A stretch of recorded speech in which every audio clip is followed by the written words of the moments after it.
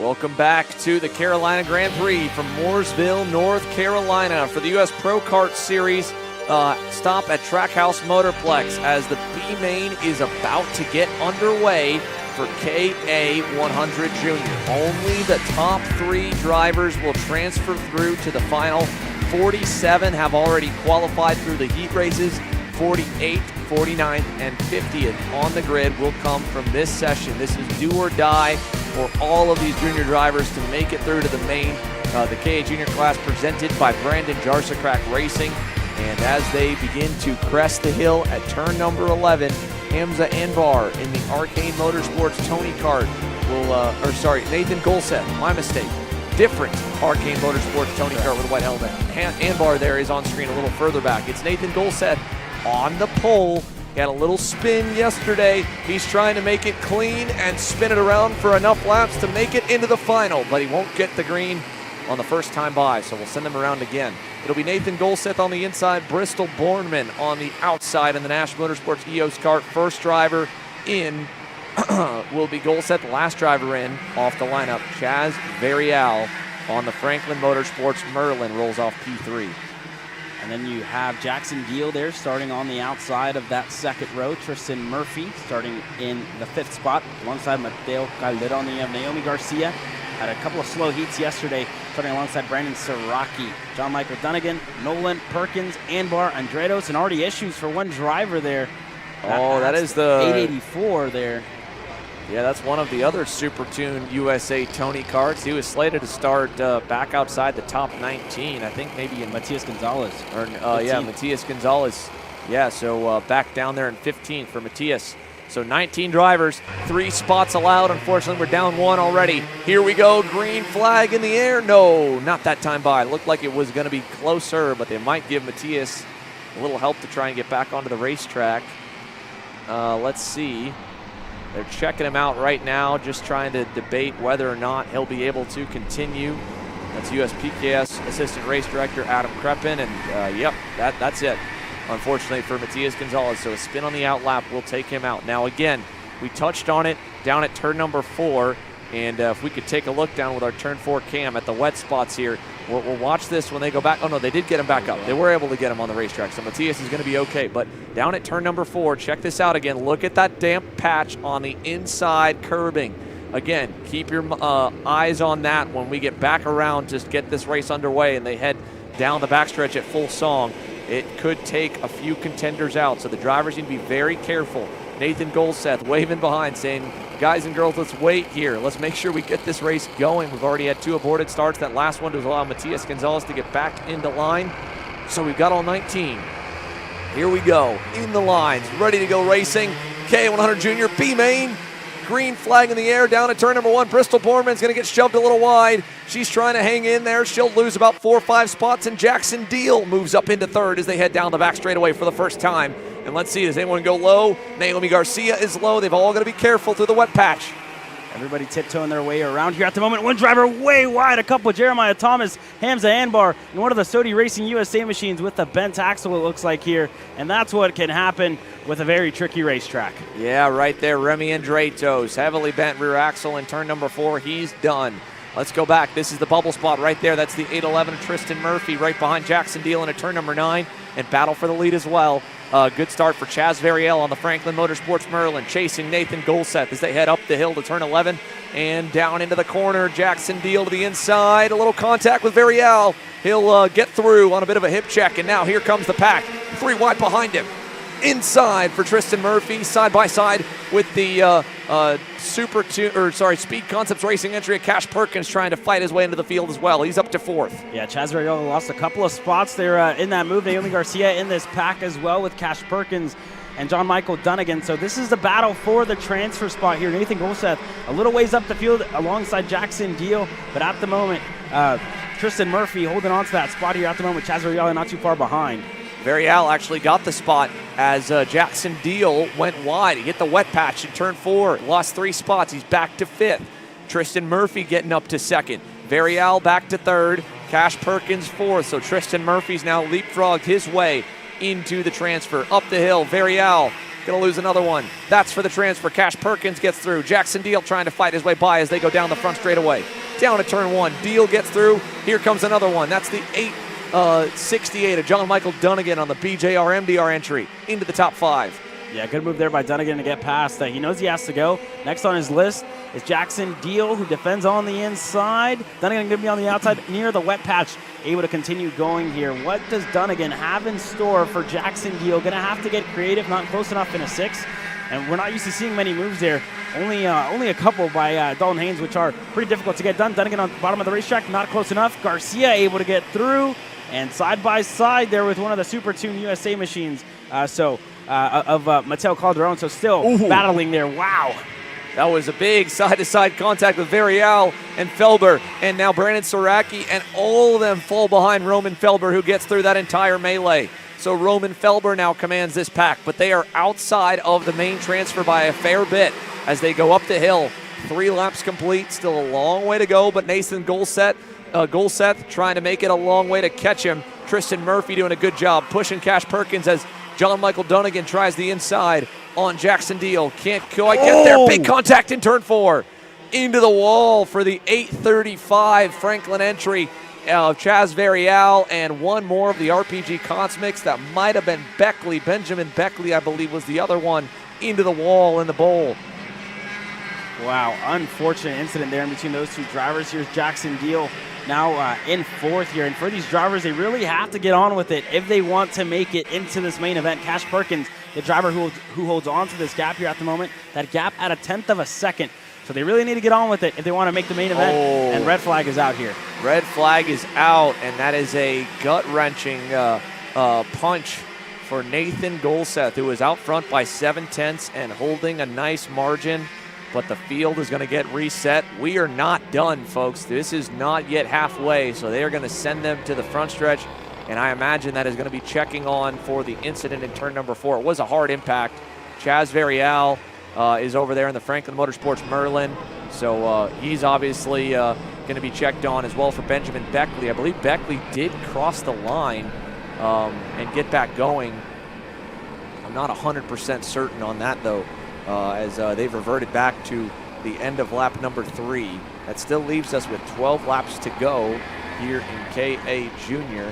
So there will be some more time before they get back going, as they're going to wave the field around and probably send them to the front straightaway to stop and then get reordered. Nathan Golseth obviously will be the leader. It'll be either Tristan Murphy or Cash Perkins 2nd or 3rd in the final transfer spots. They were working together to push away from the field to safely make it into the show. And that gap's erased. This is great news for Jackson Deal, for John Michael Dunnigan. They were a little ways back at the time of this, so not ideal for the top 3. Great news for the rest. Most importantly, though, we wish the best here for Chaz Varial. The on-site medical team has already rolled to get out to his position, so we will wait and stay posted. There goes the medic, along with, I'm sure, Chaz's father over there to check on that young driver. Hopefully he will be okay as they line up single file for the restart when they get going. First up, they got to get all the drivers out of the go-karts and take them over to the inside. So they're going to move the drivers off to the side. And while we have this moment here in the action to take a break, let's take you through the kart class official preview from Trackhouse Motorplex, presented by kart class's own Dave Serra. What it's like and what are the speed secrets to get around this 7/10 of a mile, 11-turn racetrack. Hey guys, and welcome to GoPro Motorplex in Mooresville, North Carolina. We're here to show you the fastest way around this racetrack.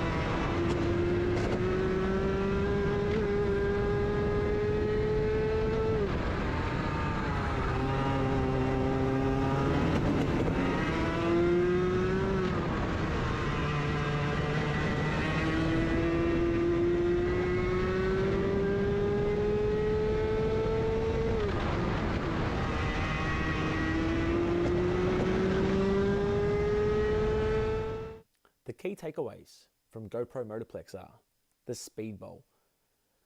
Drivers want to use the camber of the turn to slow the kart down, rather than over-braking on entry. As it's a long flowing corner, the constant turning of the steering wheel is bringing their speed down.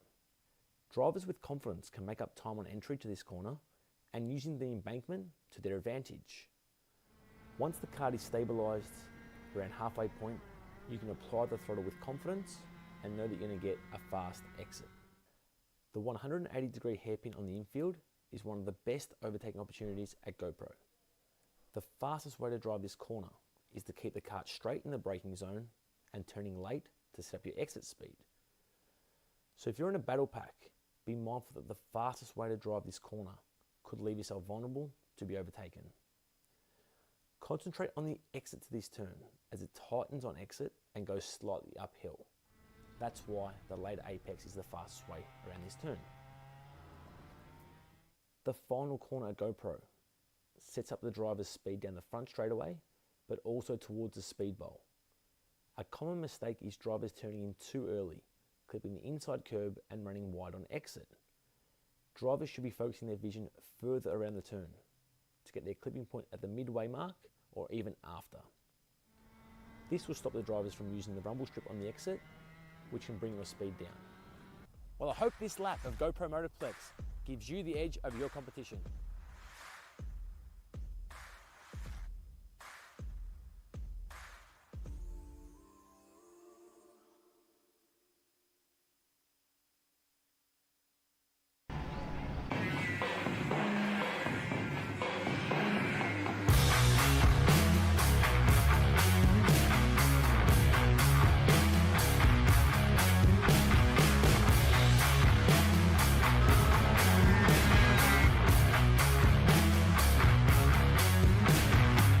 We're at a commercial break.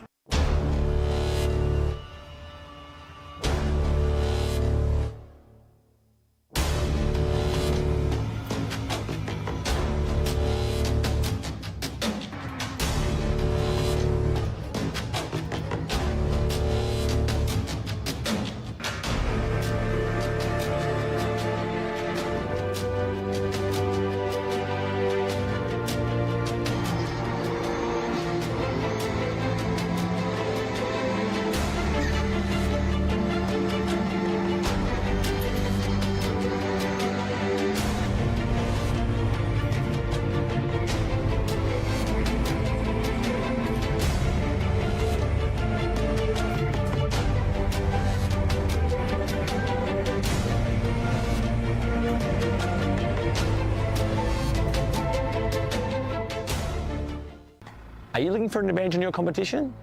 Well, Kart Class has done the hard work for you. We've travelled to your racetracks to give you the inside knowledge. So what does Kart Class offer?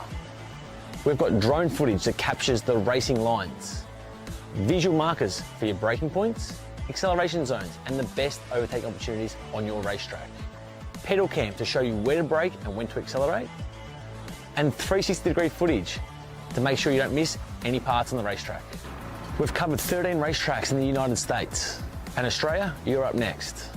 So visit kartclass.com to get your track information. Are you ready to get behind the wheel? From Formula One to NASCAR and IndyCar, all the pros start here.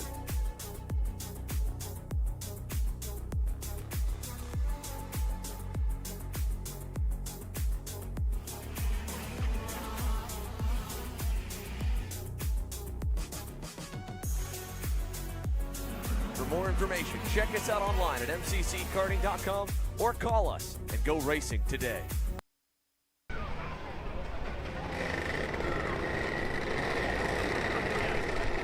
Engines have refired here for the Brandon Jarstrack Racing KA100 Juniors, and we're going to get ready to go back green for their B main to decide who transfers into the final later on this morning.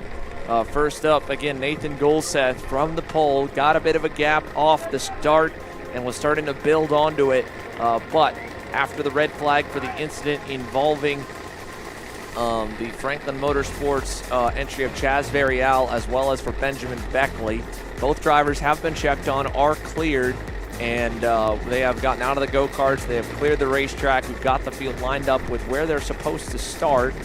There's one issue here for one of the Super Tuned Tony karts. Looks like Mateo Calderon in the 801. He'll restart in 6 behind John Michael Dunnigan, and I believe we've got them all fired, so they will roll away. And they'll get going back racing the next time by the start-finish line straightaway. So here we go to fire back up, Caleb, and decide who are going to be our final 3 starters in the main event. Yeah, at the moment it's Nathan Golseth, Cash Perkins, and Tristan Murphy, the 3 drivers in the transfer spots. Jackson Deal just outside in that forward spot. Dunnigan was quick as well. Naomi Garcia, fastest lap of the race so far in her Sodi Racing USA machine, as you have some of Jackson Deal's teammates there, of Austin Olds and others watching on, as well as James Overbeck watching his teammate John Michael Dunnigan try and race his way into this main event. So anybody's game here in this one, but they're starting single file, not side by side, and Nathan Golseth, who had a scary flip a couple of weeks ago at the X30 Racing Series, now trying to race his way in to a big national race main event in this KA100 Junior class. But they're all getting set to go green here in a single file down the main straightaway. Down the front stretch on the inside, hands in the air, looking for the green. Nathan Golseth on the inside. Lane leads us off, and we are back racing here for KA Junior's B main. Everybody gonna single file their way up to turn number 3. Let's see if anyone pokes out with a run down the backstretch. Golseth gonna take him to the low side. Spinner in the back. That's Hamza Anbar going wide out of turn number 3. He'll spin to the inside as a big wet patch there. The water kind of rode back down, and that's taken one out already as one of the Orsolone Tony karts goes around in the middle. It looked like one of the Orsolone Tony karts at least. I'll confirm that soon enough, but that water was coming down the track from the barrier impact of Benjamin Beckley and Chaz Varial. So that's a new obstacle. We had just cleared off that turn, and now there is a wet patch again, and there was all kinds of fighting. Look at Roman Felber, elbows out, and oh no, Jackson Deal into the water, and that probably just flooded the motor all the way into the grass. Deal hand in the air. He was side by side as Felber closed the door on the exit, and Roman Felber into 5th. Now he's up 9 spots. But sadly, Jackson Deal's hopes just got dashed away here on the first lap after the restart. Top 3 with a little breakaway. They're going to pass, though, for second. Perkins trying the inside as John Michael Dunnigan and Roman Felber try to hunt them down, and everyone has to tiptoe again in the bowl. Yeah, here Cash Perkins really needs to look over his shoulder, see the gap that they have to John Michael Dunnigan, not fight, and race their way into this main event. They have 11 laps left to do it, 10 and a half laps left to do it here. So for Cash Perkins, Tristan Murphy, Nathan Golseth, they have to keep their heads down, push forward, and really try and race away from John Michael Dunnigan, Roman Felber, and Naomi Garcia. Up the hill to the final turn, Nathan Golseth, Tristan Murphy, Cash Perkins. Can they put their differences aside and say, you know what, we're all in safe spots, let's just work together and stay away from the rest of the field. They've got a 2.5 seconds built up now here, and we've still got 10 laps to go. So a long way that they could get tracked down, but that really is only going to happen if they fight. Perkins again trying the inside on Murphy, but not enough confidence on the brakes going into the bowl. He'll tuck back in. No move completed, but it might have cost them a little. They lost about a kart length to Golseth now as they enter the infield section again. And that was all because Murphy had a snap at the wheel because of that puddle there in turn number 4. So lost a little bit of time to Nathan Golseth. A car length separates the two of them. And already there with Cash Perkins, half moves not helping him out here, Xander. No, not any bit right now. But also, one thing to keep in mind, while many drivers probably were on their regular setup on the chassis and mindset from yesterday, knowing that the track was drying back out in warm-up and the X30 Pros got back to within 0.2 of their best times on the weekend, this new water patch, if anyone has a little bit of extra grip built in, they're going to be a rocket. Unfortunately, no one outside the top 3 appears to be that, as down the backstretch, that gap has opened up back to P4. John Michael Dunnigan lost 0.4 to the leaders last time. Little wiggle for Cash Perkins as he hit the water this time by and lost some ground.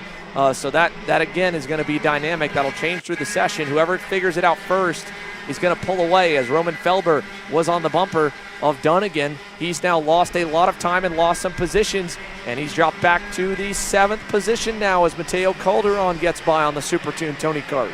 Yeah, good move that time by Calderon, but at this point needs to work his way further up, closer to Naomi Garcia. who currently sits in that 5th spot here at the moment. So just Roman Felber falling like a rock here, lost a couple of spots, down in a 7th.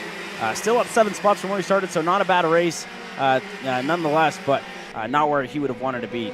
Down the backstretch here for Nathan Golseth, Tristan Murphy, Cash Perkins.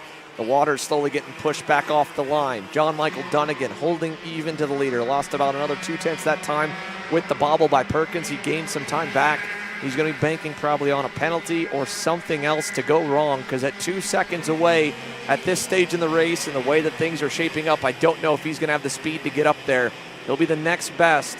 And if anything happens, off the racetrack, if there's any pushback bumper penalties, any start infractions, I don't think there'll be any avoidable contact penalties for the leaders, but also if there's any infractions in post-race tech inspection, he would be the one that gets bumped in to the final 3 spots. So he still needs to fight, even though provisionally he's outside looking in, because he's not far away from the rest of the field. Here's another move attempt by Cash Perkins. This time it sticks on Tristan Murphy. Got a good run the last lap, closed up, made the move, and got it in turn 4. So change in the top 3, still 2.5 seconds back. If we check in with the group behind, we'll see that Michael Dunnigan still has about 6/10 to now Naomi Garcia on the Sodi USA machine.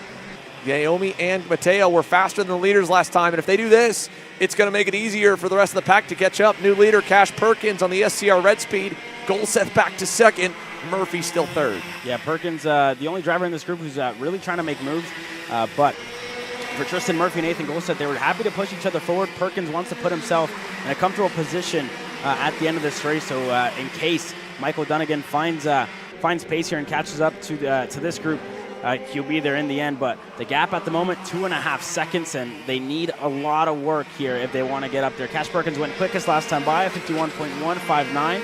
So for John Michael Dunnigan, they need to find almost 1/10 of a second here, more than that compared to what Cash Perkins, Nathan Golseth, and Tristan Murphy are running, Xander. Well, John Michael Dunnigan already feeling the heat. He's defending for 4th here from Mateo Calderon, who pulls a nice crossover, but it only pulls him even into turn number 9.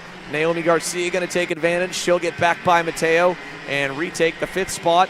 Now trying to find a way past Dunnigan, who's still trying to fend him off low. Garcia was looking lower, couldn't do a move to the inside, and instead Mateo gets the over-under. Roman Felber seeing the battling up here. Again, this is 4th on back. This is well outside the transfer window. The farther back they fall, the lower their chances get of a penalty, knocking a driver out of the top 3 down the backstretch. Here's Felber with a chance. No change in 4. Behind this group, Brandon Saraki leads the next pack with Bristol Bourneman and Arthur Barbet in line.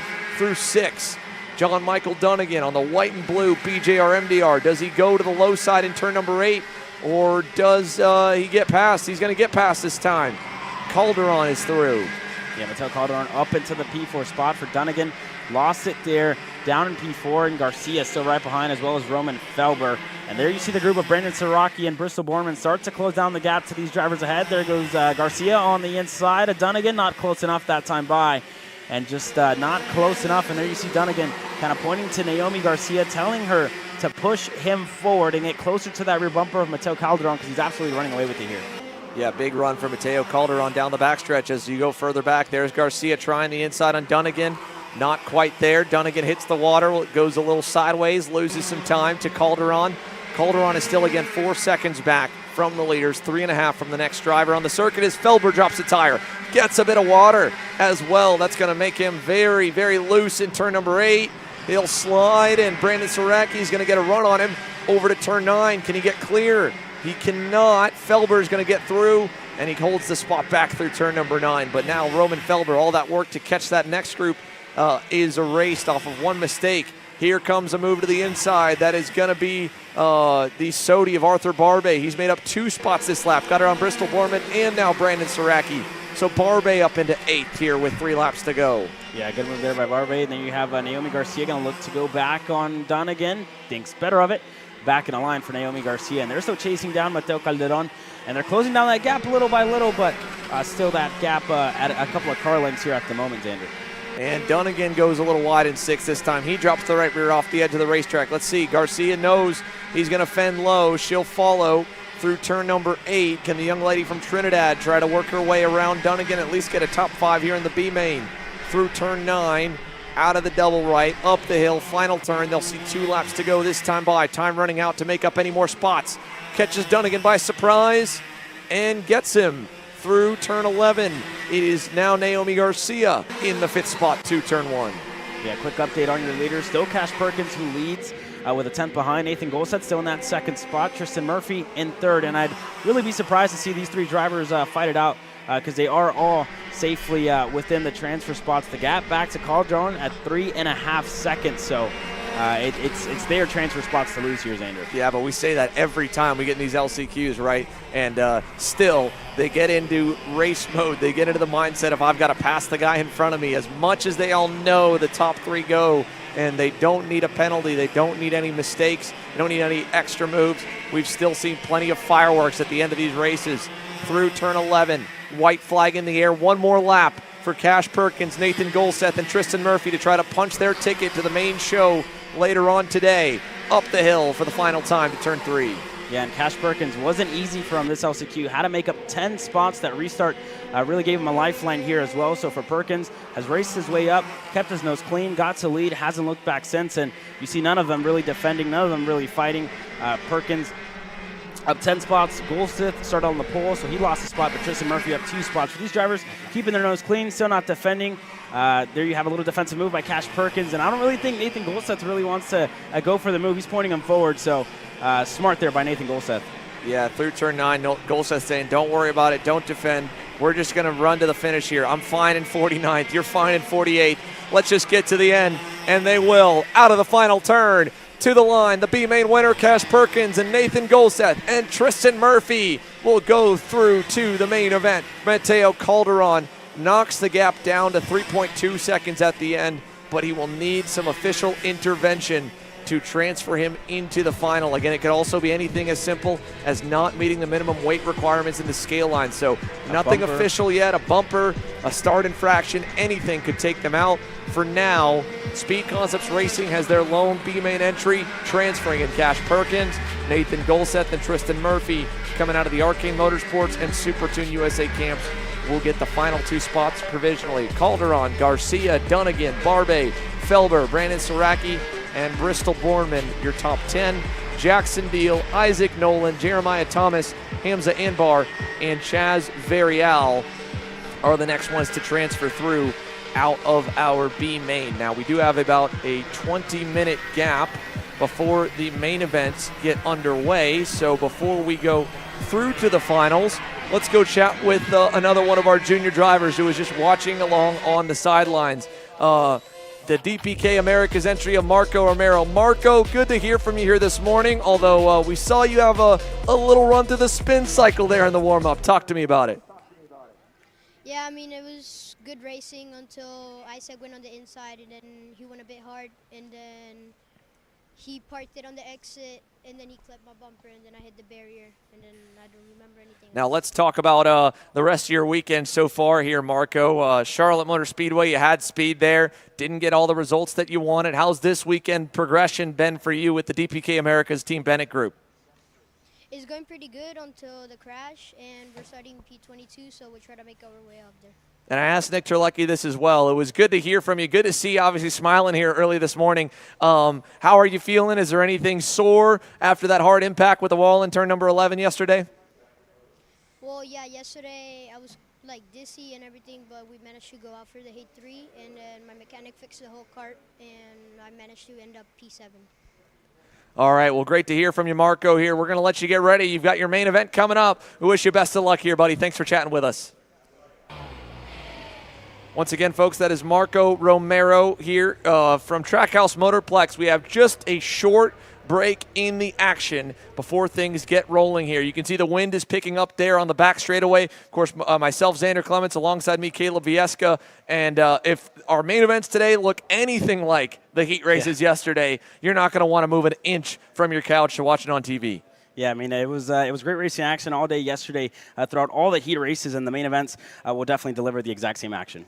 Yeah, there was pack racing top to bottom. Again, the only class that had any kind of a delta, it looked like, was KA100 Master. But again, our fastest qualifier and the fastest driver who won heats 2 and 3, Max Pappas, starts from the off pole. And again, in both Heat 2 and Heat 3, he did have a slight advantage on tire wear because he had a mechanical issue take him out on the outlap of that first heat. So that could mean we are in store for 7 action-packed, down to the last lap, down to the last corner main events here today. So hopefully that's what we've got in store for you folks. And again, it all kicks off at 10:09 a.m. Eastern, 7:09 a.m. Pacific. And we've got a short break again here from this KA Junior B main. And then it's straight into the Micro Swift main event all the way through. We do have a lunch break in the middle of the day, so that's where the main event's part 2 at the bottom of the screen right there shows you where we get back going at 12:43 p.m. in the afternoon for the final couple of main events. And then, of course, podium ceremonies, and it wraps up everything from Trackhouse Motorplex. But this racetrack, it's such a fun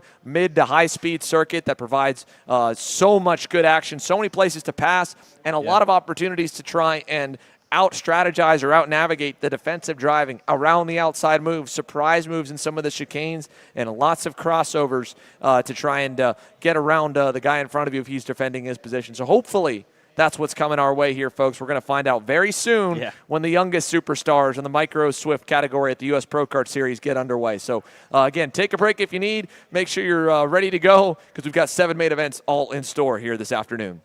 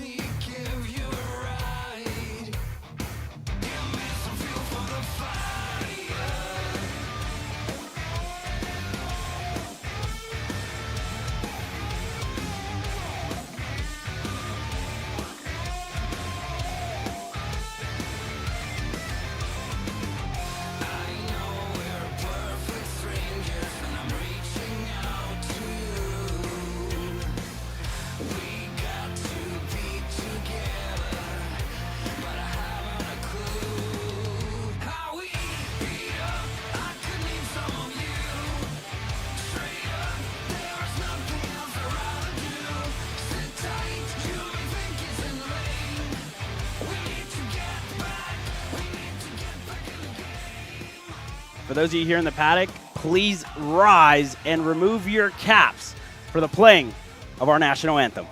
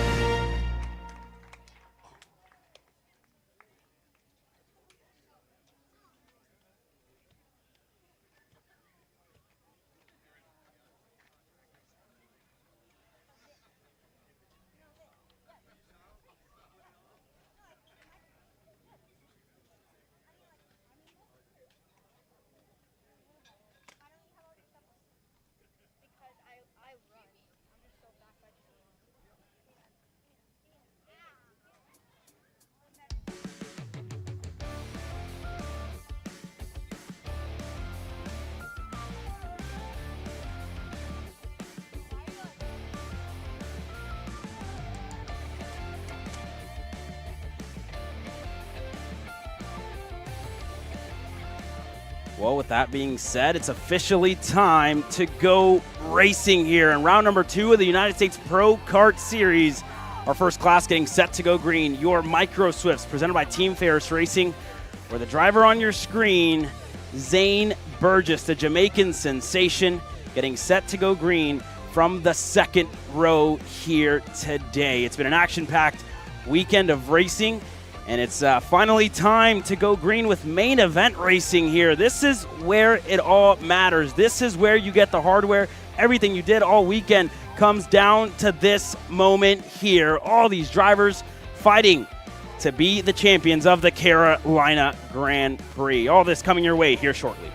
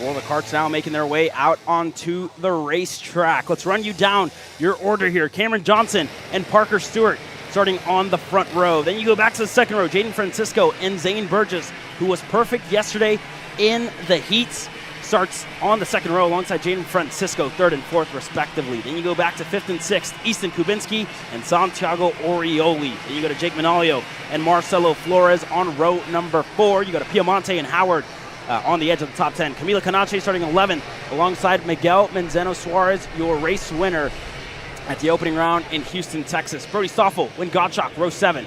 Becquerel, Ramirez, Montalvo, Mazzaculo, Perriman, Ahmad, Gottschalk, Gomez, Mulata, Bornman, Katowski, Carney, Westbrook, Ehrlich, Zleminski, and Greer all getting set to go green for the first time this weekend. And main event action, 20 laps here for the Micro Swift presented by Team Ferris Racing. A little bit of a quick start. Will they get the green flag this time by? It's a bit quick. And I think they did get the green flag, so they didn't, sorry. No green flag this time by. And again, Johnson and Stewart getting set to go green, where Zane Burgess has been the class of the field. Orioli has had to race his way up the field in every single one of his heat racing sessions due to a poor qualifying session by Santi Orioli, but he gets set to go green here starting on the third row. And with a good spot to be a contender here in this Micro Swift class. Miguel Manzano Suarez, one of the quickest drivers, qualified on the pole position Friday afternoon and started on the pole in every single one of the heat races. He's starting further back in the field in 12th with a lot of work to do to get up there to the front of the field. But Cameron Johnson and Parker Stewart, the Franklin Motorsports Merlin, and Parker Stewart gets set to go green here for the second try and the second go-around this time by.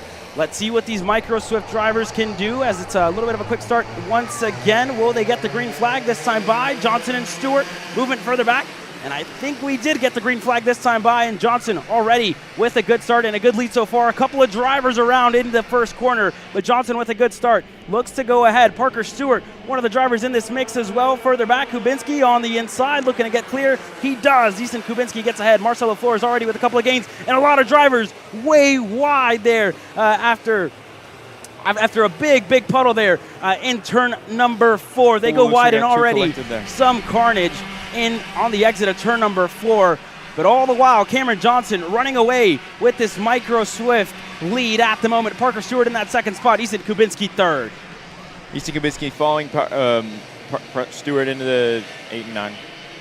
Following Parker Stewart into turns number 8 and 9 as they try and work their way through down the main straightaway for the first time in this main event. Suarez already looking to make moves, and a couple of big names already falling further back in the field. Zane Burgess currently sits in the 5th spot here and looking to work his way further and further up. Parker Stewart looking to close down the gap. He is your leader here at the moment. Cameron Johnson looking to make a move, not close enough. Further back, Francisco looked to go on Kubinski. Wasn't close enough that time by. Still having to make work on Cameron Johnson around the outside in turn number 5. Not close enough. Staying in line here at the moment as the field continues to get tamed down here just a little bit. Zane Burgess has to get around the 2 drivers ahead of him if he wants to get to the rear bumper of Parker Stewart here at the moment. There you have Burgess on the inside of Johnson. Burgess gets clear and up in a P3 here. We saw Stewart able to take the win in heat race number 3 after we saw Burgess getting a wreck at the end of that one. So what does Zane Burgess have in store for us here in this one? Francisco right behind him. Still not close enough, and Burgess closing down his gap to Kubinski. So for the second time around, 3 laps in, fastest lap of the race is Zane Burgess on the inside of turn number 1. Makes quick work of Easton Kubinski, who gets stuck on the outside there as Francisco goes through for the 3rd spot. Side by side there for a second. Orioli looked to make the move on Kubinski. Wasn't close enough that time by. Moves further back. Jake Manalio on the inside of Marcelo Flores. He's able to get clear contact in between Flores and Manalio. Flores up in the air there for a second and goes wide. So he's able to get through, and already Zane Burgess on the rear bumper of the BJR MDR LN kart of Parker Stewart. What does Burgess have in store? Turn number 8, not close enough to make the move, and going to have to stay behind Parker Stewart here at the moment. Francisco there lost a spot in 3rd, and you see the gap starting to close down. The field very even here at the moment, and the closest that we've seen for the majority of this weekend because of the tricky conditions out there on the racetrack. So for Zane Burgess, just having to hit his marks here once again, but obviously some gremlins out there on the racetrack, some wet spots that make it difficult to go around and hit your normal mark. So for Burgess, just has to keep it clean, and is still on the rear bumper here of Parker Stewart, with Francisco not too far behind. You see there on the timing charts what the moves look like, and here's another one for Zane Burgess. Another spot gained, 3 spots gained so far in this main event, and he goes to the point of the field. Parker Stewart falls back to the 2nd spot. Francisco there with 2 car lengths in between himself and the rear bumper of the LN kart right ahead of him. So Francisco, some work to do here in this main event to get right back up to Zane Burgess, who's been absolutely flying all weekend long. Turned 8 yesterday, and that Saudi Racing USA team celebrated his birthday yesterday, and it would mean the world to Zane Burgess to get a perfect birthday present for him this weekend, to get a race win, a main event win here this time out after falling just short and just shy of a main event win last time out in Houston. 5 laps down, 16 laps to go. A long, long main event for these younger drivers, and it's all about stamina. Who can be there in the end? Who can keep it on the racetrack? Who can hit their marks every single lap and every time they go around? There on your screen, you're starting to see Santi Orioli and the MPG Academy machine closing down the gap bit by bit to the driver in third, the RPM machine of Jaden Francisco. So for Santi Orioli, still closing down his gap and looking to push ahead after what's been a slow start. There you have Francisco on the inside, and this is really going to help Santi Orioli as he goes wide. Wow! Parker Stewart goes around, Francisco goes around, stuck in the middle of the racetrack, and all these drivers has really fallen into the hands of Santi Orioli with the spin from Francisco, the spin from Parker Stewart, who looked for the move, have all given this gap to Zane Burgess, and this really allows Santi Orioli of what can be a fairy tale ending to his main event here after an abysmal qualifying session on the Friday, having to work his way up the field, and every single heat race finds himself in second place. Has kept his nose clean all weekend long, and now has the black, orange, and white Sodi Racing USA machine of Zane Burgess right ahead of him. What does Santi Orioli have in store for us? He's opening up the gap to Easton Kubinski here at the moment, and Jake Manalio. He's closing down the gap to Zane Burgess. The lap times at the moment, 55.968 for Zane Burgess, and for Orioli, very similar, but you see that gap starting to close down bit by bit. So Zane Burgess will have company here in a couple of laps' time, maybe the next time by. Santi Orioli will be on that rear bumper of Zane Burgess. 4 spots gained for Orioli so far in this race. Zane Burgess, 3 spots gained, who started on that second row on the outside. From Manalio, currently 4th. Further back in the field, other big movers. Orioli just went purple, 55.458, 5/10 of a second quicker than Zane Burgess. So Orioli definitely going to be in striking range this time by. Is it going to be turn number 4? Not close enough as of yet for the MPG Academy driver of Orioli, who still pushes his way forward. Kubinski and Manalio really need these two drivers to continue to start to fight, I should say, so their gap can close down to your 2 leaders here at the screen. Quick update on the RPG machine of Miguel Suarez here. Currently sits in 6th, 6 spots gained, so has to get around Marcelo Flores and get up to the rear bumper of Easton Kubinski if he wants to close down that gap, but it currently stands at 2.5 seconds from Flores to Kubinski, so a lot of work for Miguel Manzano Suarez if he wants to be there in the end. So this time by, 13 laps to go. Orioli goes purple in the process, 55.106. And we've seen this strategy almost all year long in between these Micro Swift drivers. They are very mature at such a young age, push each other forward, but there goes Santi Orioli to the point for the first time this weekend. And wow, what a story for Orioli as Burgess loses the kart there a little bit on the exit of turn number 4. That puddle still challenging these drivers a whole lot. So for Zane Burgess, really has to keep it on the racetrack. And now you start to see Jake Manalio and Easton Kubinski close down their gap bit by bit with the passing that these drivers are already doing. But Orioli, good pace in that MPG Academy Kart Republic. 2 car lengths in between himself and Zane Burgess. So for Burgess, going to have to hit his marks here. A car length separates the 2 of them now. What is it going to look like this time by Orioli? Again, 20 laps. We're not even halfway through this race here yet. So a lot of time and a lot of laps left for these drivers to really try and work their way around this racetrack. There you see Manalio starting to get in striking range. The fellow Kart Republic to Santi Orioli in this lead pack. What does Burgess have? Down the back straightaway, closes down his gap. Not close enough as of yet. And with Zane Burgess, what we're so used to seeing here, he pushes his opponents further and further up the field, pushing them into deep waters, and then drowning them in the last couple of laps, in the last 2 laps for Zane Burgess. So what does he have in store for us here this race? Into turn number 9, and you see that gap.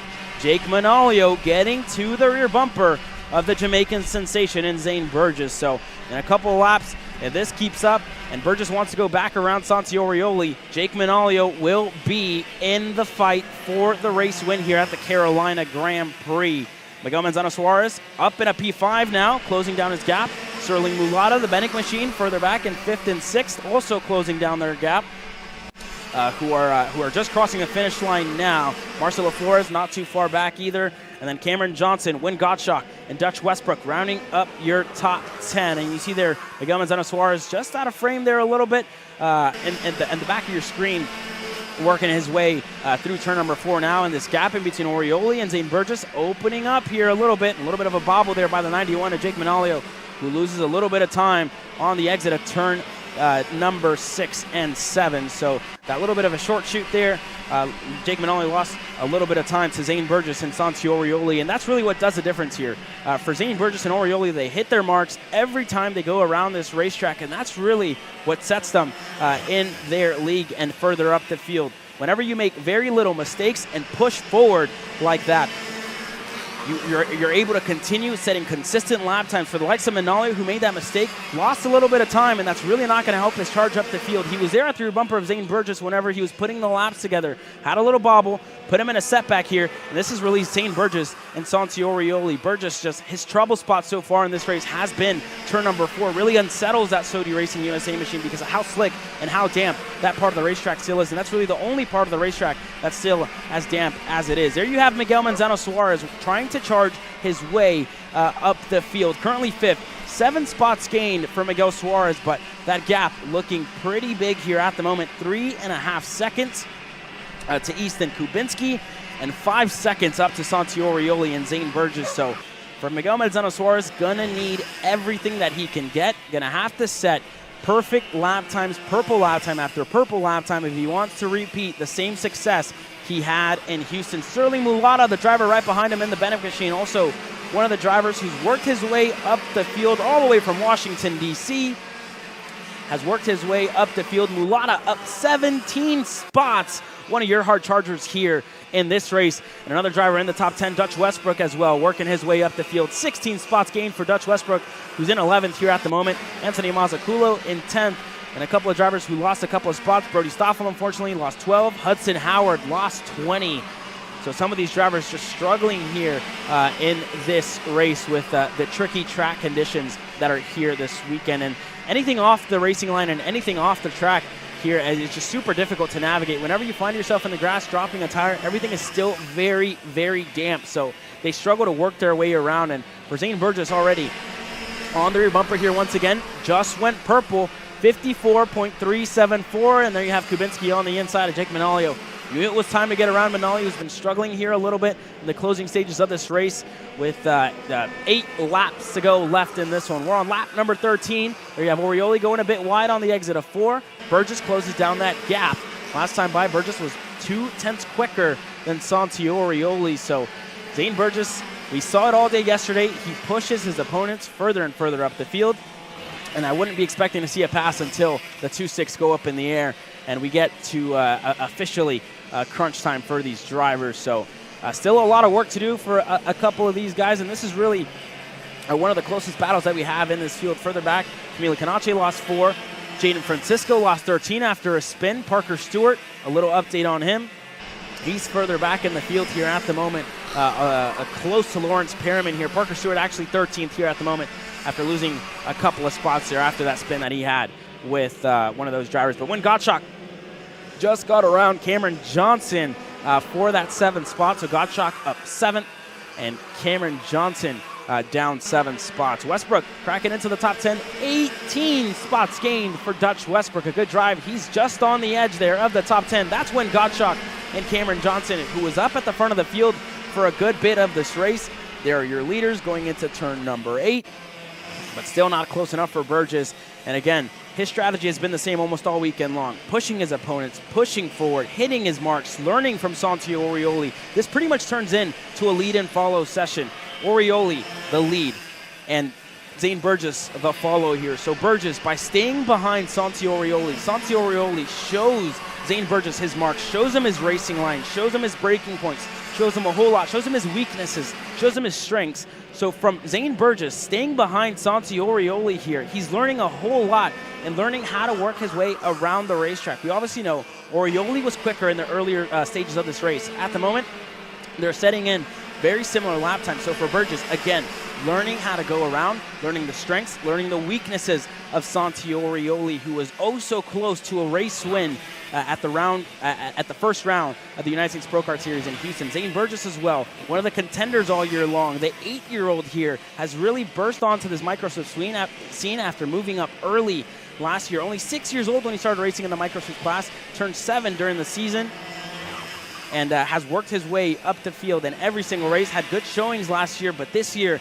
has really been all about the SOTY Racing USA machine of Zane Burgess, who's at the front every time. When we get here for the test weekends, when we get here for the Thursday practice sessions, or whatever it may be, the timing screens are always on Zane Burgess. Everybody, every mechanic, every team worrying about the Jamaican sensation, the 55 in the second spot. And the same can be said about Santi Orioli in his MPG Motorsports machine, because when he gets here to the track, the Orioli Kart Performance Team MPG Academy driver, everybody times this driver. Everybody has their eyes on these two drivers on your screen, and these are the drivers that are leading here at the moment with a pretty big gap back to Ethan Kubinski, 2.5 seconds.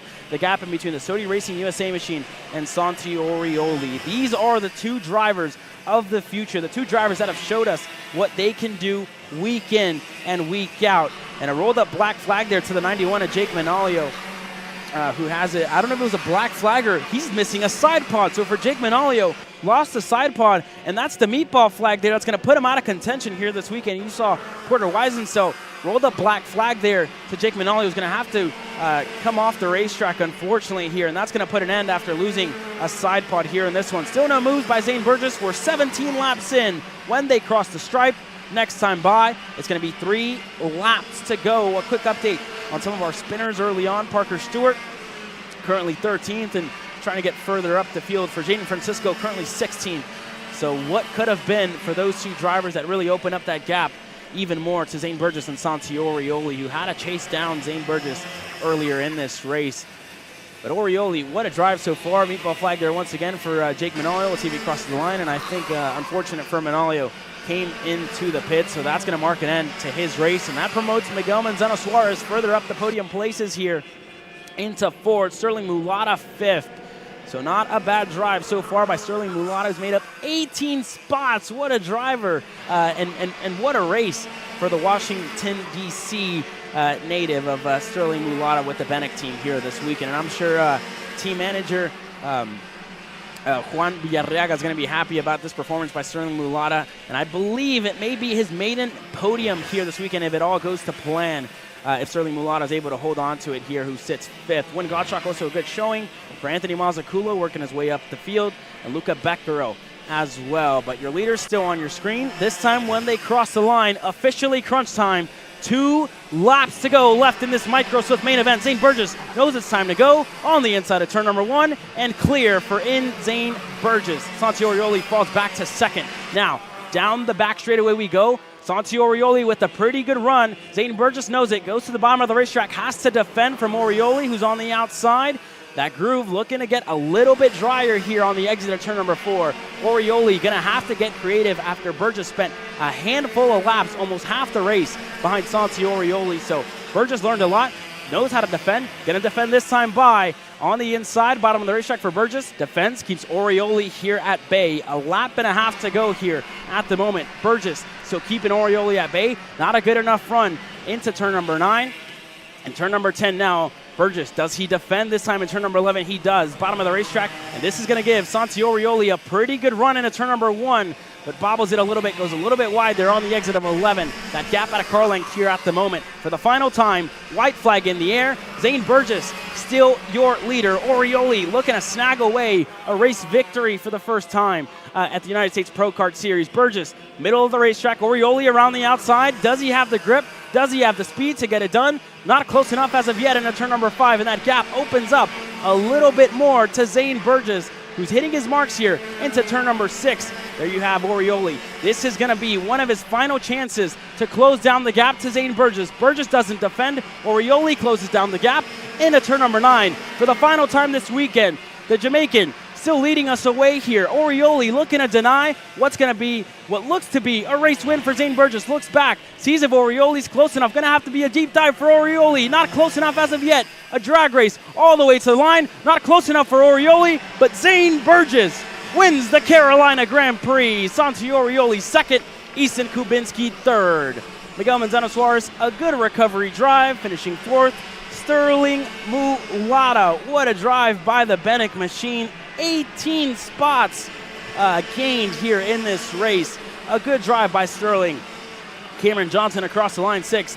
Wayne Gottschalk, 7th. Luca Beccaro, 8th. Anthony Mazzaculo, 9th.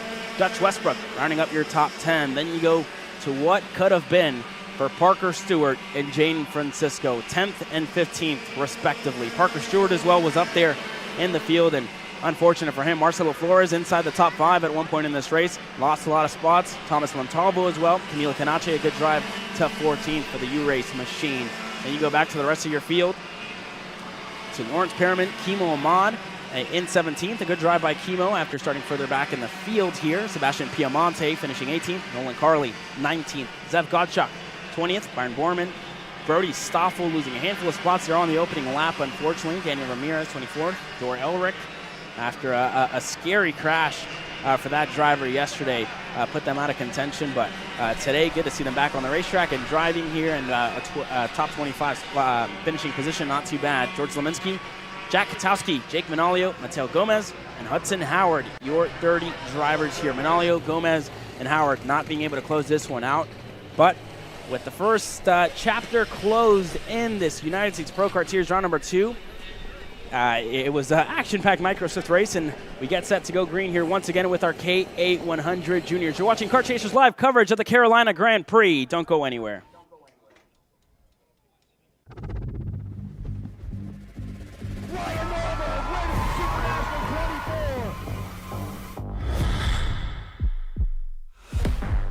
Ryan Norberg is an internationally recognized karting professional, industry influencer, and multi-time national karting champion.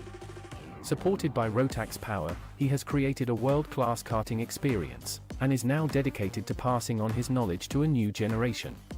With 8 national championships, Supernats victories, and numerous wins in different categories, drivers of all ages are welcome to join and partake in this unique experience.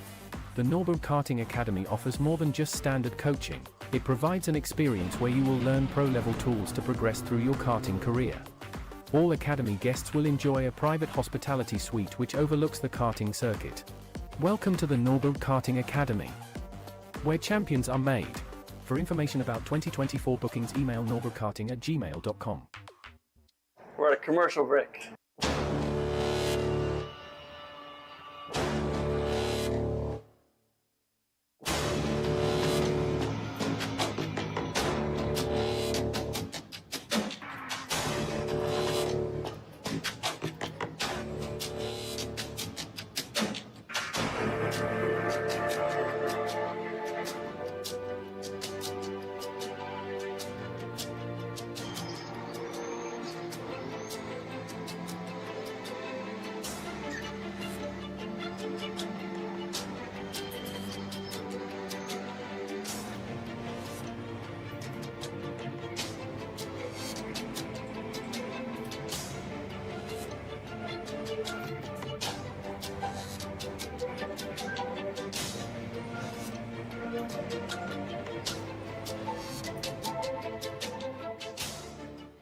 Kyle, I need a new 219 chain. I need a 77 tooth rear sprocket. I need some more chain lube, and I need it probably as soon as like tomorrow. Dude, are you even listening? Like, we need this to run this weekend. Want anything else? What do you mean? I already got it in the Kart on Acceleration Kart Racing's online store, bro. All orders over $200 get free shipping. Oh, throw in a set of tires. Done. Everything you need, all in one place, and shipped to your door for free on orders of $200 or more. Exclusions apply. Shop AKR.com.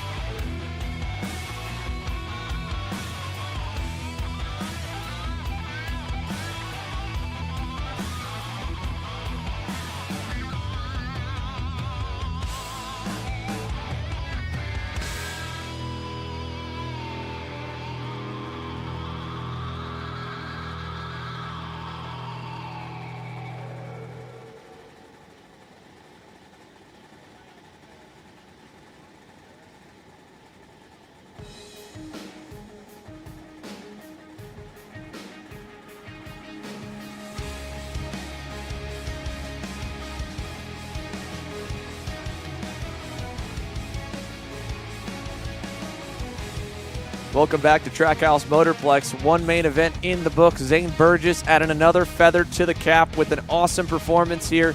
And KA100 Junior now getting set to go 50 drivers strong. For the first time racing-wise this weekend, we've got all of the heavy hitters on track together. It is a Rollison Performance Group lockout of the front row, and if 50 drivers on the racetrack, you can bet your pants that it is going to be a lined-up fence with the grandstands full here to watch their main event. 21 laps for BJR KA100 Junior. As the field rolls onto the racetrack, here we go. Let's get set to take to the rest of the lineup. It's Turner Brown and Diego Ardiles on the point.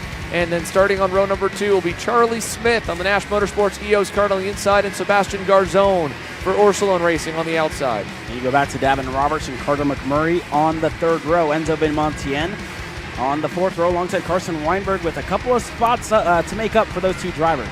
Then you go back to Enzo Vidmontien on row number 4 Enzo Vidmontien and Carson Weinberg, but then Mateo Pappas and Ty Fisher to round off your top 10. Jackson Wolney and Max Weiland start on row number 6.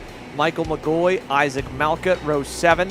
Nathan Dupuis, Peyton Westcott, Nico Sarfati, Chase Gassiet Lee, Javier Herrera, Martin Jaramillo, the top 20 of 50 of the nation's best KA100 Junior drivers, rounding the final turn, heading down the start lines.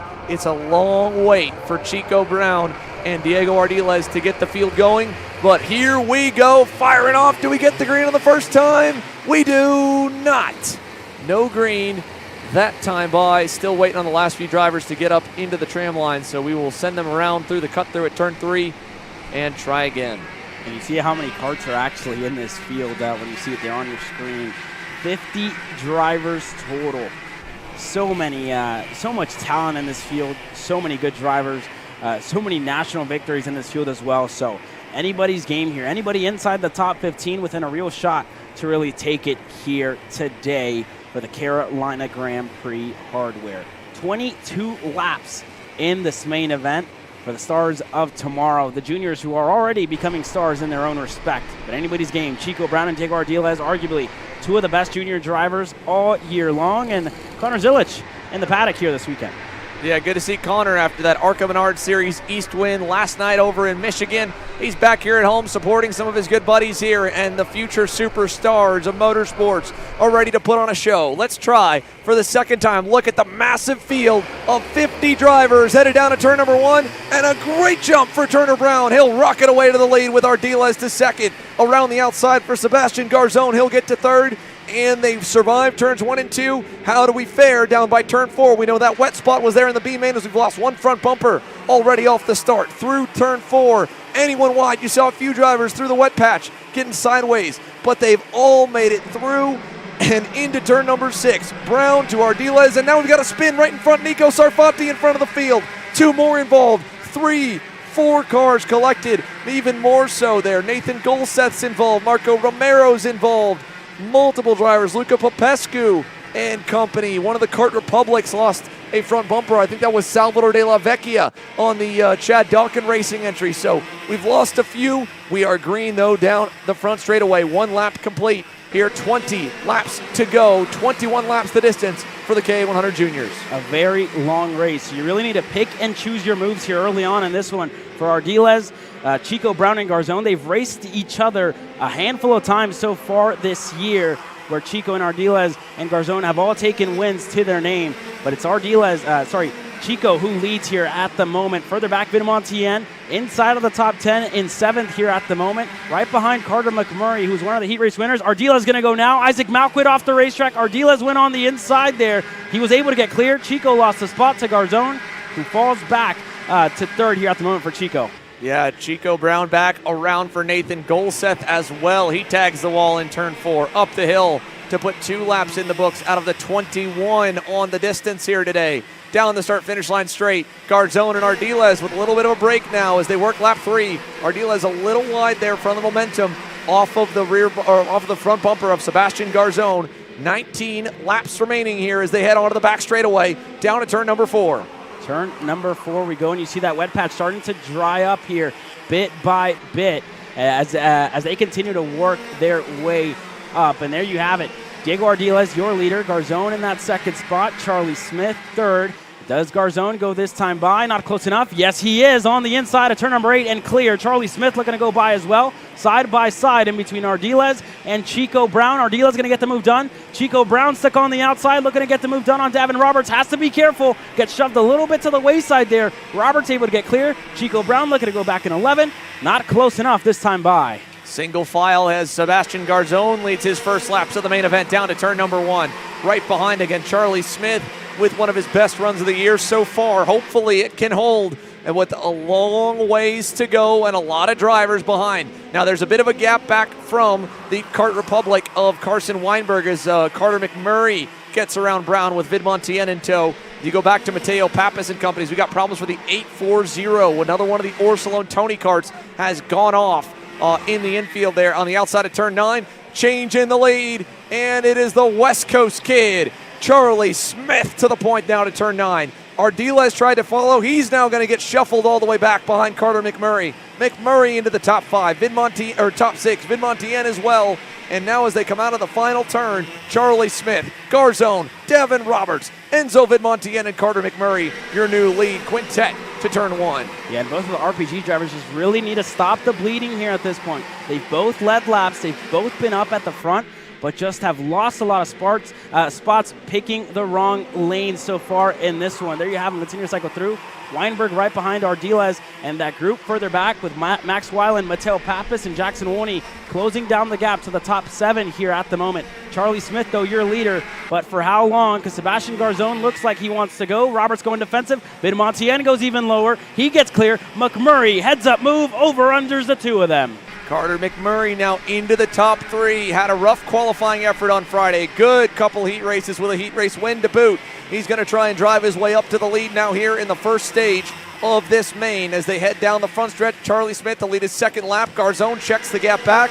He's got a little bit of room, and for now we stay on the normal groove with a big run up the hill. Further back from this main pack that now goes 11 deep behind Mateo Pappas. You've got Ty Fisher that was leading the second pack. He's fallen back a little bit, and big wide swing there for Enzo Vidmontien and Carter McMurray, and that's now paved the way for Roberts to get back up to third. So Davin now leads the second group as we got problems for Max Weiland. Mad Max got a little bit sideways there in turn number 6, and a pass up here for turn 8 for third. Chico Brown gets through. Vidmontien tried to follow. He could not. Give it to Roberts for P4. And we'll put 6 laps complete here. This race was originally scheduled for 22, but they removed a lap for the aborted start. So 21 laps under green, and we've got 6 complete with a long way still to run.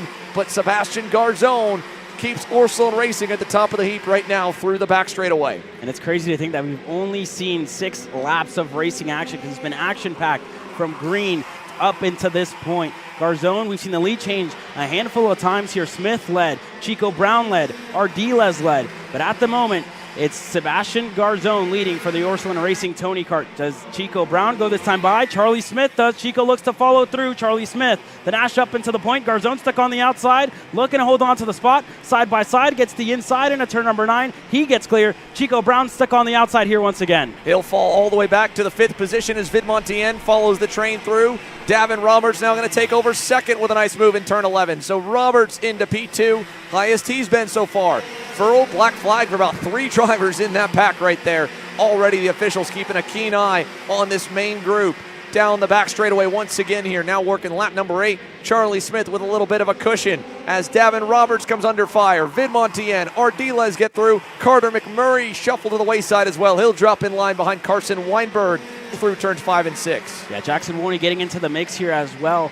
And this is a very long race for Chico Brown. The story's been just picking and choosing the right moves here. There goes Garzon on the inside on Charlie Smith. He gets clear. Vidmontien goes through as well. And for Charlie Smith, goes to second. But like I was saying with Chico Brown, you really have to pick and choose when you're going to make your moves and where you're going to make them, because there's 10 hungry drivers, a hungry pack of wolves right behind you who are going to pass you if you don't get it done. There goes Ardiles on the inside of Smith. A nice move by Diego to pick up the spot there in 11. That seems to be a decent place to watch as there's Jamie McMurray alongside the rest of the Timmy Tech group watching Carter right now. He has fallen all the way down to the 10th position with his dad, the Daytona 500, Brickyard 400, multi-time NASCAR Cup Series race winner, watching his son in what could be one of his final major karting races for the time being. Now through turn number 4, the comp kart has a little bit of gap both out back and out front. He's got 6/10 to make up to catch Nathan Dupuis in the back of the top 9 here. Dupuis is charged forward, and look at this challenge for the lead. Garzone versus Vidmontien. Side by side for a moment. Ardiles is going to try to take advantage, but he backs out into turn number 9. And behind them, they definitely went at it for 4th there that time, and that's given the top 3 a little break. Let's see if Vidmontien goes. He does. Enzo wants to lead a lap here early. Enzo Vidmontien takes the point now down the front stretch, and he'll start the defensive driving just a little bit as he goes center track into turn 1. Few more moves. Brown falling behind of Dupuis, who has gotten around him. Jackson Wolney has picked up a number of spots every time he's been on the racetrack from a poor qualifying effort. He's now up into the 7th position on the Speed Concepts Racing Red Speed through turns 5 and 6. Enzo, Sebastian, Diego, your top 3 through the infield. Yeah, working their way through. Vidmontien was defending down the main straightaway. Garzone pointed him forward, wanting to get away from the rest of the pack, letting the chaos ensue. But there goes Jackson Wolney on the inside of Chico Brown. The ex-teammates here. Wolney gets around his former teammate there, and for Chico Brown, he gets passed by his ex-team. And that was after Nathan Dupuis got by Wolney. Now Brown is going to go by Jackson here in 11. Carter McMurray looking on there. That's all, again, back 8th, 9th, and 10th. Turner Brown again started on the pole for this race, and they have started to sort things out up front. Sebastian Garzone pushing Enzo Vidmontien. Diego Ardiles riding with him, and they have broken away just a little bit from this main grouping here through turn number 4. So the gap at about 4/10 back to Charlie Smith, and a big margin back from Davin Roberts to Nathan Dupuis, who is now well outside the drafting window and will need a little bit of racing up front and some really good laps from himself to join that 6-car group at the point. Here's McMurray. He just got around Jackson Wolney. That's back for the 9th position as we watch now. More drivers continuing to keep a keen eye. That's A.J. Myers as he watches Max Weiland. Weiland was up in the mix there. That little mistake in turn number 6 cost him dearly. He's fallen outside the top 11 and is trying to charge back to this main group. He needs more passing as here's a big move. What a send from Max Christie on David Ybarra in turn 1. Nicely done as a late decision there on the brakes to get by. The top 2 getting away a little from Ardiles. Behind them, Turner Brown making some ground back up. He just got around Nathan Dupuis. So moved Chico back into 6th, but they are 1.5 seconds and counting back from your leaders as Vidmontien and Garzone continue to try and drive away. There goes Davin Roberts on the inside of Carson Weinberg. Roberts makes up a spot there. That was for the 5th spot. Weinberg went quickest last time by, purple lap, and just fell back to 6th, so some work to do. But Xander, this is when you start to see the setups, tire pressures, whatever you chose to go out on, whatever piece you decided to go out on this race starts to matter here. You go longer than, you go even longer than what you've gone throughout all the heat races. 13 laps in already, and this is where driving starts to matter. Hitting your marks hits to matter. You start getting a little bit mentally tired, and it really matters for these drivers to keep it all together here. Well, and again, you just never know when they're going to finally stop fighting and start pushing. So that's why it's so critical in those opening few laps to pick your moves right and not make mistakes. Although there's one from Garzone. Luckily, he has a cushion out back, but it will bring Ardiles back close as he has to slow the corner down in turn number 8. But the first few laps, it was all about track position, just battling. Pace did not matter. You were just picking a lane and going and making moves. Now we're starting to see the lap times drop, and as they've stabilized up front, we're going to really see the cream rise to the top. And it's Enzo Vidmontien, our round 1 winner, leading. Turner Brown leading the next group with Carson Weinberg, Nathan Dupuis, Carter McMurray, Jackson Wolney. This group is 2.2 seconds back from the lead. They need to get going now because we are now past the halfway mark, working lap 14 of 21. Not a lot of time left if they want to have a shot at the win. We know that the fight with this many cars up front is going to be a battle in the last 2 laps. You can maybe pick off, a spot at the back of the pack when they go side by side. But if you want a shot at the win, you got to enter those final laps in the lead group.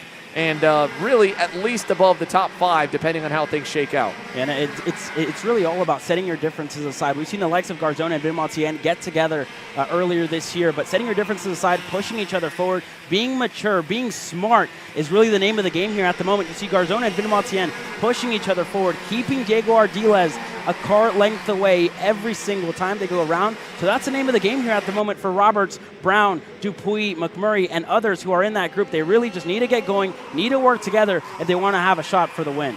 And last time by, they did make up a little bit of time. 1/10 better for Turner Brown. He's catching Davin Roberts by a fair bit. The first 4 are all pretty evenly matched on speed. Garzone and Enzo Vidmontien might have a little edge. Let's see this group here. This is again 5th and 6th. Turner Brown trying to charge up towards Davin Roberts to crack the top 5. And if he can make that move at a good opportune time on the track, like especially at turn number 4 or maybe here in 11, let's see if he goes. He will. Inside and through for Turner Brown. That didn't cost them a ton of time, and he can hopefully get some help from Davin Roberts for a lap or two to push him back forward. Even with the pass, he still made up a 1/10 of a second. So you kind of use them as leapfrogs, pegs on a ladder to climb your way up the boards. You catch one guy, get him to push you a lap, and then hopefully get into the toe of the next driver. Now, up front, Ardiles has kind of got his mojo back. He's clawed his way back up to Garzone. Does Diego want to work his way to the lead?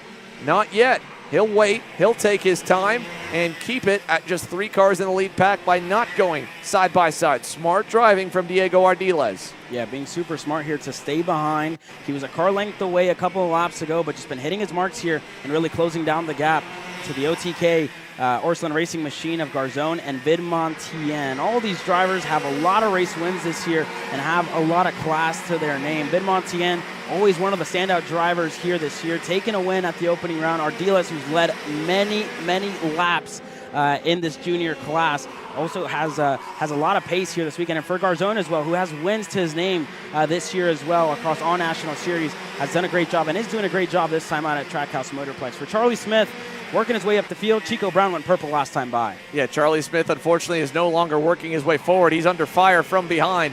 Good move by Turner to get through. That's another spot gained as Turner Brown continues to march back towards his original starting spot of the pole. So P4 for the 836, coming to see 4 laps to go. Time is of the essence now. Roberts following Turner Brown up the boards. He'll go by Charlie Smith there. 4 laps remaining. And what's the margin back from 3rd to 4th? It was 2 seconds to the leaders last time by. It is right underneath that, 1.8. So they're still making up ground. They are closing in, but just barely. And without any more passes up front, they're not going to get there. The good news is that passing is going to start soon. The sooner it starts, the better it is for 4th, 5th, and 6th. The worse it is for the top 3. Sebastian Garzone showing a lot of restraint and a lot of patience. He has yet to even make an attempt at a move to get back by Enzo Vidmontien. Yeah, but that's all going to ensue here later on because there's 3 laps to go this time by when they cross the stripes. The gloves are about to be thrown off, and there goes Ardiles, just as I said, on the inside of Sebastian Garzone. Wants to be in second as he taps that rear barrier there, the outside barrier, and moves that wall a little bit further to the outside, and lap times are only going to get quicker here. Just kissed it, but again, that's the limit right there. Dancing a fine line was Diego with that move. Big run down the backstretch. Vidmontien heard him coming. He just went straight to the inside. He looked back and he could hear the momentum moving forward towards him. So Enzo Vidmontien knows the fight is on his doorstep now, and he's probably going to take him to the low side into turn 8. Let's see if he does. Into the corner. No, he'll leave the door open, and Ardiles goes through. Garzone trying to follow. He will not get by. Diego now to the inside in 9. Covers it off nicely through the center. Doesn't get crossed up. And all of this just giving more and more chances here for Turner Brown to get back to that lead pack there. You can see them at the edge of the frame as they file through 11. 2 laps to go by the counter. And into turn number 1, Enzo back to the lead. Garzone to second. Yeah, good move there by Sebastian Garzone to really work his way through with Enzo Vidmontien. But you can't fail to mention Chico Brown closing down his gap to the top 3 and will definitely be within a shot of the race win when we get to the final 2 laps here. Chico Brown closing down. A second and a half was the gap 2 laps ago. It's now at 8/10 and continuing to close. 3 car lengths in between himself and his teammate of Diego Ardiles. Does Garzone go? Bottom of the racetrack goes even lower than Vidmontien. Easy over-under move. Garzone went a little too deep, and now, welcome to the party. Chico Brown inside for Diego Ardiles and Sebastian Garzone. They make contact. Big move there up the inside for Diego. Did they just give Enzo Vidmontien his 2nd consecutive USPKS win? There's a huge gap they've got to make up now as they cross the line. 2 laps to go given there, so we do run the full 22 distance here. The 2 lap to go signal, so we actually do have one more additional lap. I wasn't sure. It looked like on the timing screen they had removed a lap for the aborted start. Ultimately, we're going to run the full distance. So 22 laps, and that is exactly what Diego Ardiles needed to happen, because he has already caught back up to Enzo, and he's going to have a lap and a half to try and pick him apart. 5 cars all together here in the lead pack as Garzón is faded into the second group. Here comes Ardiles low. Vidmontien covering. Chico Brown around the outside, trying to stay there. He'll go into the grass. Smoke billowing off as he goes through turn number 9, and still there, still side by side, but Vidmontien holds. What a move by Chico Brown through the mud there, able to keep it on the racetrack. They need to be smart though, can't give Vidmontien the gap. There goes Diego Ardiles, he goes through. Davin Roberts goes through as well, up in a second, but you see the gap to Enzo Vidmontien. They cannot let him get away here. They need to work together on the backstretch, but on the last lap, you just don't know if it's going to happen. Vidmontien pulled away by more than 2 seconds with the battle in Houston. Now down the backstretch to turn 4. Roberts has to cover low from Ardiles. Didn't get to make up as much time. He fades a little wide. The pack is huge. Enzo Vidmontien trying to win his second race in a row. As off the racetrack goes Ardiles and Roberts. Ardiles tried to stuff it in turn 6. Roberts to the wayside. Ardiles to the wayside. It is now Charlie Smith versus Carter McMurray for the podium. Door to door to turn 9. McMurray around the outside gets clear. And out of turn number 9, he'll be safe, I think, for the last turn. But it's Enzo Vidmontien. He shows up on Sunday and gets the win in KA Junior. McMurray finishes second, and third to Charlie Smith across the line. What a race here. Enzo Vidmontien back to back, and with a good lead in the championship here. It was an off start to his weekend, qualified further back in the field, worked his way up every single heat race, takes the win here this weekend. Dupuis, what a race for him. 11 spots gained for the Super Tune entry there. 11 spots, good drive by Nathan Dupuis, the Canadian. Jackson Wolney as well, 6 spots gained. That's your top 5 in your podium places. And what could have been for Sebastian Garzón, Chico Brown, and Diego Ardiles. Yeah, good recovery for Sebastian Garzón after getting knocked a little bit wide to recover to 6. Turner Brown, unfortunately, there on that last lap also he was right behind Ardiles and Roberts and nowhere to go. He had to hit the brakes, I'm sure, and as they all scattered, Carter McMurray with a second place results here in KA Junior. I'm sure he would have loved to win and defend the house here at Trackhouse Motorplex, but still some hardware for Carter and a great result at the US Pro Kart Series. How about it for Charlie Smith as well? I mean, a great qualifying effort, stayed in the hunt through the heat races, and he ends up with some hardware provisionally for Nash Motorsports. So congratulations to Charlie Smith with a P3 result. Nathan Dupuis fourth, Jackson Wolney rounds off your top 5 as the field files into the scale line. 2 main events down here, still 5 remain as we are live from the US Pro Kart Series, and this next one will be another barn burner. 51 total drivers here in attendance for KA100 Senior, presented by BBS Race Engines, and it is getting set to go here. Just watching those juniors get away. I don't know if the seniors, anyone in the lead with the last few laps will get as lucky, because we have not seen that happen in quite some time. It has always been a big pack at the end trying to make the right decisions, and right now the front row is another team lockout, but this time it's Brandon Jarsacrack Racing and Mike Doty Racing with the lockout of the front 2 spots. As there is team owner Brandon Jarsacrack looking on with Paulie Massimino and James Overbeck ready to lead us to green. Paulie trying to double up on some wins today. He's got 2 really good shots at it from the pole here in KA and a top 5 starting spot in X30 Pro. Overbeck looking for that maiden national win. Then behind him, one guy who has won a ton of times on the national circuit, multi-time national champion AJ Myers rolls off from the inside of row number 2 alongside Cameron Weinberg on the Chad Dawkin Racing Kart Republic, who was arguably the quickest guy through the practice sessions, and then had a little bit of a miscue in quali, drove back up in the heats, and now he rolls off safely in the top couple rows there from 4th.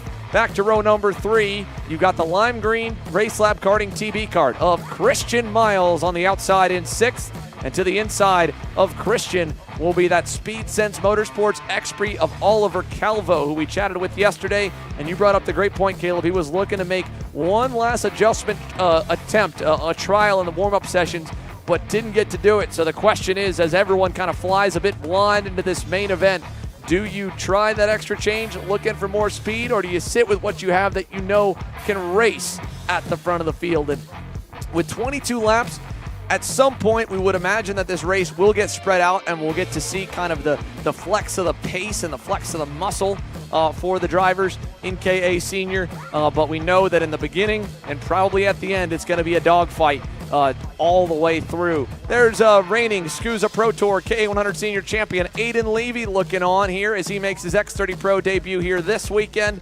watching along as the KA100 Seniors get set to go green for their main. And again, 51 of them. When you go back to row number 4, well, it's Cooper Shipman, who this week here just was Mr. Consistent through the heat races. Nothing overly flashy from Cooper, but smart moves puts him in a great starting spot, the inside of row number 4, alongside the Inter-MS Pink and Chrome Kart Republic of Colin Lloyd, who has, as we mentioned, got a much prettier starting position today than what he had back in Houston.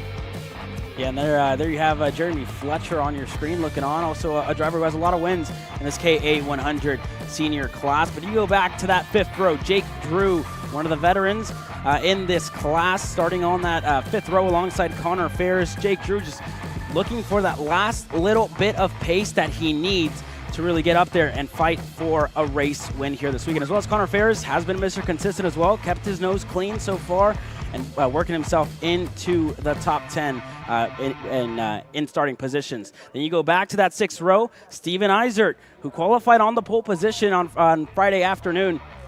Just lost a lot of spots in the heat races and fell back in the order, starting 11th here with Luke Welcome, who took his first heat race win outside of his home track yesterday, starting 12th here on that 6th row. You can look on here for Jake Drew. This is still a better starting spot than what he had. Remember, he drove it all the way up to P10 in the main event in Texas, but had to fight through a very, very gnarly midfield. And that was, again, a 20th place starting spot after top of the boards in qualifying, and kind of a flip of the roles here. Started back in, he qualified in the mid-teens. That put him just inside the top 10 spots for his heat races. He now starts further up, and maybe it's a flip of the script from quickest on Friday to maybe top of the charts on Sunday for Jake Drew. Hopefully he can roll that from 9th and take the GFC machine towards the front. Now you get back from row number 6, Emery Lida, also a rougher qualifying effort. He had to start 16th for all 3 of his heat races, qualifying well into the 30s, but he rolls off P13 on the Holtz Driver Development Tony Kart. Alongside him, Anthony Rivera in the Chad Dawkin Racing Kart Republic, who, like Cameron Weinberg, neither one of those drivers really got any solid laps in the warm-up session. Both of them were bottom of the charts, way off, obviously not up to speed. So hopefully all those issues are sorted. As check this out there, that is another one of the Iron Rock Motorsports Tony Karts here at the back of the grid, rolling off one of the last few that will line for the 51 driver field. Back behind row number 7, Aiden Rudolph on the CRG entry. Had a couple of penalties in the opening heat races, but a top 5 run in heat 3 and a good run in heat 2 puts him starting in the 15th spot alongside Supertune USA's Fernando Luque, Seamus McKendry, and then Jesus Vasquez Jr., who was actually disqualified in one of the heat races for swerving. Has to go all the way from 18th. We saw Jesus cross the line in the top 5 of all 3 of his heats, but he will not get that pretty starting spot that would have placed him probably safely in the top 10 like his teammate Jake Drew. Instead, Jesus Vasquez Jr., the California kid, has a long road to try and get to the front. Lucas Zabo and Kane Martin round off your top 20. And then you go further back, Austin Olds trying to work his way up the field here as well after a couple of rough heat races for Austin Olds. He was in the top 5 at moments throughout those races, but just that contact put him out of contention in those. And then Alan Isambard, your round 1 winner in Houston, having to work his way up the field from 22nd, starting on the 11th row here. So a lot of work to do for Mr. April.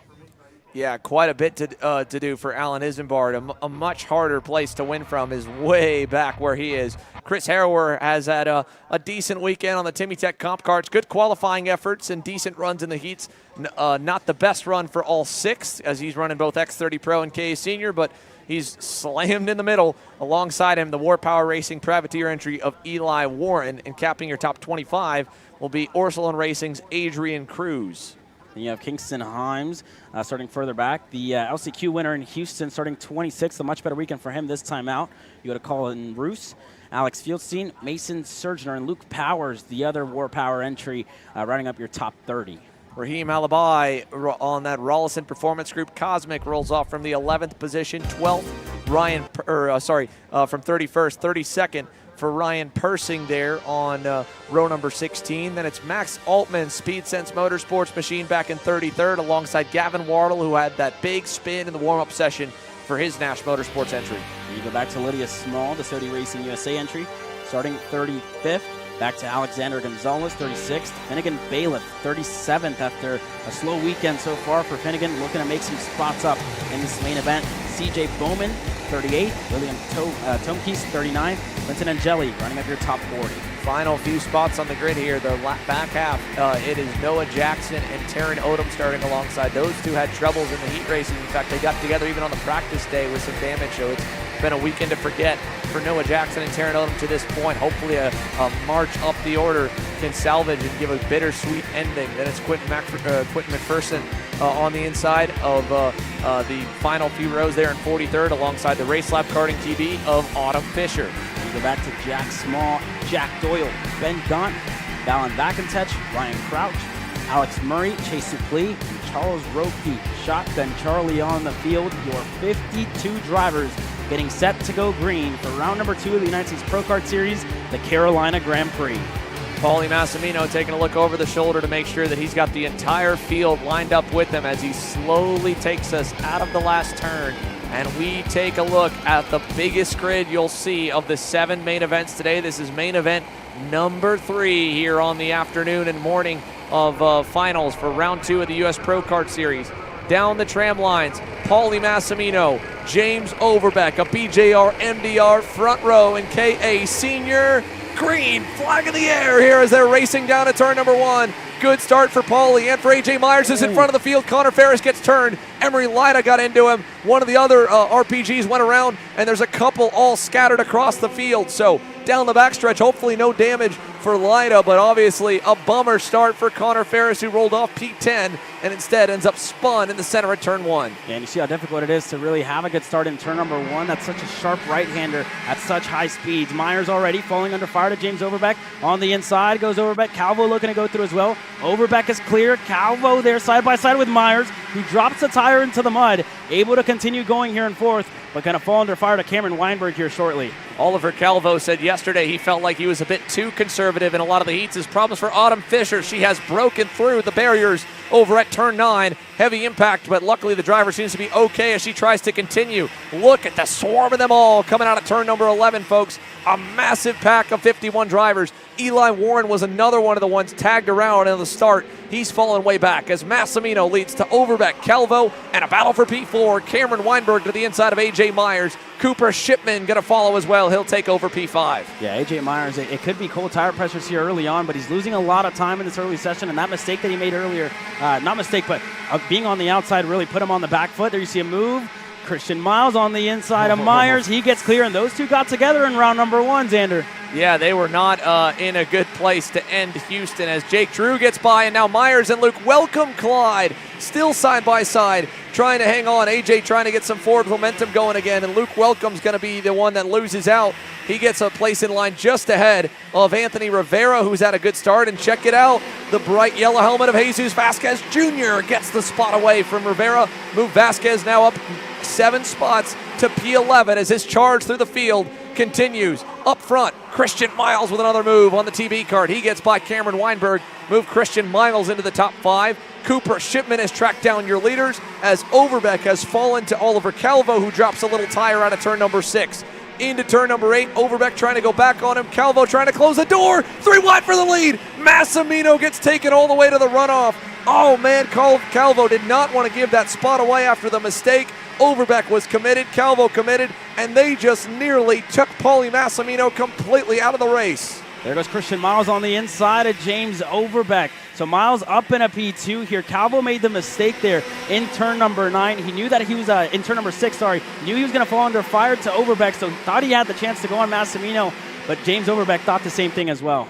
Down the back straightaway, Massimino's not out of it yet. He's got Jake Drew pushing him, and they've got a big gap back to A.J. Myers in the 8th spot. So this one's not done, but a lot of chaos early, and now it seems to have calmed down as Cooper Shipman inherits about a half-second lead to Christian Miles and Overbeck. Here comes Cameron Weinberg for third. He's looking for it, looking, got him. Cameron Weinberg up to P3. Yeah, he was able to get clear that time by for Overbeck. Has to stop the bleeding here at some point. Lost a lot of spots. He was up in the podium places, top 3 at the start, and just some moves there put him out of contention. This is Paulie Massimino, your leader here, behind Jake Drew, and you see these big Agala go-karts getting stuck on the back straightaway. Noah Jackson involved and a couple of others there, but that was further back in the field. Jake Drew up into 6th here.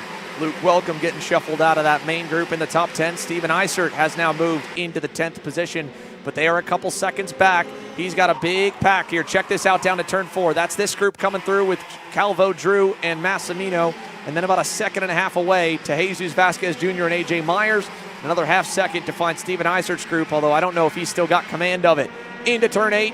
Christian Miles has started to eat away at the gap, but Cameron Weinberg, I don't know if he blew the braking zone or if he meant to do that. That was a very late send on Christian Miles, and James Overbeck gets to second, and right as they got up to the leader, they have again battled hard enough to let him get a gap. Cooper Shipman leads at the end of lap 5 by about maybe 7 or 8 tenths now. Yeah, and that's twice already we've seen a really deep send into turn number 8 as the rest of the pack continues to cycle through. There's Colin Lloyd, Aiden Rudolph with Luke Welcome. Rudolph on the inside there of Lloyd. Rudolph gets through. Welcome and Lloyd side by side. Welcome on the inside going into 3. Welcome gets clear. Side by side in turn 4, Weinberg to the inside of James Overbeck. He'll bring Christian Miles through. Miles emphatically pointing forward. They don't want to give this race away, but they are not driving like it as they continue to fight. Cooper Shipman, no idea what's going on behind him. He's just been putting good laps in and keeping his nose clean. And after flying under the radar in all those heat races, he's got nearly a second gap back to this group. Jake Drew, on the other hand, marching forward, and just as we mentioned on the grid, hopefully trying to reverse the way that it went in Texas, where he was on top of the pylon and slowly slipped backwards. In this case, bottom of the top 20, driving through in the heats. He's up now to the 5th position, and he is closing in on the next group, although as I say that, Oliver Calvo goes back by him in turn number 1. Yeah, Calvo wanting to lead this group here. He gets to the point, Massimino not too far back, and then you see Eisert and Isambard further back. That's Eisert, in that 8th spot, starting to work their way up, and upset for Finnegan Bailiff. A weekend to forget for sure for the Trinity Karting Group Kart Republic driver. Yeah, he pulls off to the barriers there and hops across the side. That was at the end of the back straightaway, and it didn't look like there may have been contact with Bailiff as Paulie Massimino now going to go to the inside of Jake Drew in turn 8. He'll take over that position. Drew checks over his shoulder. He's got a big gap back to the next driver. Jesus Vasquez Jr. did a fantastic job navigating the mid-pack swarm to get rolling forward as Massimino goes by on Calvo here in the last turn. But you can see the gaps on the screen. Vasquez was 3.2 seconds back from the lead. He's now fallen to 9th, 4 seconds away. Steven Eisert has gone around him, and Aiden Rudolph will be the next one to catch the 977.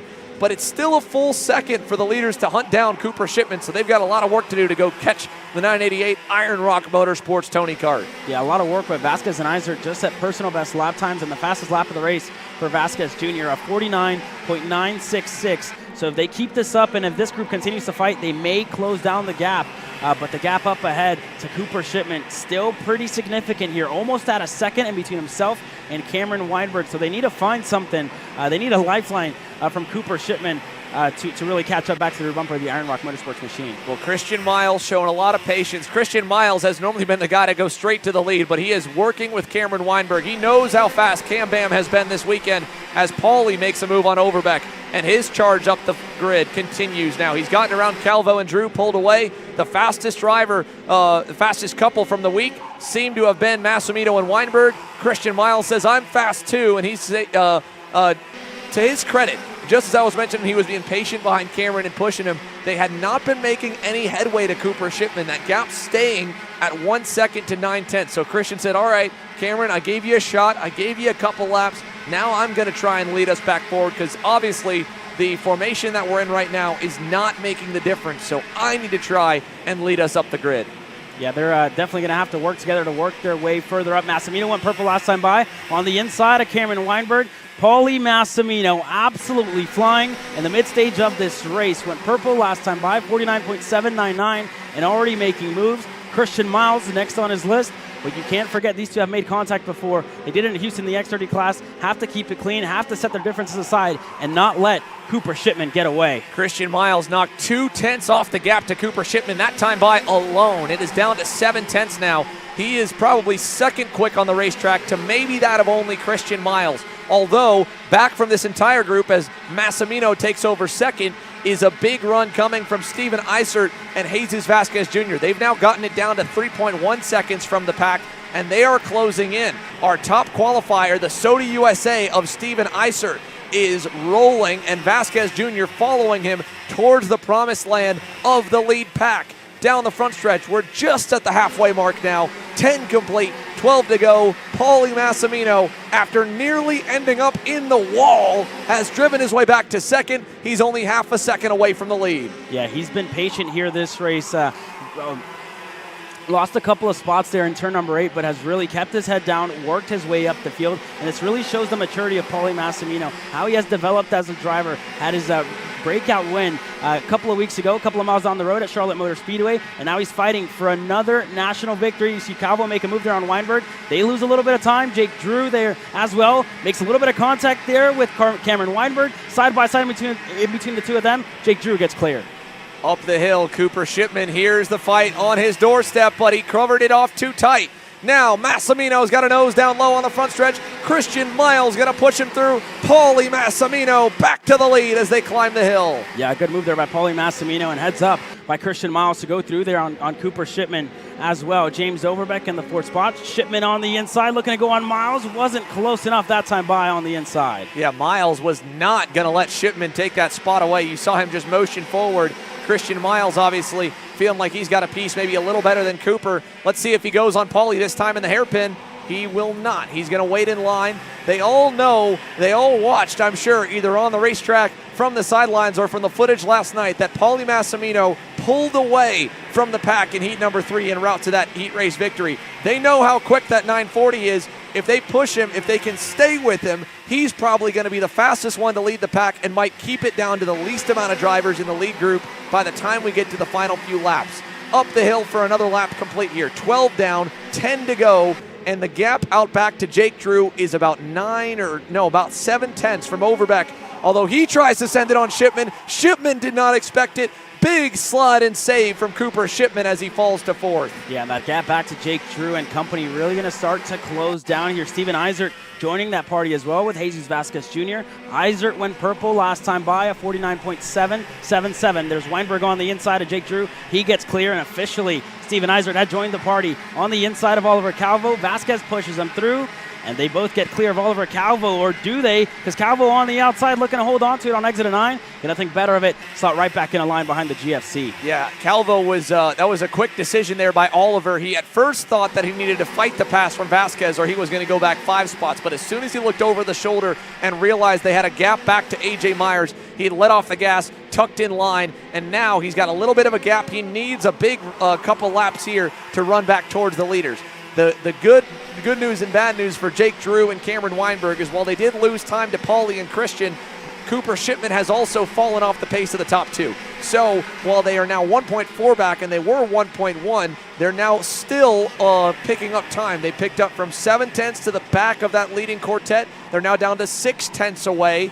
And while Steven Eisert, he's going to be thinking, I've just driven through the entire field. I can easily get around another one. If he waits a little bit, they might all get there. Although Vasquez, same thing, but he just went by on Eisert. So the two of them clawed their way up the grid. Jesus Vasquez Jr. feeling froggy. He's taken over 7th. Yeah, he's up 11 spots in this race. And it could really be a question of Jesus Vasquez Jr. setup because he's coming to life here in the closing stages of this race. Overbeck on the inside of Christian Miles and clear. So 2 BJR MDRs at the point of the field here at the moment. Miles falls back to 3rd. Shipman still there in tow in that 4th spot.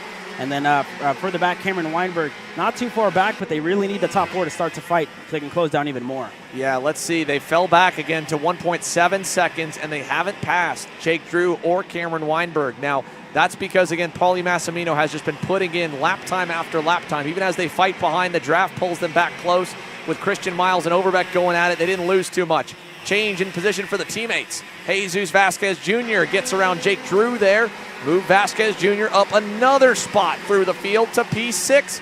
And Cameron Weinberg is not far up the road. Vasquez Jr., I thought for a moment he might not have the pace as he fell back as far as 4 seconds from the lead. He's now back to within 2 seconds of the leader with about 7 laps to go. There's still time. Can Jesus Vasquez Jr. run down this lead pack of Massimino, Overbeck, Miles, and Cooper Shipman there headed through the infield? Yeah, everybody working their way around, but Vasquez Jr. arguably the quickest driver in this group. There goes Izard on the inside of Jake Drew. He's just losing a couple of spots here in this stage of the race with 6.5 laps to go. So Jake Drew just need to stop the bleeding here and get on with it and close down the gap. For AJ Myers, not too sure what happened to him further back in the field. I didn't see him in frame. I only saw Rudolph come out of that group, so we'll definitely keep an eye this time by when they cross the stripe. Yeah, let's see. Does Meyer? He moved up. He got around Oliver Calvo. That's how far forward AJ's been going. So as Overbeck has locked on to Paulie and is pushing him down the back straightaway, no move there. Let's see further back on the boards through turn number 4. Where has AJ Myers landed? Has he gotten closer to Jake Drew for the 8th position? Massimino, Overbeck, Miles, Shipman into the infield here. Let's see anything from the hairpin. Nothing there. Here's the next group. Vasquez, Weinberg, Isert, Drew. There is the Magic Man. AJ Myers now into the end of the second pack, and he's been doing that all by himself. We talked about Vasquez and Isert especially, but AJ has been running with them in lockstep a second away. He's now tracked up to this group. He's got a good bit of speed still left, and while there's still not a ton of laps left, there's enough time for him to march forward quite a few more spots as this pack is 2 seconds away. And the bad news for them is they have not passed once in the top 4 for the lead. So that gap from Vasquez to Massimino, this is a head-to-head lap time fight. Look at the carnage in turn 9. 6 karts out there. That is one of the Speed Spence entries, one of the MPG drivers, a privateer, I think one of the Franklin Merlins as well. That was all around the mid-20s.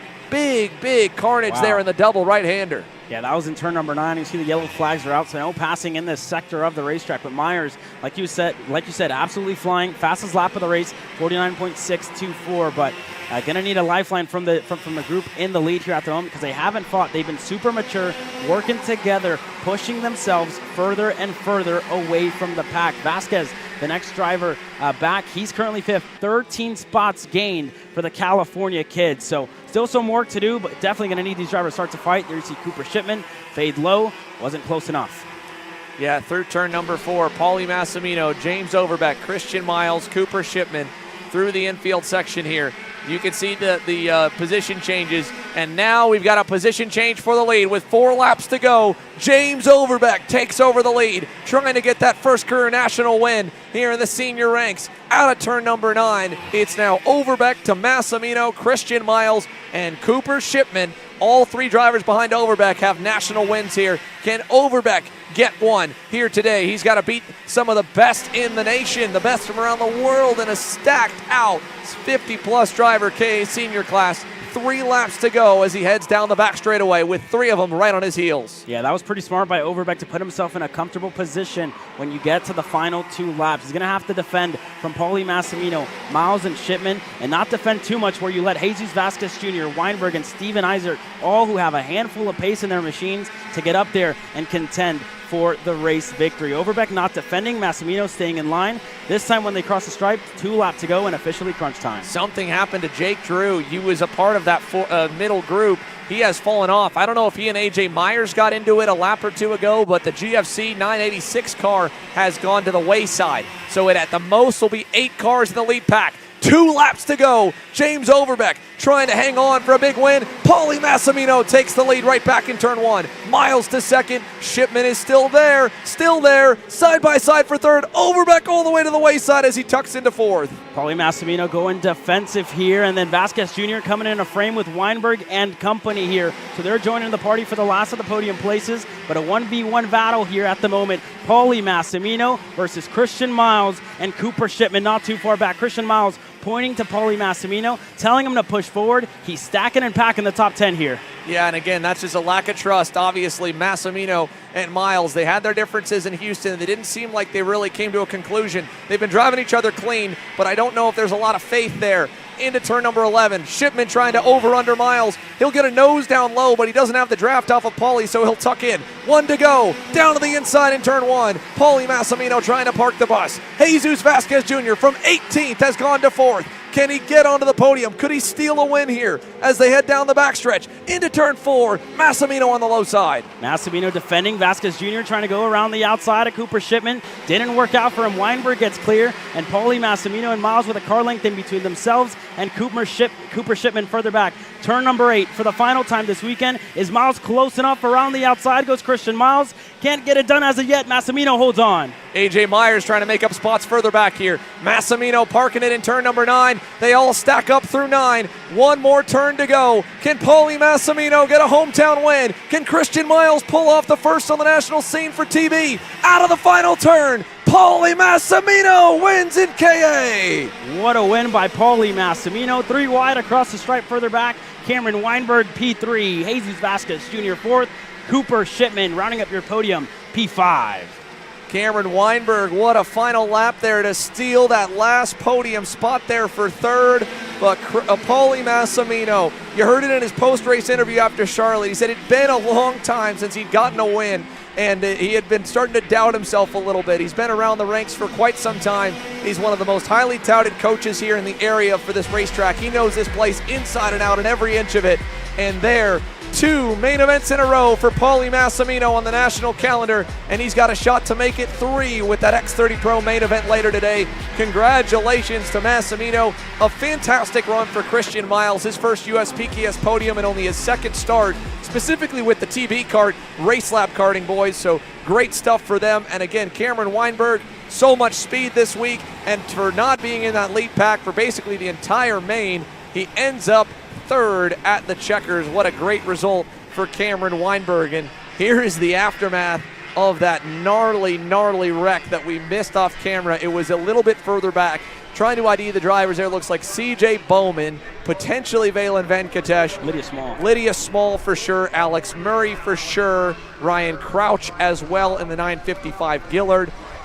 There's going to be a lot of cleanup after this, but Paulie Massimino victorious in KA Senior. The rest of your top 10, as we mentioned, Jesus Vasquez Jr., a great recovery drive to keep his championship hopes alive. The GFC driver ends up with the top 5 in 4th. Cooper Shipman 5th. AJ Myers 6th. James Overbeck 7th. Steven Eisert 8th. Luke Welcome 9th. Jake Drew rounds off the top 10.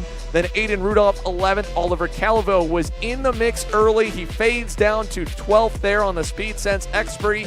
Alan Isambard from outside the top 20 drives up to 13th. Anthony Rivera 14th. Colin Lloyd rounds off your top 15. Further back, Adrian Cruz, a 9-spot net gain from P25. He'll end up 16th. Lucas Zabot, Seamus McKendry, Austin Olds, Fernando Luque.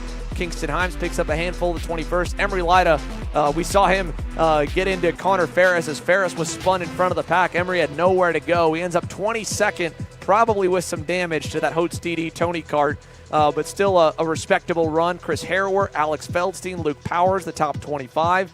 The War Power teammates right around each other there at the finish of Luke and Eli Warren. Connor Ferris spins in front of the field, gets clobbered, and still manages to finish 27th. Max Ullman, Taryn Odom, Gavin Wardle, the top 30. And further back here in the field, Kane Martin, Quentin McPherson, Colin Roos, Ryan Person, Quentin Angeli, Jack Small. And then you go down all the way to Jack Doyle, the last across the line there in 42nd. And then the myriad of DNFs. Alex Murray, CJ Bowman, Valen Venkatesh. Then you go Noah Jackson, Ryan Crouch, Lydia Small, Charles Ropke, Finnegan Bailiff, and Alexander Gonzalez all failing to finish. All things considered, 41 crossing the line out of 51 is not terrible, but it definitely could have been easier without that 6-car pileup in turn number 9. Mini Swifts are on deck, but as you can see, track cleanup continues. Parker Ives and Ashton Woon are ready to lead the young guns to green when we return from Mooresville.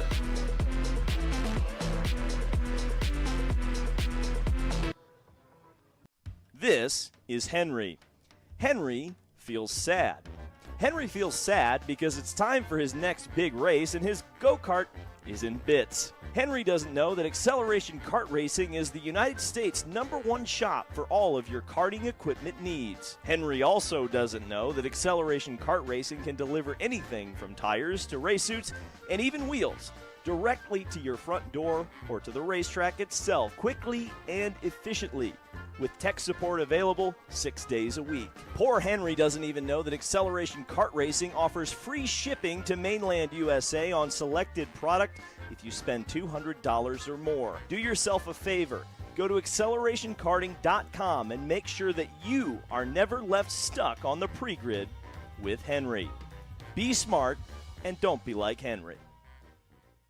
Studies show that even the best current generation of simulators only convince 50% of the human brain that they are real. Here at Simcraft, that just isn't realistic enough. Developed to offer the most realistic karting sim experience in the world, all testing has shown that the physics engine used in Simcraft's Grid 1 model convinces 90% of the human brain that you are actually on track. Now that is the real deal. So you finally want to get behind the wheel, huh? Yeah, I've been shooting for 3 years and I've never got to drive. Well, you're gonna need some more gear than just your helmet. Why don't you go to shopakr.com? They got their inventory online and they'll ship it the same day if you order before 5:30 p.m. Eastern. They got shoes? Yep. Gloves? Yep. Rib protectors? Got those too. Can they make me go fast? No.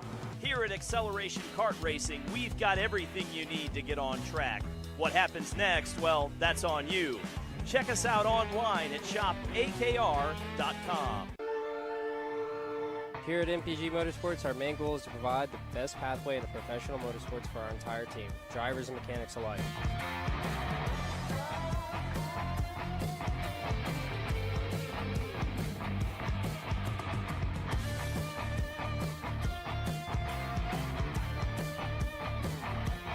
We're based out of Whiteland Raceway Park in Indiana. For more information, contact us at chase@mpg-motorsports.com.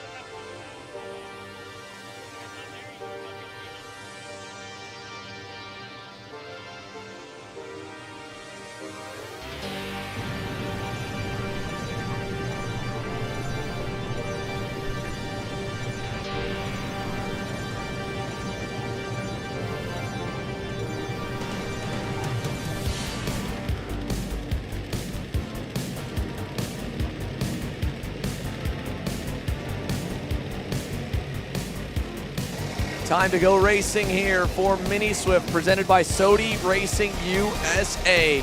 Parker Ives and the Ryan Perry Motorsport Camp will lead us to green with 30 plus here in the 8 to 12-year-old Mini Swift division. The Nitro kart on the pole alongside Ashton Woon in that Super Tune USA Paralympic. Row 2 with a great weekend to this point for Bowen Green and the Timmy Tech Comp Kart. Alongside him will be Royce Vega and the Team Bennett. We go back to the Sodi Racing, not the Sodi Racing USA machine, the Brazilian of Lourenco Varela alongside Callan Berghofer, and Maxwell Macha alongside Enzo De Janeiro, Marco Samet, and John McClellan rounding up your top 10. Julian Rivera on the Rollison Performance Group entry rolls off P11 alongside California's Troy Ferguson in 12th. Josh Bergman and Nico Orbezo on row number 7. We go back to Chandler, Katowski, Santillan, Wolf, Fernandez, Farouk, Jensen, Mose, Nachawati, Ali, Matias, Majeski, Aston Wyatt, Luke Giglio, Leo Da Silva, Bashi Jimenez, your top 30. Braden Wagner and Isaac Payne roll off back on row 16. Then it's Grayson Walcott, William Vitor, Mateo Quinto, Simon Klein, Emma Schumann, Robert Lash, Rodolfo Lavin Jr., and Aldo Iturriaga. Here we go, boys and girls. We're racing for Mini Swift down to turn number 1. Ives is going to go wide. They all go wide. And off in the runoff is Ashton Woon. He has to take the escape route down there and around in front of the field. One of the comp carts that might have been Cade Wolf going for a spin in turn 1 off the start. Yeah, unfortunate start for Cade Wolf there. Not what he would have wanted. Has a lot of pace, had a lot of pace, but finds himself turned around. Parker Ives already with a good gap. Ashton Woon, one of the drivers that was challenging him all weekend long, further back in the pack. But Bowen Green, the other Timmy Tech comp kart, who's been quick all year long and all weekend long, closing down the gap there as a couple of drivers getting together. Marco Samet in that group, Royce Vega and Maxwell Macha. Yeah, through turn number 9 here. John McClellan getting by ahead of Callan Berghofer as Parker Ives leads the way early. Bowen Green needing to track him down from a couple car lengths away. Out of the final turn, 1 lap in the books. 21 laps to go for Parker Ives. Let's keep a tab on the time charts as well as they all shuffle up. Here is McClellan, Varela, Berghofer going by Marco Samet. Where did Ashton Woon fall? Down to 18th as he was running. So we'll keep tabs on Ashton. The round 1 winner's got a lot of work to do now here in this lengthy main. With a big gap out front, it gives us a moment here to chat with a few of the KA100 Senior drivers. Let's go down to pit lane to Jesus Vasquez Jr. while we keep a tab on the racetrack. Jesus, first and foremost, congrats on that good run there from 18th to 4th. Obviously, you ran in the top 5 all your heats. I'm sure you felt like you had the pace to win. So how do you take a result like that? Yeah, I'm pretty happy with the result from getting disqualified in the heat race. I don't think what I did should have been a disqualification, but I mean, I'm happy with 4th place after a rough start to the weekend, up and down, and I was able to come away with 4th, which I'm really happy about. And yeah, there wasn't too much I could do. Paulie was blocking really good on the last couple of laps. I tried to go around the outside, but I mean, the outside here is tough, especially in that low corner, I think turn 4, because it's still kind of wet, and I lost 1 spot from that, and yeah. Yeah, definitely a bit of a bittersweet ending for sure. And like you said, it looks like the outside moves that some guys were able to pull off yesterday may not happen even at all today with the track progression. I mean, it looked like it got a little dry, but it wasn't dry enough to stick it. So talking on your setup here and how the track is and how the weekend's been, I know I talked with Jake Drew a bit through this weekend. Were you both in kind of the same boat? Were you guys a little bit different on chassis settings? Because while he started forward and started moving up the grid, he faded a bit, and you were able to keep on charging. Yeah, with Jake, I would say he was changing a little more stuff, and it was my first time ever here, and I wasn't really worried too much about the kart because I knew when I was behind people in practice, I'd put down some pretty good laps and I'd be able to keep up with those. The only thing I really struggled with was being by myself and being comfortable with the track, and I just wanted to focus on my driving because I knew the kart was good. And then Jake finally just went to my setup at the end, and I didn't really change the setup ever, and yeah. Well, it was still a good one. I know you're keeping your eye on some of your teammates on the racetrack, so we'll let you get back to watching this fantastic Mini Swift final. But first and foremost, who would you like to thank for the performance here this weekend that makes it all happen? I'd like to thank Gary. Gary's been putting in a lot of work with me, and he does a really good job on the karts. Me and him have been putting in a lot of work lately, and my dad peeling engines for the engines. Built a rocket ship this weekend, and yeah, and Formula Works back at home. Tony, Mr. Condaman.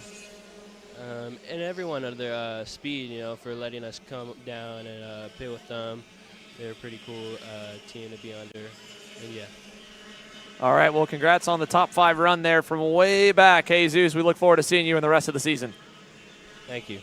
All right, again, that's Jesus Vasquez Jr., folks. Let's go and update you. You saw a bit of calamity while we were side by side. Maxwell Macha obviously got spun around out of the lead group there coming out of turn number 4, and there was a lot more. Now, the front 2 have gotten together and pulled away. Parker Ives and Bowen Green doing a great job to maintain the margin. John McClellan on the Nash Motorsports Energy has marched his way all the way to 3rd, and he is leading that next group with Lourenco Varela, the Brazilian, right there in 4th, Royce Vega in 5th, and more through the bowl. So good run here for John McClellan up the leaderboards as Parker Ives and Bowen Green continue to lead early in this 22-lap main event. It's a long one here, and one guy that knows that the length of the main event means that you can still make up ground when things don't perfectly go your way is our most recent winner, Paulie Massimino. Paulie, first and foremost, talk to me about that crazy moment in the early parts of the race in turn number 8. Yeah, I mean, we had a good start. Kind of just we were leading some laps, and then going down into turn 8, I thought it was only one kart, and then next thing you know, I saw 2 beside me. So kind of messed up my momentum for a second. Lost a few places from that, but after that, I think I let another 1 or 2 by me, and I was just kind of reel in my focus again and kind of put down some good hard laps and just keep pushing forward back to the lead. Yeah, talk about that mentally as well. I'm sure that's got to kind of knock your concentration and make it hard to stay calm and collected, right? When you're leading, you're doing everything you wanted to do, and you see something get crazy that knocks you back in the field. Yeah, I mean, I try not to get worked up too much anymore. Kind of happens quite a lot, to be honest. So I didn't let it bother me too much. Probably took me a few corners to kind of reel my focus back in, but after that, I felt like the kart was on rails, the motor felt great, and I felt like I was driving pretty well. So I was able just to keep my head down and, take it one by one. Nothing crazy, nothing risky. I knew it was a long race, and I knew we were only about, I think, six laps in it, so I knew we had a long way to go. Lastly here, this main event win now makes it 2 in a row for the last time you've been on the national scene. I'm sure that's got to feel pretty good. Do you think you can make it 3 main events in a row that you've been a part of and have won with that X30 Pro later today? Yeah, I think we have a good shot. We've been slowly getting the kart better and better, I feel like. Obviously, this warm-up this morning kind of wasn't a good judge just because of the way the track was. Wasn't really pushing too hard. Didn't want to blow the kart off the track into the wall. So I knew the track would be completely different by the time we go back out. Just made sure everything stayed together. But there's some fast people. Everybody's so close. I feel like we have a good shot. Same thing there. Just got to put our head down, make the right moves, and see what we got. Well, hopefully you're able to double up. I'm sure it would be one heck of a welcome home party here at the end of this homestay in North Carolina if you could get that main event win later. Paulie, congratulations here in KA. Yeah, thank you. I'd like to thank BJR, MDR for all their hard work this weekend. My parents, of course, everybody that supports me. My girlfriend's here, she's racing, so happy to have her here. BBS for the phenomenal engine. Nexet, Offset, Group A, Odenthal, Wiggity Wang, Barbecue Sauce, and I want to say a big thank you to my mechanic as well this weekend, Aiden Hatcher. He's done a phenomenal job. Good friend of mine. Praying for him and his family. I know he received some bad news today, so I'm happy he's still here with us. I'm happy he's able to watch that, and my prayers go out to him and his family. Well, very respectful, Paulie, here. We wish you the best of luck in the main event. We'll let you get back to watching and getting ready for one more here later today. Thank you. All right, again, folks, that's Paulie Massimino. As you can tell, the game face is still on. He's got one more race to go, and heavy hearts, it sounds like, in the BJR MDR pick with a little pick-me-up off that fantastic performance in KA Senior. Still not much has transpired here in Mini Swift, so it gives us time to kind of work our way down the field.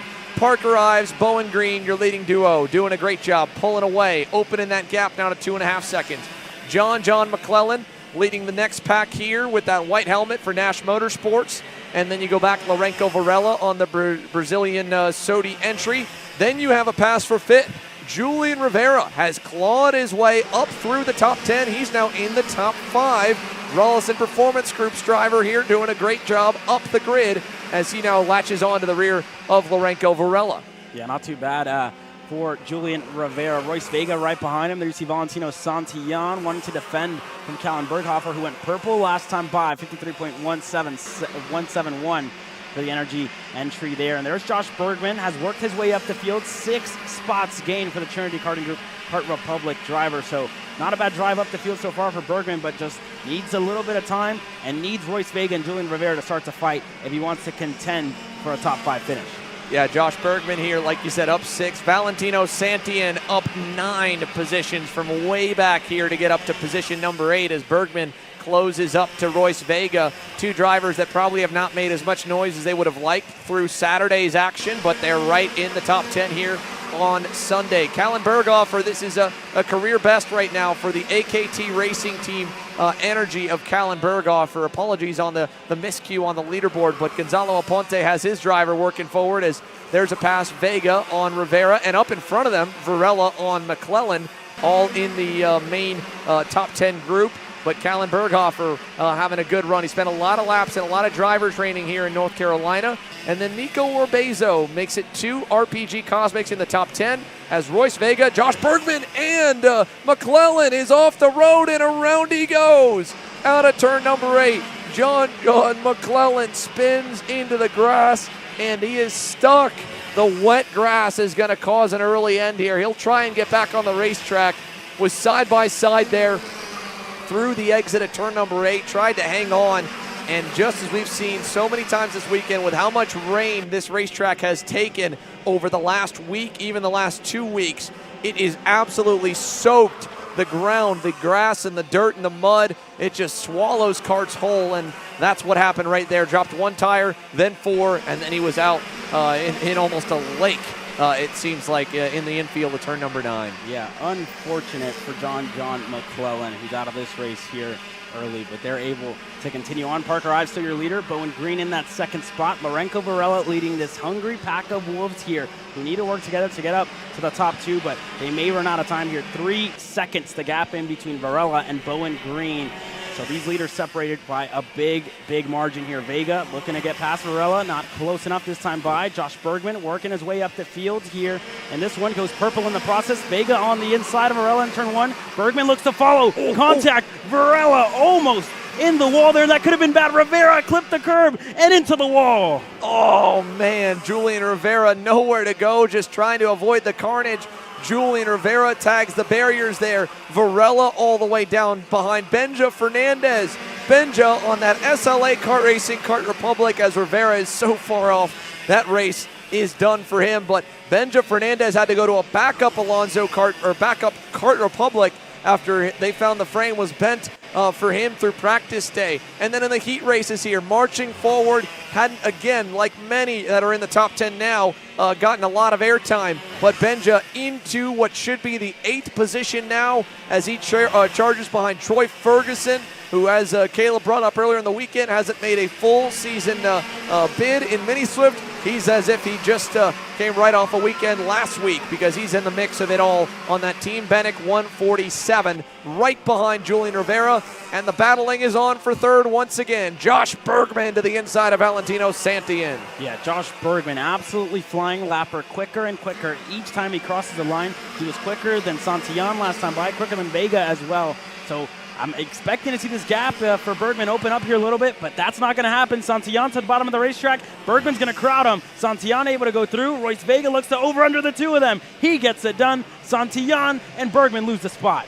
Yeah, side by side all the way around turn number 9, and it ends up with Santillan, Bergman, Berghofer in the order, and what a big way to pick up the pieces for Royce Vega to get a little bit of a gap, as wide again for Berghofer. He'll lose 2 spots. Rivera goes through, so does Fernandez. They're now up, Orbezo goes through along with Fernandez.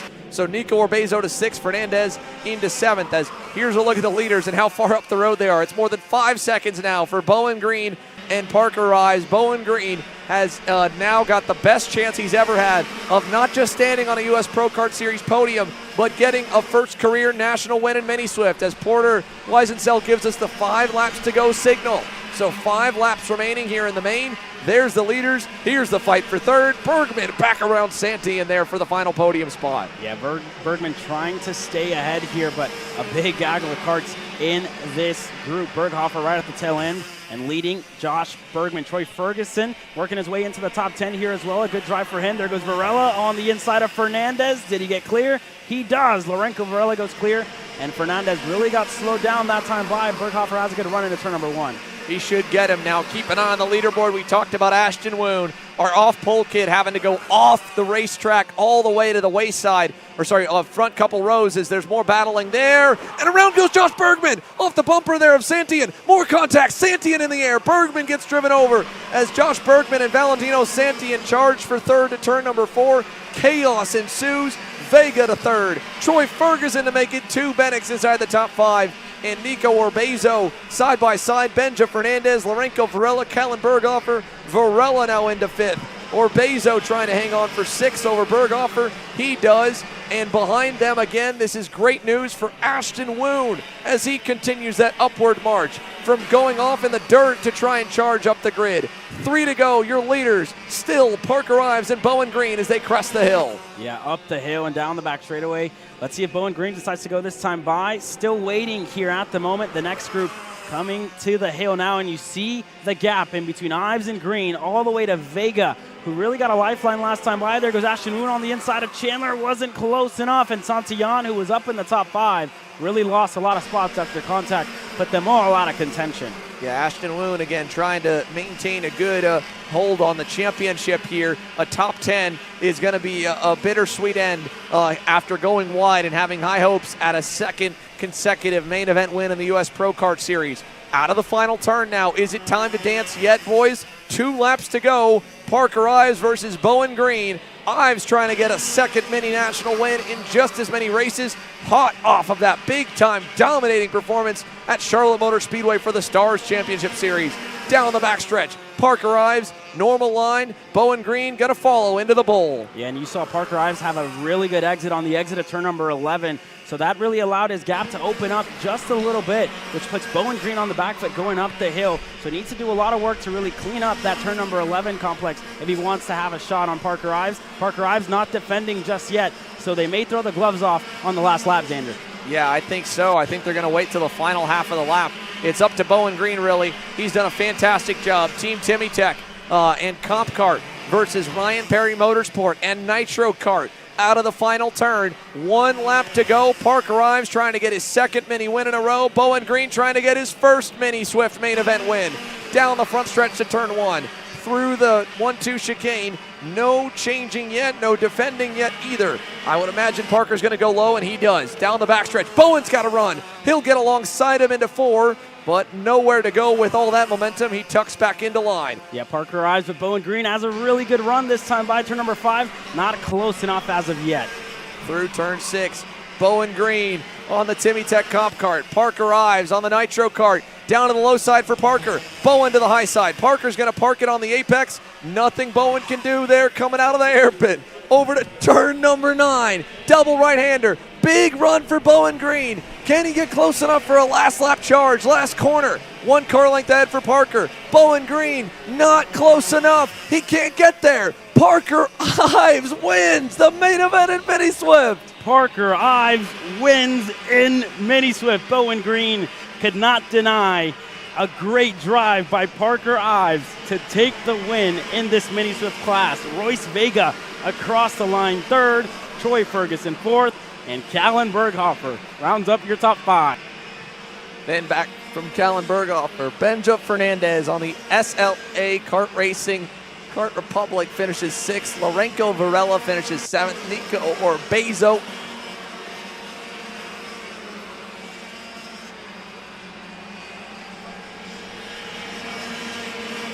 ends up in 8th. Valentino Santian in 9th. Ashton Woon, what a recovery to end up 10th on that Super Tune USA Paralympic. But Parker Ives defends home turf here at Trackhouse Motorplex, and he goes undefeated so far in North Carolina with a win at Charlotte Motor Speedway just a few weeks ago and a win here at Trackhouse. Ryan Perry Motorsport on top with only a handful of entries in the division. Then Valentino Santian there at the end of the top 10. Of course, let's go further back. Josh Bergman was in the mix there after the carnage with himself and Valentino. He ends up 16th, just ahead of Luke Giglio's RPM Kart Republic. Grayson Walcott, John McClellan had that big spin. He drives his way back up to 19th at the checkers. And now, folks, here we'll take our lunch break for the hardworking US Pro Kart Series and Trackhouse Motorplex staff. We will return with the final 3 main events on the weekend: X30 Junior, KA100 Master, and X30 Pro from Trackhouse.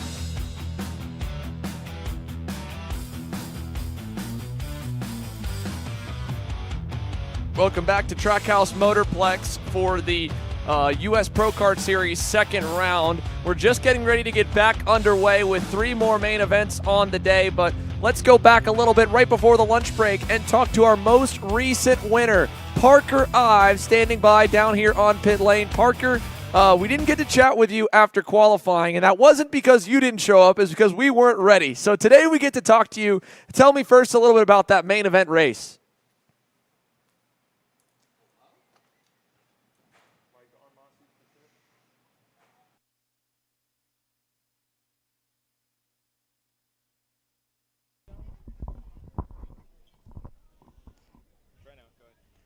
Me and Bo, we were just we were going at the front, and we were just staying clean the whole race until the last lap. Now, also here, talk to me about what these last 2 race weekends you've been a part of have meant. You know, I know Houston wasn't ideal. Homestead, you had that scary crash. You were injured, didn't even get to run all of the races in the Winter Series, but you're undefeated in your last 2 race weekends. How's this whole year felt? It's felt good. My mechanics have just been dialing in this kart, and I've been practicing and working on stuff I need to work on for the races. And, of course, this weekend, this is a home race, just like Charlotte Motor Speedway was for you as well. To get your first 2 Mini Swift National wins in front of your family, your friends here at your home racetrack, especially like this one where you spent a lot of laps learning, does that make it a little more special? Yeah, definitely, because we've been working hard ever since, and we've really learned things and gotten better. Well, Parker, there's a lot of guys and girls that obviously make it all happen for you. So who would you like to thank for helping get you here this weekend? My mechanics, Rich and Shane, my mom, my dad, everybody who supports me, and especially Braden Church. He's there at every race to support me. And Brandon Carr, Brent Cruz for coaching me, and just everybody who supports me, especially RPM. So. Well, congratulations, Parker. You did a heck of a job there defending it perfectly on that last lap and leading from the green to the checkers. First guy to do that today to lead every single lap, so you can take that feather in the cap. Congrats. Thank you, Xander. All right, again, Parker Ives, your main event winner here in Mini Swift. And with him just stepping off to the side, we're going to get set now for 3 more main events. X30 Junior on the racetrack here. Chico Brown will lead us to green as Turner leads off alongside Davin Roberts, trying to make 2 Ryan Perry Motorsport race wins here from the outside of the front row. Right behind, Carter McMurray starting 3rd alongside Enzo Vidmontien. McMurray already on the podium here today, and Vidmontien already with a win to his name. They're on the 2nd row. And you go back to the 3rd row, Victor DeAlencar and Ty Fisher, 2 drivers who have had the pace to fight for wins here this weekend. Just need to put it all together here. Alexander Vanchev and Diego Ardiles roll off back on row number 4. Ardiles with a complete mixed bag of heat race results, but it shows to how strong this weekend's X30 Junior contingent is, that a lot of the drivers in the top 10 all have speed enough to run and battle for the win.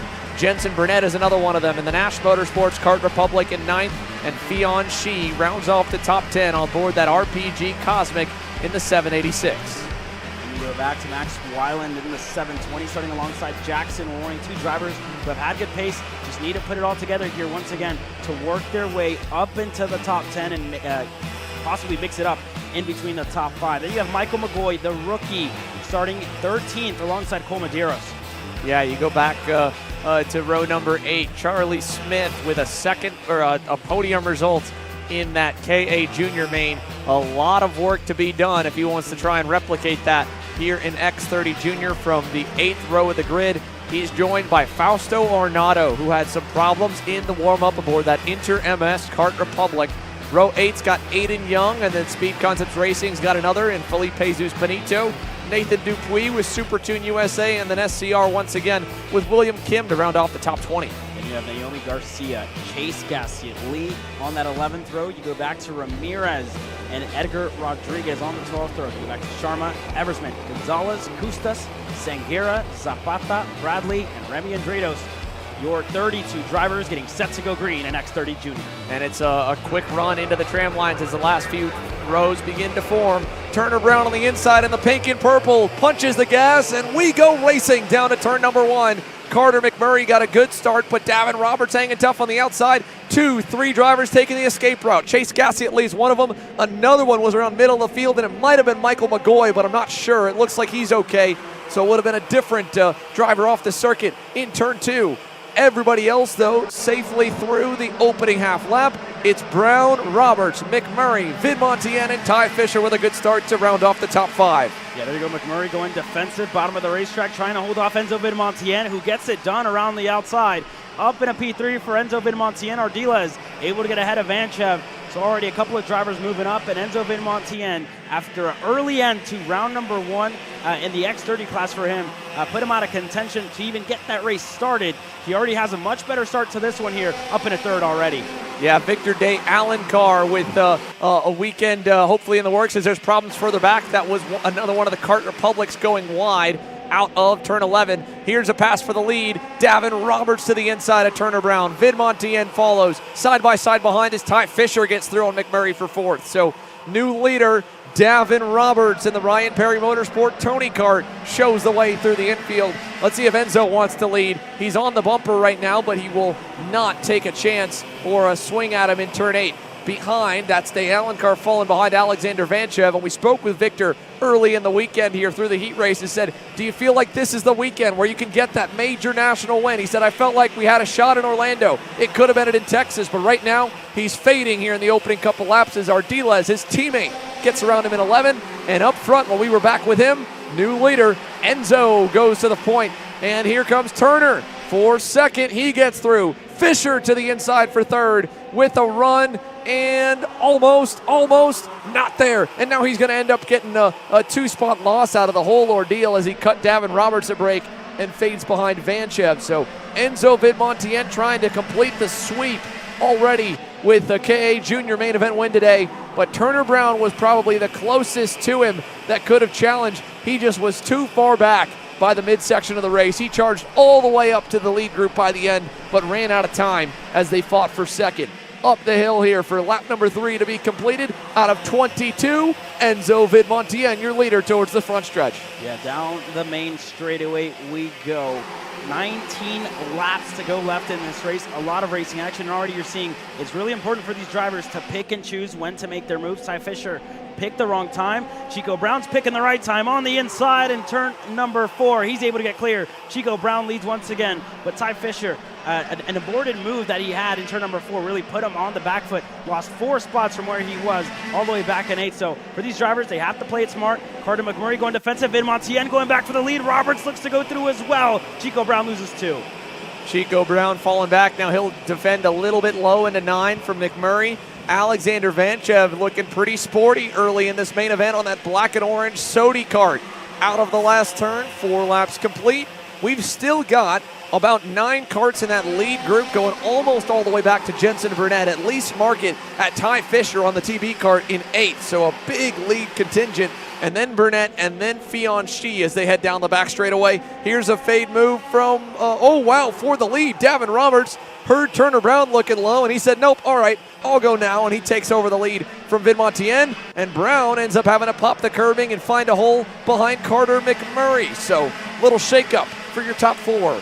Yeah, and already defensive Alexander Vanchev wanting to keep Diego Ardiles and Victor de Allen car behind. One driver goes around there. That's the 727 that goes around. That's Aiden Young. Unfortunately, out of this one here early, spinning around, able to get back going, but going to put him out of contention. There's Ardiles on the inside of Vanchev. These 2 drivers have been fighting, but with all this fighting, really opening up the gap to Chico Brown ahead. Roberts on the inside of Vidmontien. McMurray looking to go through as well. Not close enough. Davin Roberts was going to take the lead, and there goes Vidmontien. McMurray through as well. Carter McMurray noticing that the battle's heating up, and he's going to want to take over the lead. Enzo back to 4th. Carter McMurray showing the way on the Timmy Tech comp kart. Roberts, Brown, Vidmontien, 1, 2, 3, 4 here as they go through the infield. into turn number 8. Does Davin Roberts retake the lead this time by? He's going to go for it on the inside. Brown looks to push him through. A little wide there for Chico. Gets into the side of McMurray. Able to continue going. Still in third for Chico Brown. But Davin Roberts, everybody wanting to lead this race. Everybody wanting to control. Nobody wanting to push. Out of the last turn for Davin Roberts here. The red and white RPM Tony Kart once again at the helm. Carter McMurray behind him. These two have raced a good bit here at Trackhouse Motorplex. They know each other very well as there's Jensen Burnett catching up, looking, not going to go on Ardiles, but the front two drivers, local talent, homegrown talent here from Mooresville, North Carolina's region. And I wouldn't be surprised to see those two try to maybe work together against the national contingent that surrounds them. Unfortunately, Turner Brown just had probably the best middle sector of the race he's had so far, and he was forcing it and is still all the way on the inside. Went to the inside of McMurray. McMurray went then on the lead for Roberts, and it feels like that KA Senior main all over it again, where they end up 3 wide in turn 8, but somehow they all survive, and it's McMurray to Vidmontien, Brown, and unfortunately the leader gets the worst end because he's 3 wide on the outside. Davin Roberts back to 4th. Yeah, and that's exactly what's happening here, right? It's pass or be passed. If you're not going to make the move, somebody else behind you is going to want to go. That's exactly what happened there. McMurray went, and if he wouldn't have done that, he would have ultimately gotten passed by Chico Brown, who looked to go on McMurray as well. Just wasn't close enough that time by. Still in third. Very sketchy moment. They're all able to continue here, but Carter McMurray leading here once again. Enzo Vidmontien second. Ardiles at the back of this pack, and in the early stages of this race just hasn't had the pace so far to match Chico Brown here. But Vidmontien, purple last time by, 48.825. Yeah, good lap for Enzo Vidmontien as we approach the halfway mark here in this X30 Junior main. Up the hill for Carter McMurray. And Vidmontien just pushing him around here. This group now has started to fade a little bit smaller in size. Check this out here. It's got the 5 of them together back to Vanchev. Little gap to Ardiles and Fisher, and a bigger gap back from Fisher to Fionn Shi on the RPG Cosmic, and then Jensen Burnett on the Nash Motorsports Kart Republic. So we were at 9. We're down to arguably 7.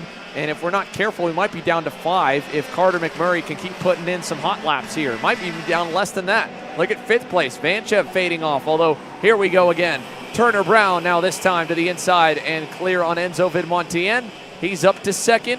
That brings Davin Roberts right back into the thick of things. Yeah, Vidmontien just wanted to wait here behind Carter McMurray, but here you saw Chico Brown wants to lead, wants to control to the front in turn number 11. He's able to get clear, gets the move done.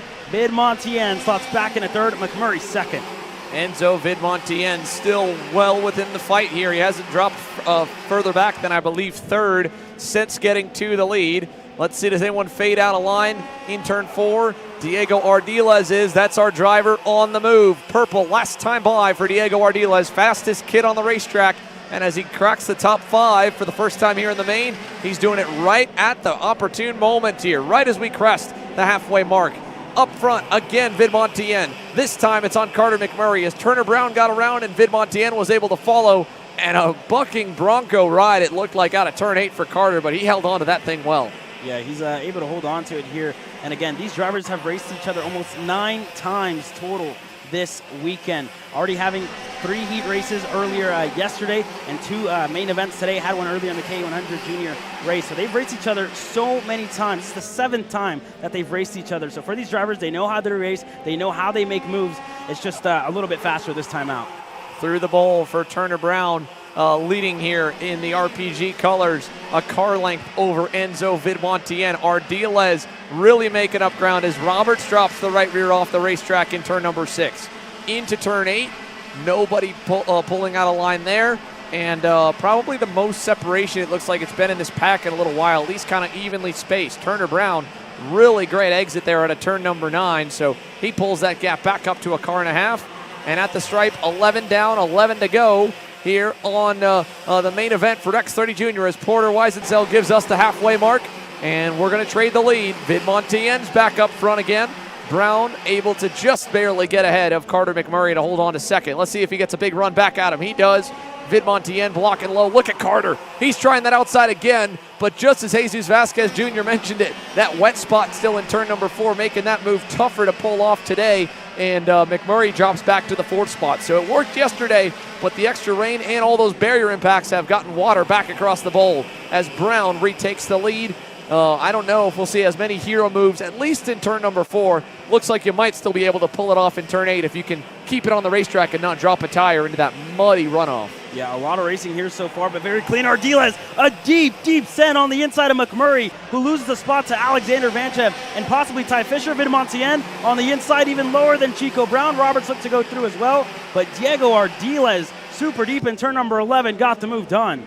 Yeah, what a run there for Diego Ardiles. That was a really wide ride, and Carter McMurray, credit to him, he was at the right on the edge of the barriers, not an inch closer could he have been without making contact, and definitely got a lot of dust and marbles on the tires. It helped too, as there must have been impact the lap before, just like there's impact there. Roberts back on Vidmontien. Brown to the lead over the both of them, and Alexander Vanchev has moved his way into 3rd, navigating all the chaos. Yeah, Vanchev and Fisher were really patient, working together, working their way to close down the gap, and that's exactly what happened for Alexander Vanchev. Kept his nose clean, bided his time. There goes Vidmontien looking on the inside, not close enough. Vanchev goes a bit wide, but for Alexander Vanchev, a really good drive on his first weekend on that Sodi Racing USA machine. Down the backstretch, Enzo Vidmontien to the lead, to the inside, or the lead of the pack here, inside and clear for 3rd.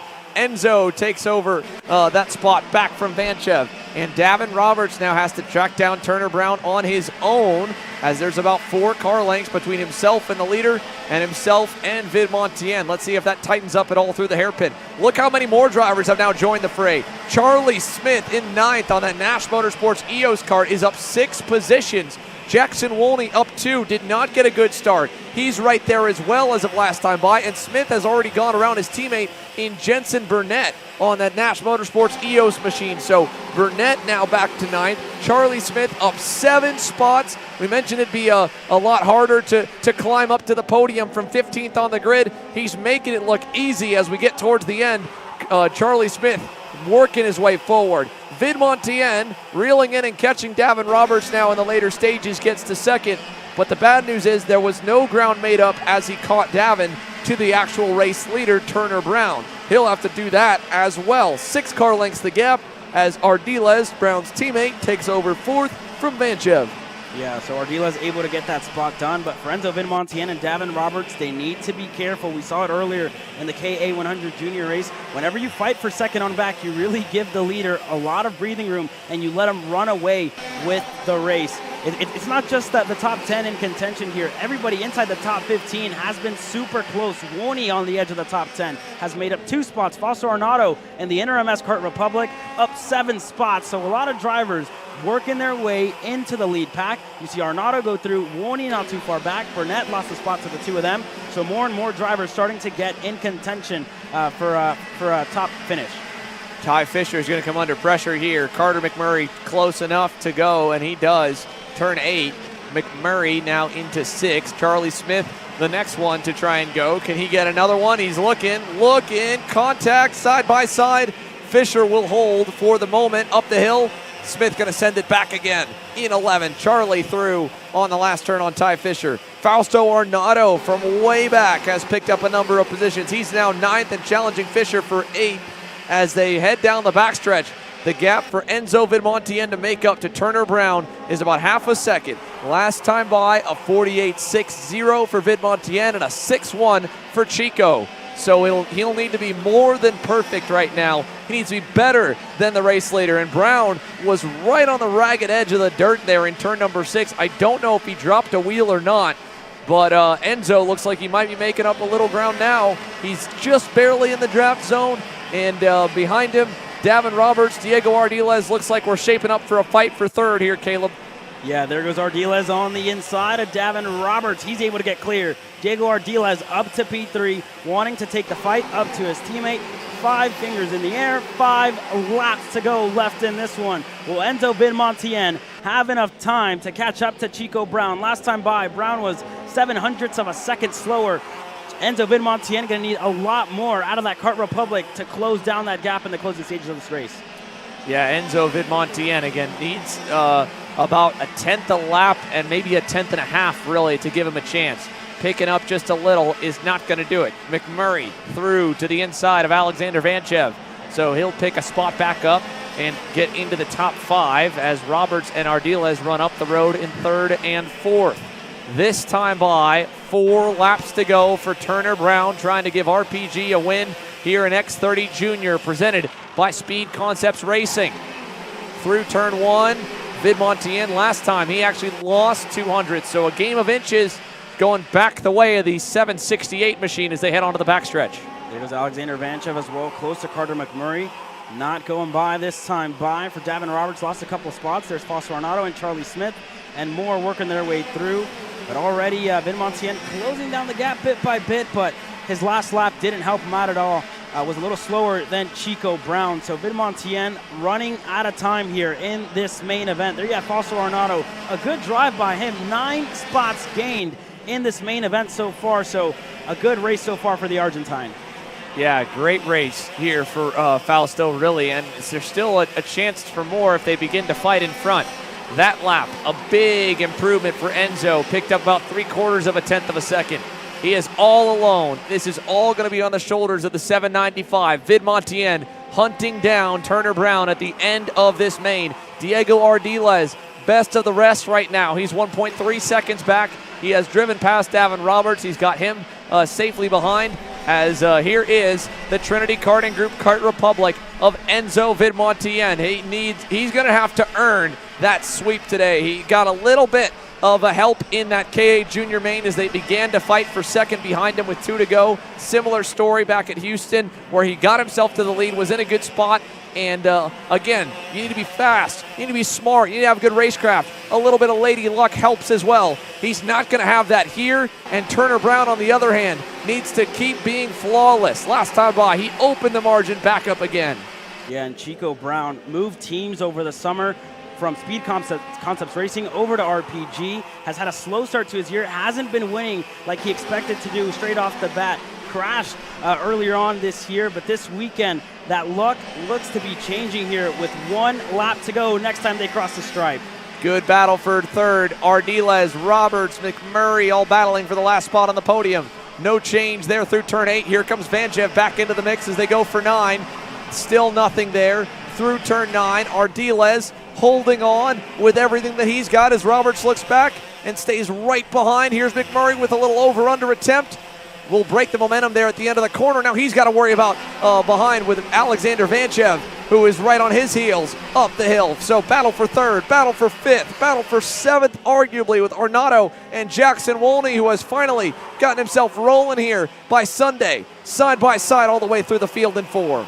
Nobody able to make the move. Roberts still behind and stuck behind Diego Ardiles. McMurray wanting to go back-to-back top 5 finishes in the junior categories.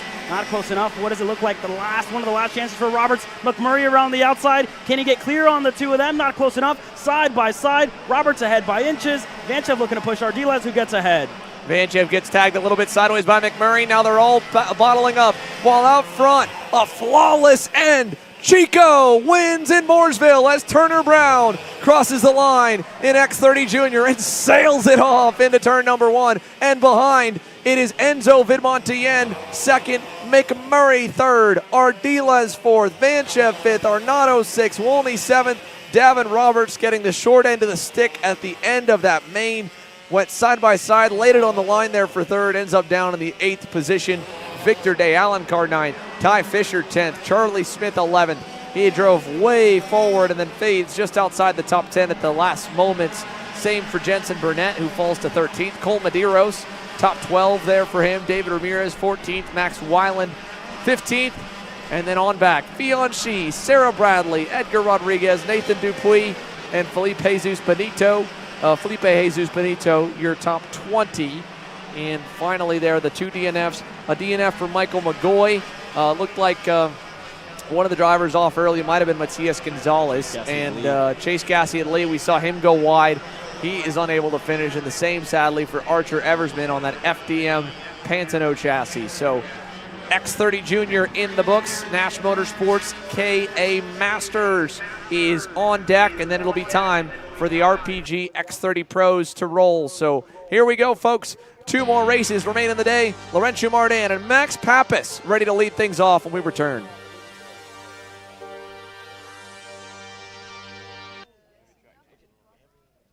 We're at a commercial break.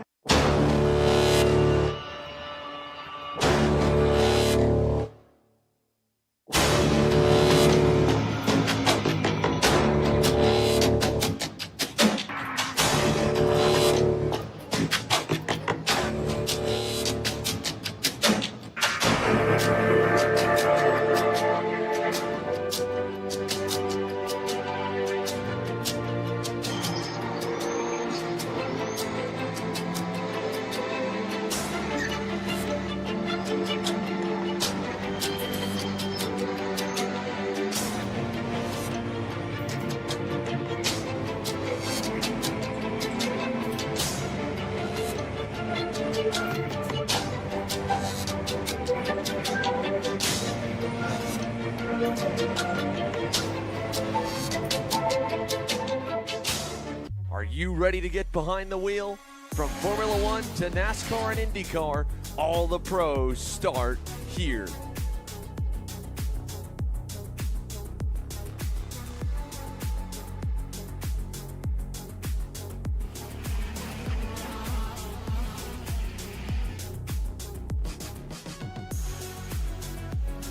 For more information, check us out online at mcckarting.com or call us and go racing today.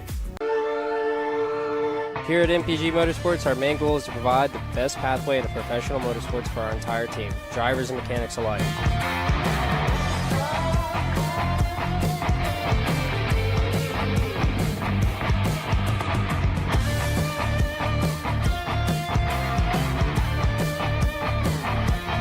We're based out of Whiteland Raceway Park in Indiana. For more information, contact us at chase@mpg-motorsports.com.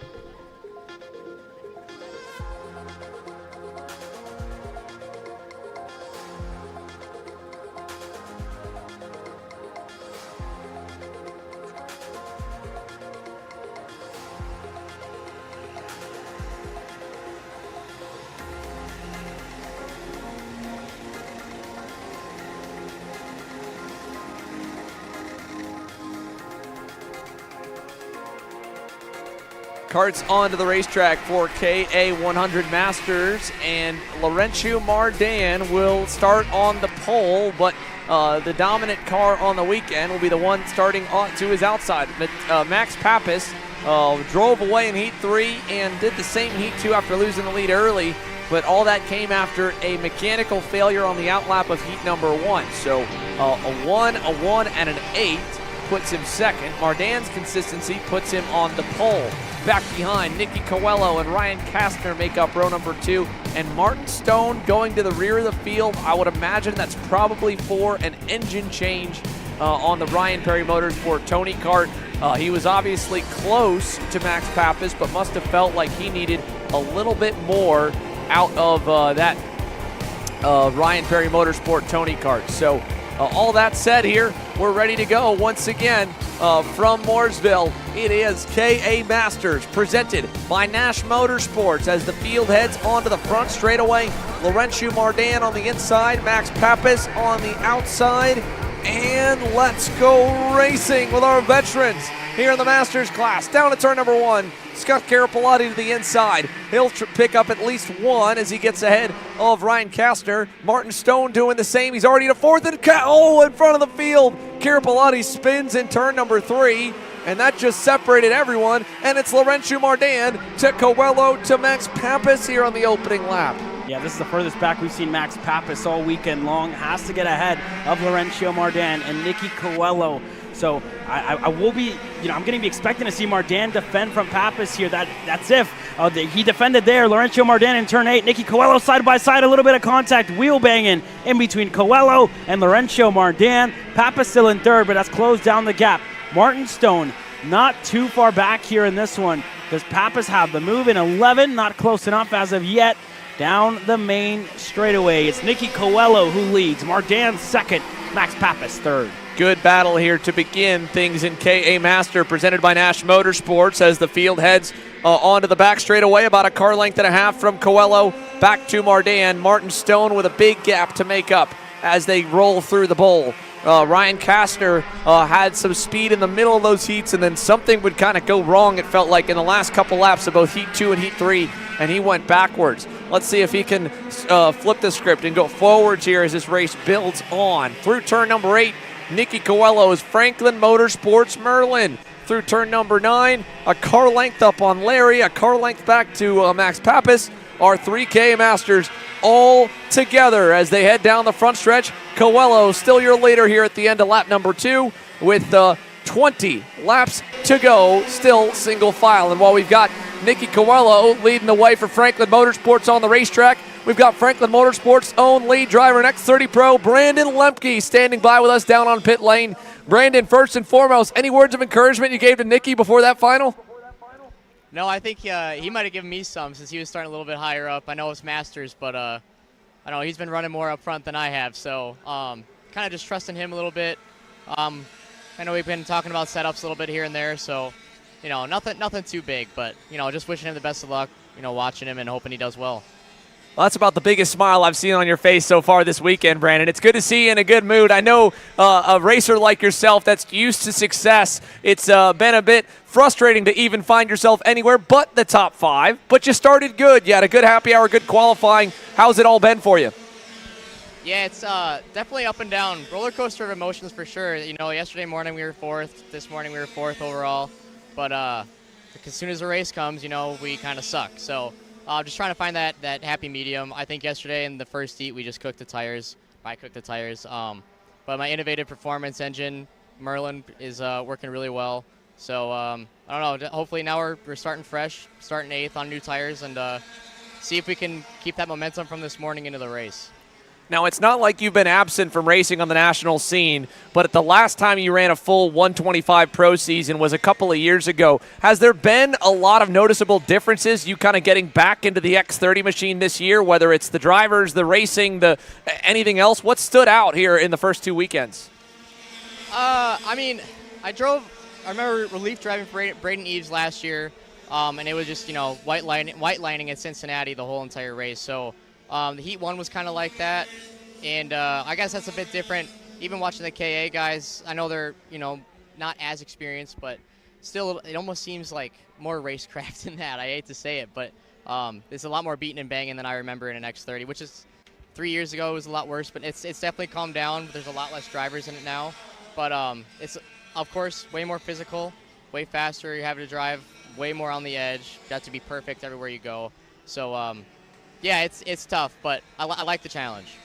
Well, speaking of challenge, again, you mentioned in the races it seemed like you didn't have the speed that you had in some of the time sessions. What's your confidence like, and do you feel like that warm-up, even though it was still a bit damp compared to what you're going to race on, do you feel like you got a piece you can take to the front today?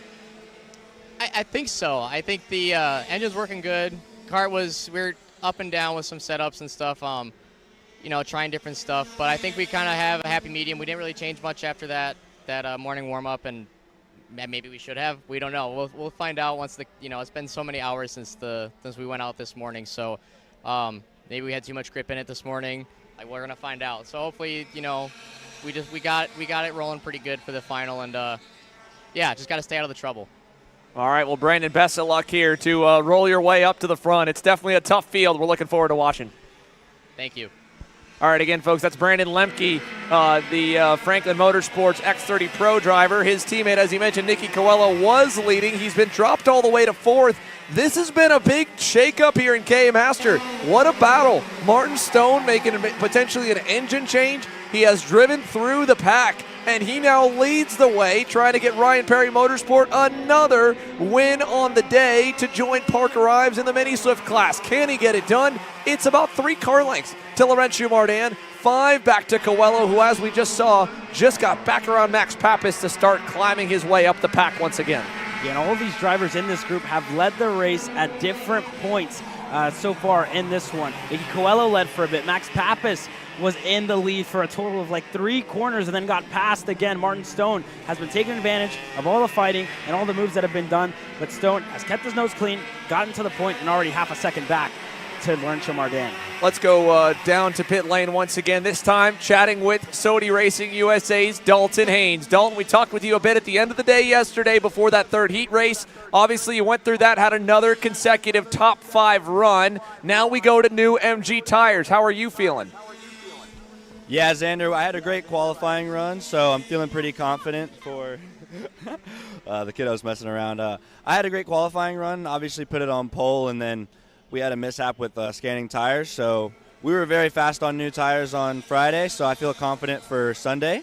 And the Sodi Racing USA car has been good throughout the heat races. I made a couple mistakes myself, and that's the reason I'm on the back foot. But we're starting P5. We're consistent. Heat 3, we got P3, so I'm feeling pretty good, and I think we'll be really good on the new tires. Now, last year when you got the big win at Miami Grands, you took everyone, including Joe Turney, by surprise to make that spectacular move in Turn 6. Not only did you try it again, and unfortunately this time it didn't work, Cameron Weinberg's tried it again. We've seen a few guys try it. What's the new special move? Do you have some other ace in the hole that you've been holding on to for this final? I made Turn 6 work in Heat 2 on Garrison, or Heat 1 on Garrison, and then Heat 2 on Turney just didn't work out because I got passed in Turn 5. So if I had another trick in the book, I wouldn't say it right now. Fair enough, Dalton. We'll look forward to seeing you roll from the front. It's good to see a smile on your face as well. It's all love right now. We know it's going to get serious in a moment, so we'll let you lock in. Good luck. Thank you. All right, folks, again, that's Dalton Haynes for the Sodi Racing USA bunch. He'll roll off inside the first couple rows in X30 Pro's main event to come. Now at the line, 9 laps complete with 13 laps to go. And the pack has kind of swarmed back together again. Martin Stone, Laurentiu Mardan, Nicky Coelho, Max Pappas. A lot of patience. And now it'll open up right on cue. Just to prove me wrong, Laurentiu Mardan takes over the lead. Caleb? Yeah, good move there by Laurentiu Mardan. I have been keeping an eye on these gaps. Martin Stone was leading, had a pretty good gap back to Mardan, but Mardan's been closing down that gap bit by bit, hitting his marks, being consistent to catch up to your bumper. Martin Stone, you saw it there, made the move. Nicky Coelho as well, coming back to life in the middle of this race, as well as Max Pappas, who lost a lot of time after getting past a couple of laps ago before he went into that interview with Dalton. So all these drivers just really trying to stay consistent, but this is the closest we've seen this field all weekend long. The top 4 all in frame, all in screen, and all within a tenth of a second here. There goes Martin Stone on the inside of Laurentiu Mardan. Stone able to get clear. Coelho on the bumper there of Mardan, but everybody really tight and packed here in this one. Yeah, that is still all close down the backstretch. Mardan going to go back to the lead. To the inside of Martin. He'll take over the spot again. Coelho to second. Pappas side by side with Martin. He'll to let him back into line there in third. So It is Laurentiu Mardan to Coelho to Stone to Pappas now the new order. Does Nicky want to go back to the lead? Not yet. He stays in tow, and so we go back around over to turn 9 with all 4 together as we head for the halfway marks. The crossed flags from Porter across the line with Larry leading us up the hill to 11. Coelho, at any moment it feels like he could go, but all of these guys are just taking quite a bit of time to start making their moves. Let's see in turn 1. Oh, Mardan thought they were going for him. He covers it off. Coelho setting for the crossover up to 3. Doesn't go there. Through 3. And Stone gets tripped up a little bit. Max Pappas with a run down to the inside for 3rd. Coelho trying the inside for the lead as well. It won't happen there, but it does happen for Max Pappas to take over P3 on that Orsolone Tony kart. Yeah, I tell you what, Xander, Ryan Kasner was the driver who got spun around at the start of this race. He's currently in 5th, and he's definitely rubbing his hands together, loving to see that the top 4 are battling, changing position. This is all going to fall into the hands of Ryan Kasner if he can close down the gap, but he needs the top 4 to fight. He needs the top 4 to pass. He needs them to slow each other down so he can be there in the end. A slow start to his race, but hopefully it comes to life here in the closing stages. Back to the top 4. Mardan still leads. Coelho still close behind. Not close enough to make the move. Pappas in 3rd. Martin Stone still 4th. All 4 drivers still together. We'll wait and see if a move happens here. Let's go side by side back down to the pits here while we're side by side for the lead. Coelho versus Mardan. Give it to Nicky as Pappas can't get through. And on pit lane, it's Mr. Inter MS, ADT. Alessandro, let's go down to you. I know at the beginning of this weekend it's been good on Thursday, and then after that seemed like you were searching, but that last heat seemed like a step in the right direction. Is that fair to say? Yeah, I mean, at the beginning of the week we had a very good pace, and then Friday the track changed quite a bit for us. And then we just started to slide all over the track early. And then I think we definitely went in the wrong direction in quali. That set us back quite a bit. We started working hard and started moving in another direction, which seems to work. Now, you know, we're just missing that last 10th, which is honestly the hardest 10th to find, as everyone knows. So it's difficult, but I think hopefully in this final, everything we've changed will work and we could be in the fight. Was there a good bit of changes you guys made here, or did you at least get to experiment with anything in warm-up? We know the track was somewhat damp, but you guys going out last, was that at least somewhat of a read? Yes and no. I mean, the track was quite damp. We also I don't know if we got the tire pressures right, but the first laps I seemed to struggle a lot, and then the only lap I got was the last one, and I had to make a pass, so I don't think warm-up really helped us at all, but you know, I think we're pretty confident with the changes that we're making for the final. So, you know, I'm going to give it everything. And even if it doesn't work, the team has made a lot of hard work this week. So, you know, you don't win them all. So if we can't win this one, then we'll just learn from it. Well, again, you've already gotten at least the monkey off your back with a win. If we can get another one this week, it'd be a big feather in the cap for you, especially to do it in the way the field has looked so far against all of the major stars we've had last year. So we'll wish you best of luck, Ale, and hopefully you can get up into the fight here later on this afternoon. Thank you. All right, once again, folks, that's Alessandro Di Tullio working his way towards the grid to get set. To try and take that pink and chrome Inter MS Kart Republic to the front. We are still coming now to just 7 laps to go. Lots of time before the KA Masters get to the checkers. But while we were talking with ADT, the fighting's only been beyond the lead. Nicky Coelho, as Brandon mentioned, has been at the front, and right now he looks great. Max Pappas trying to put his head down to catch him, and Laurentiu Mardan getting by the early race leader Martin Stone, had to block a little bit down in turn number 1 and said, please push me. I don't want to let these leaders get away. Believe in me, I can take us both back there. But they are over a second away. They need some blistering laps to run down Nicky Coelho, who has not yet put a wheel wrong. And for Max Pappas, it's been a big surprise, really, for us here, Caleb, because he was so good through all the heat races. He was so good in qualifying and final practice. Granted, again, we knew there was a little bit of a tire advantage, but whether that was the tires equaling back out with new rubber for this final or the different conditions, he has not been the dominant player that we have seen earlier this week. He's still a little quicker than Coelho, and he's got some comfort now as, again, Stowe tried to go by in turn number 1, but Mardan shut the door. Yeah, Mardan shut the door there, but from second on back, all this fighting, like you said, really let Coelho run away with it here a little bit. The gap coming down bit by bit. Last time by Max Pappas was 0.3 of a second quicker than Nicky Coelho. So you already see that gap close down a car length in between the Orson Racing driver and the Franklin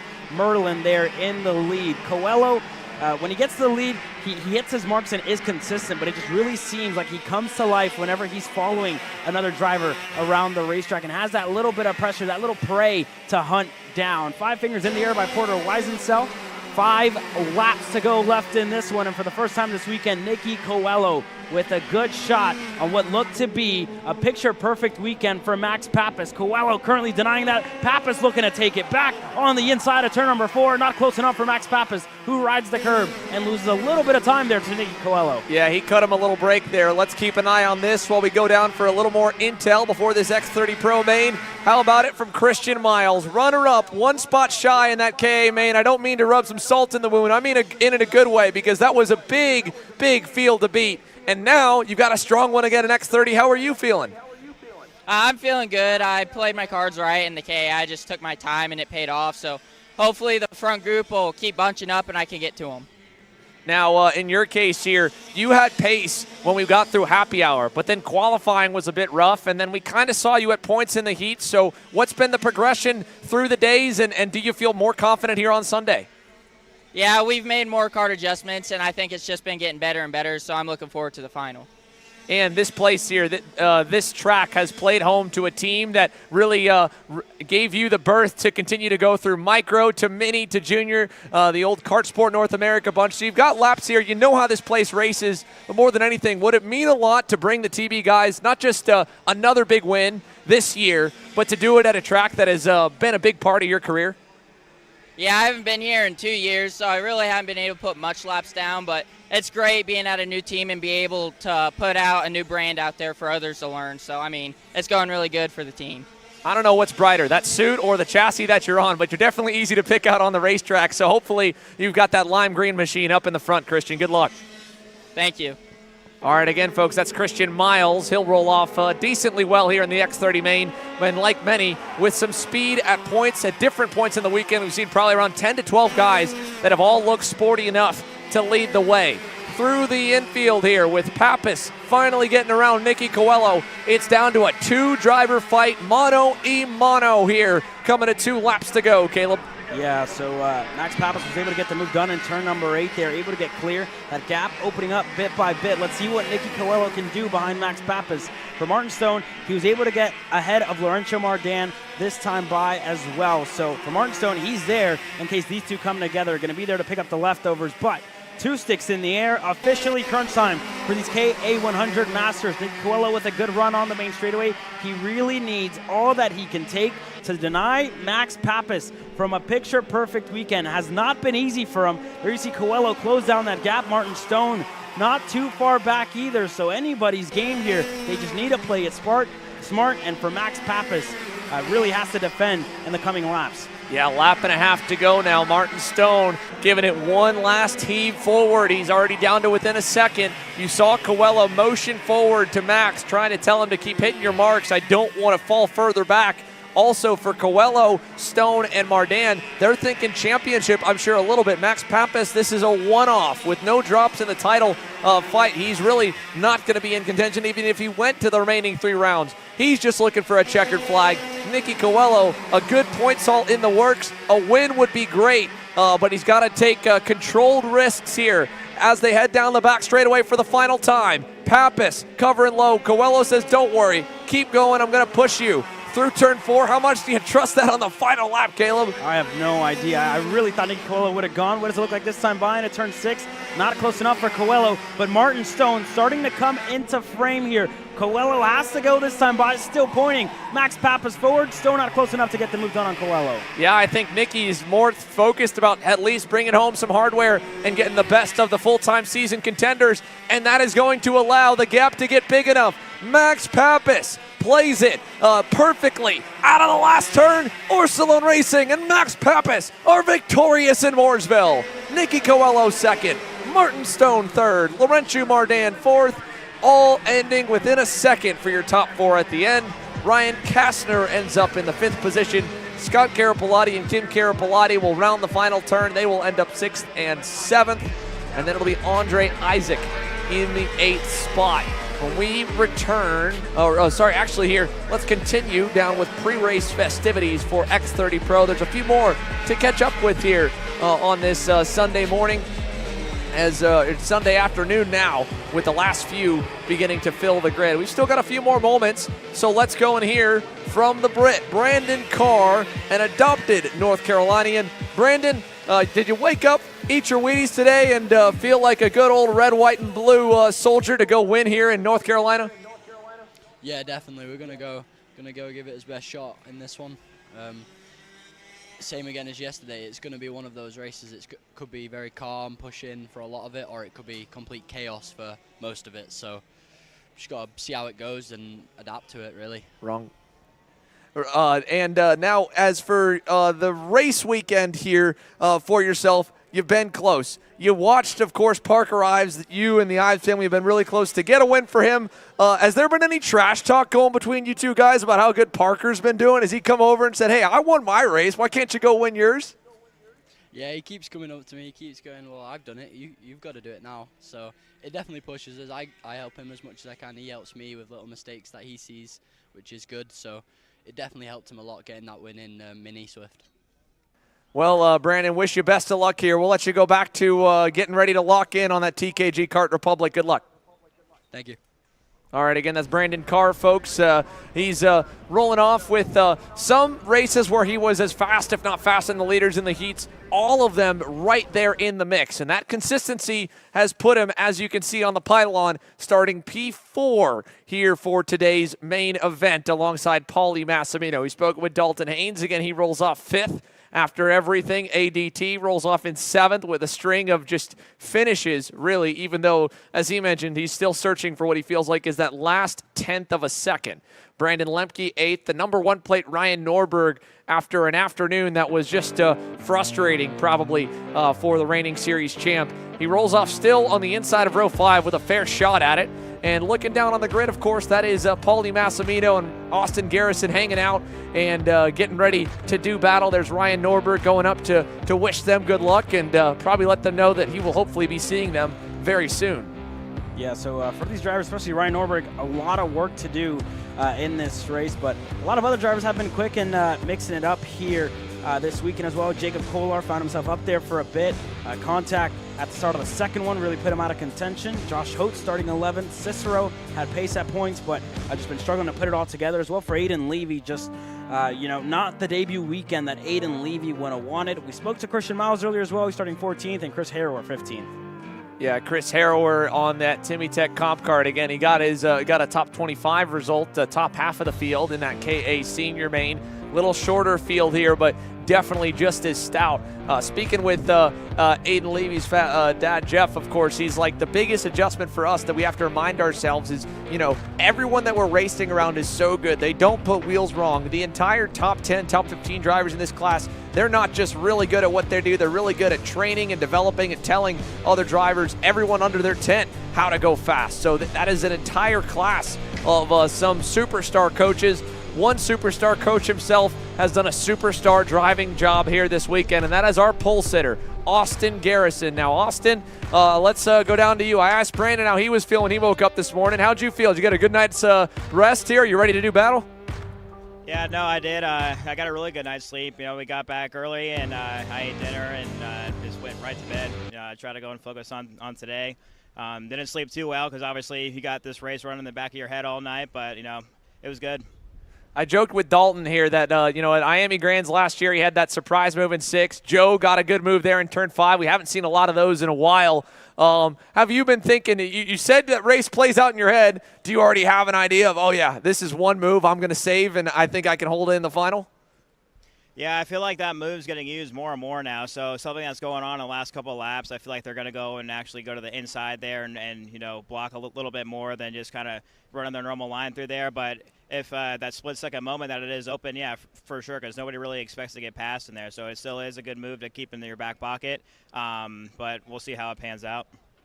And, this track, it's just it's been good to use speed-wise, but we haven't gotten that Austin Garrison win at Trackhouse here in a little while. You've had podiums. Last year you led us to the white flag. Can you get that deal done today against probably the strongest field that we have? Yeah, no, I think we got a pretty good shot at it. We're not set up to go and check out at the first half of the race. We got our pressure set and the car's set up, for the long run game. So hopefully we can kind of stay up front the first half of the race and then, start, having some pretty good pace towards the very end. Yeah, definitely, some things I did wrong last time I was here where I was leading, but now I know what to go and do, and hopefully I can go and come up with a win.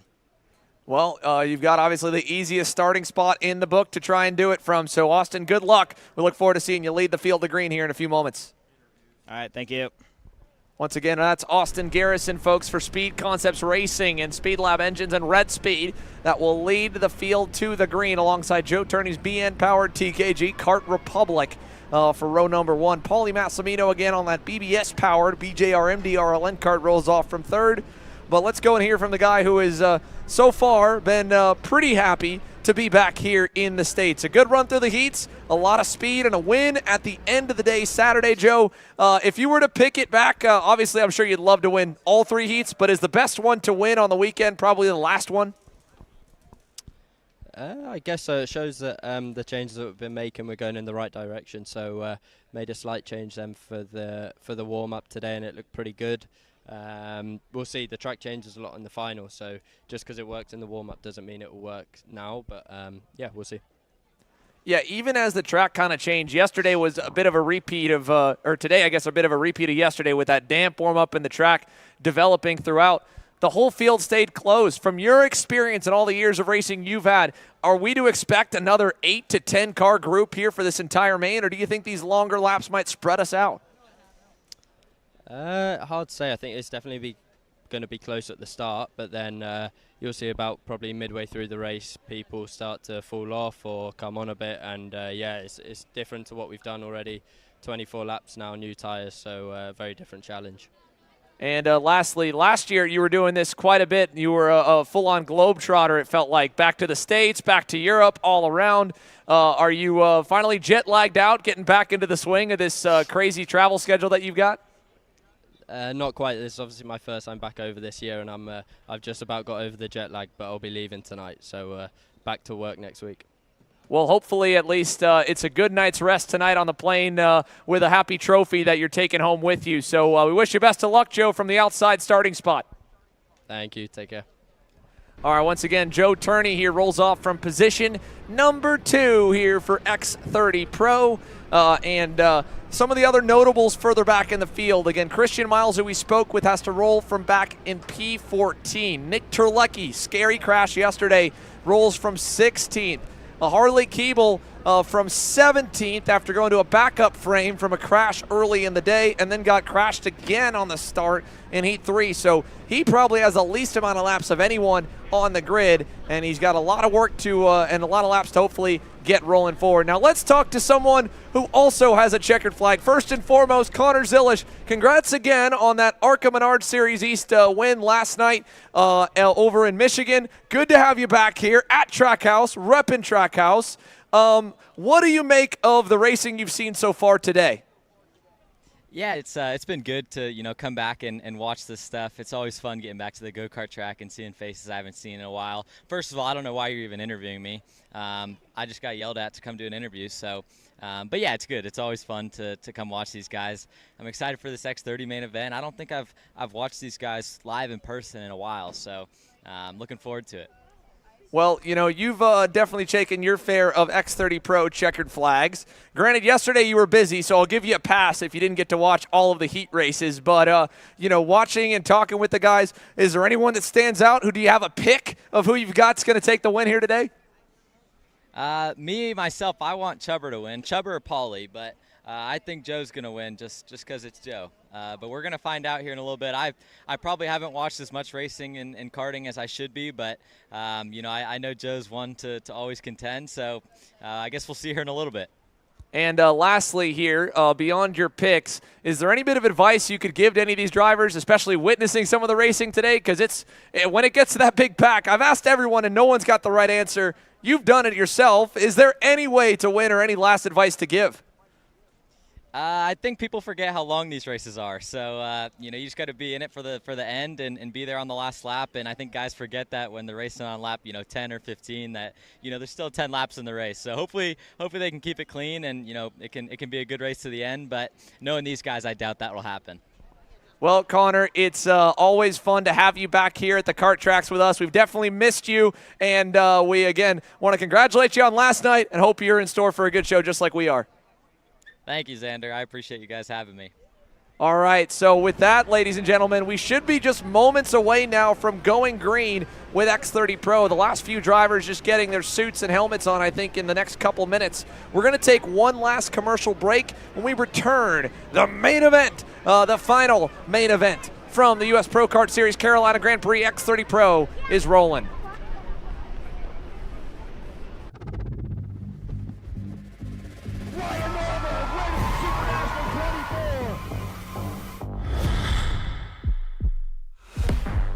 Ryan Norberg is an internationally recognized karting professional, industry influencer, and multi-time national karting champion. Supported by Rotax Power, he has created a world-class karting experience, and is now dedicated to passing on his knowledge to a new generation. With 8 national championships, Supernats victories, and numerous wins in different categories, drivers of all ages are welcome to join and partake in this unique experience. The Norberg Karting Academy offers more than just standard coaching. It provides an experience where you will learn pro-level tools to progress through your karting career. All Academy guests will enjoy a private hospitality suite which overlooks the karting circuit. Welcome to the Norberg Karting Academy, where champions are made. For information about 2024 bookings, email norbergkarting@gmail.com. Brandon, why are there all these charges for just over $200 from Acceleration Kart Racing's website? That's because AKR gives you free shipping on orders of $200 or more within the continental US. Okay, but I thought you were just getting a pair of gloves. That's what, 70 bucks? But if I'm getting a new pair of gloves, I might as well get a new pair of shoes to match. And then on top of that, I'll get a neck brace because with the shipping, it's basically free. Yeah, I do not think the math checks out on that. Everything you need, all in one place and shipped to your door for free for orders of $200 or more. Exclusions apply. Spend responsibly. Shop AKR.com. I'm David Serra, 18-time Australian karting champion, and we're launching Kart Class. Kart Class is an advanced digital training program that suits a driver who's just starting out in the sport, all the way to the driver looking to win a national championship. In this program, you're going to be learning about how to find the ideal racing line and what an apex is, braking and throttle markers, wet weather racing lines, and how to overtake other competitors. We target how to brake in the wet weather, and we look on the mental side of kart racing as well with our mental skills coach. At the completion of this program, you'll be lighting up purple sectors in qualifying, know when to defend on the opening laps, and how to pressure your opposition into mistakes. We teach you the tools to be resilient and how to get in the right frame of mind before a race.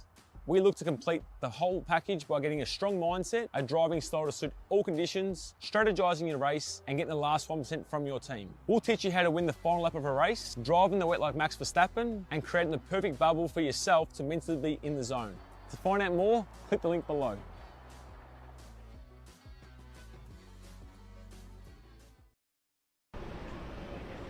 Welcome back to Trackhouse Motorplex here as we await the X30 Pro main event. Let's go down and hear from Rollison Performance Group's Hayden Jones. Hayden, is it fair to say it's been a bit of a quiet weekend for you? Not many problems, but maybe not as flashy as you'd like? For sure. You know, we've been getting faster every session, so hopefully we have something for the final. Now, talk a little bit about, this being the second weekend for everyone on the newer tire compound. That's been, I think, maybe the new variable that has shaken up the field a bit. Is that fair as well? Yeah, I think so. This tire is completely different, so I've had to change my driving over the past 3 days, and hopefully, with all the coaching Ryan and I have done together, that we finally put it together. Now, you roll off in a pretty safe spot, at least up the grid, but you're on the outside lane, so you got to avoid that barrier, and then from there, get into it. What would you say are going to be some of the keys to the race here for you to try and repeat for the third year in a row of a US Pro Kart Series X30 win? The racing has been pretty rough, so hopefully I can just keep it clean that first couple laps, stay out of that barrier, and then pick off one by one if they're going off track like they were yesterday, and see where I end up. Yeah, that was one other thing. I don't know. I guess the last question I'd like to ask you here from a driver analysis standpoint is, with that barrier removed from turn number 6 and also with more guys kind of getting loose in turn 3, does it feel like the leader's hitting more dirty racetrack and kind of clearing a path for everyone than normal when we do have the barriers pushed in and stay on the road more? Yeah, it's definitely harder to lead this weekend. I'm not 100% sure why, but when I've been out front, I've been like 2/10 slower than when I've been following. So I'm not really sure why that is, but it is what it is, and you got to work from there. So we'll keep pushing. Well, hopefully you can get there. A long way to just pass 5 go-karts is probably pretty doable, I'd say. So good luck to you, Hayden. Thank you. All right, again, folks, that is Hayden Jones with Rollison Performance Group that rolls off from the outside of row number 3. And I see that there is some movement on the grid. Helmets are going on. We're getting set to go racing for the final time from Mooresville, North Carolina, here at Trackhouse Motorplex. The last bit of good luck wishes being given to the field, and it is 24 drivers that should be taking the green here today. In terms of some other names that we've talked about, Jacob Kolar rolling off on the outside of row 5 alongside Ryan Norberg. He, too, along with Ryan and Harley, was involved in that crash down by turn number 1 at the start of heat number 3. But as Norberg had his typical march to the field that was expected from the multi-time national champion and reigning series champ, Jacob was right there with them, kind of marching up the leaderboard, Caleb, every stride of the step of the way. So maybe the Vice Racing team, a small Miami-based operation, could punch up above their weight class and get some hardware here today. Yeah, going to be a lot of work for Jacob to work his way through the field. A couple of other drivers that have to make some moves here early on. Harley Keeble. We haven't talked to him today yet, but a day to forget on the Saturday afternoon and looking to make up for it here on this Sunday. DNF'd Heat 1, DNF'd Heat 3. Had a pretty good showing in Heat Race number 2, but we just haven't seen everything from Harley Keeble. We've only seen him do max 20 laps this weekend for Harley Keeble. So let's see what it looks like if he can keep it on the racetrack and work his way and carve his way through the field and maybe mix it up in the top 10. Yeah, sadly, as close as everyone's been and as clean as the starts have mostly been, we have lost 1 or 2 guys, it feels like, off the green here in X30 Pro, even at just 25 total drivers. So hopefully this time, with the longer main and keeping that conservative mindset in everyone's head, that we can all survive through turn number 1 and get a good look at everyone, a fair shot for all 25 starters to march their way to the front of the field. Now, going back behind the top 10, Josh Holtz and the Holtz Driver Development. Tony Cart had also a wild ride in that Heat 3 crash yesterday. He was up in the air. There's a great photo by Nate Dean at eKarting News and USPKS social media showing Holtz airborne. He still rolls off 11th. He still managed to finish decently well in that third heat race, and he's joined on that 6th row by Gia Cicero, who is trying to replicate that speed and success that she saw at the beginning of the weekend to start the season in Houston, where she qualified just a couple of hundredths off of her teammate Ryan Norberg to make an RPG lockout of the front row. Then she's got Aiden Levy and Christian Miles, of course, lined up behind. Chris Harrower, Nick Terlecki, Keeble, Garcia, Blevins, then Austin Perrin in the mix there in the 373. Ming Nanzu, Santi Fernandez, Brooke Nachtman, and Andres Murcia. Yeah, Andres Hardulas in that mix as well, but it's that time of the weekend. X30 Pro Senior Racing presented by Rollison Performance Group. And Xander, looking out of our box here, the fences are lined. Everybody has stopped tearing down. Everybody has put down whatever they've been doing. Everybody has their eyes glued to the racetrack. as 25 of the best drivers in the nation and in the world get set to go green in the Carolina Grand Prix. Yeah, here we go. The outlap underway to warm those tires and engines up for the 125cc 30 horsepower water-cooled power plants. Again, yesterday, Austin Garrison wanted to let it be known that yes, Joe Turney is back. Yes, Ryan Norberg dominated last month, but I'm here too, and I'm ready to get another win here to add to my resume for Speed Concepts Racing. Let's take a look all the way down the fence line as it is packed and tight seating to try and find a good place to watch these 24 laps here for X30 Pro Senior. For Joe Turney and Paulie Massimino, Brandon Carr especially here. He excelled in those intermediate and wet conditions down at Homestead, Miami. Can he do it here at Trackhouse Motorplex? Or could Paulie Massimino have a picture-perfect string of events in North Carolina, winning at OKN Stars, winning in KA Stars, and winning here? Here we go. Austin Garrison on the inside. Joe Turney on the outside. We're racing down to turn number 1 for X30 Pro. It's a good start for Paulie Massimino. He'll slot to second, Turney third, Dalton Haynes to fourth, and Brandon Carr is side by side with ADT as he gets shuffled wide. One driver way off the racetrack at the top of the hill in turn 3, but the rest of the field is good through 4. Yeah, it seems like Ryan Norberg had a pretty good start, already making some moves for ADT as well. Looks to be just on the edge of the top 5, in the top 5, I should say. P5 here at the moment with a couple of others in company. There's Turney, looked for the move on Paulie Massimino, wasn't close enough that time by. Dalton Haynes giving a little love tap to Turney at the exit at turn number 8. Massimino, smart job defending. He noticed how close Turney was. He even still got a good exit and is right there, right dead even with Austin Garrison. As the Davie, Florida native, Chubber leads at the end of lap number 1 over Paulie, Turney, Haynes, and a great start for DeTulio, although he's under heavy fire. Hayden Jones is ready to try and pounce on that interim S driver as they head down the back straightaway. Yeah, Hayden Jones not too far back. Let's see if anybody looks for a move. Haynes on the inside of Joe Turney. Dalton Haynes able to get clear up to P3, and they have to work together now and not let Paulie Massimino and Austin Garrison run away here early on. A very long race, only a lap down, 23 laps to go. Here comes Paulie looking for the lead. Garrison blocking low and keeps him pinned on the inside. That was a good attempt and a good defensive move. A lot of respect shown there by both drivers to not make any contact, but that got tight and just brought Haynes and Turney back into the mix as Haynes sends it on Massimino in 11. Dalton Haynes up to P2. Here comes Turney on Paulie. Turn 1 looking inside, clear. And that right there is the difference. Make a move or get a move made on you from nearly to the lead back to 4th for Massimino. Long ways to go, though. And speaking of long ways to go, check out that line back for 7th. Ryan Norberg had the entire group right behind him. Hungry, Josh Holtz, Hayden Jones, Brandon Lemke there, 7th, 8th, 9th, and 10th through the infield. Yeah, stacked that group up quite well, Ryan Norberg. And there goes Hayden Jones on the inside of Josh Holtz. Hayden Jones gets clear, but Brandon Lemke trying to take advantage, picks up the scraps, gets the move done on Jones. Jacob Kolar in that group as well. Further up, ADT able to get ahead of Paulie Massimino. And this is where we start to say, right, you need to pick and choose your moves, be smart of when you make them, and not lose too much time if you're going to attempt one. For Paulie Massimino, tried it in turn number 8 and just lost too much time.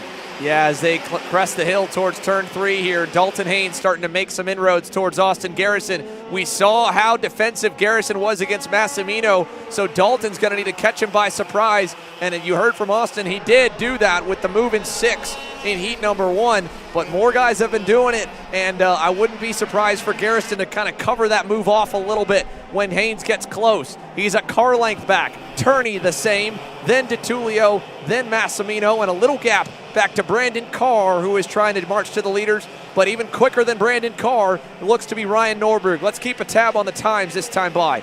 Garrison the leader. Last time a 48.19 across the line. Haynes is close. Oh, whoa, turn 1, new leader. Dalton Haynes through.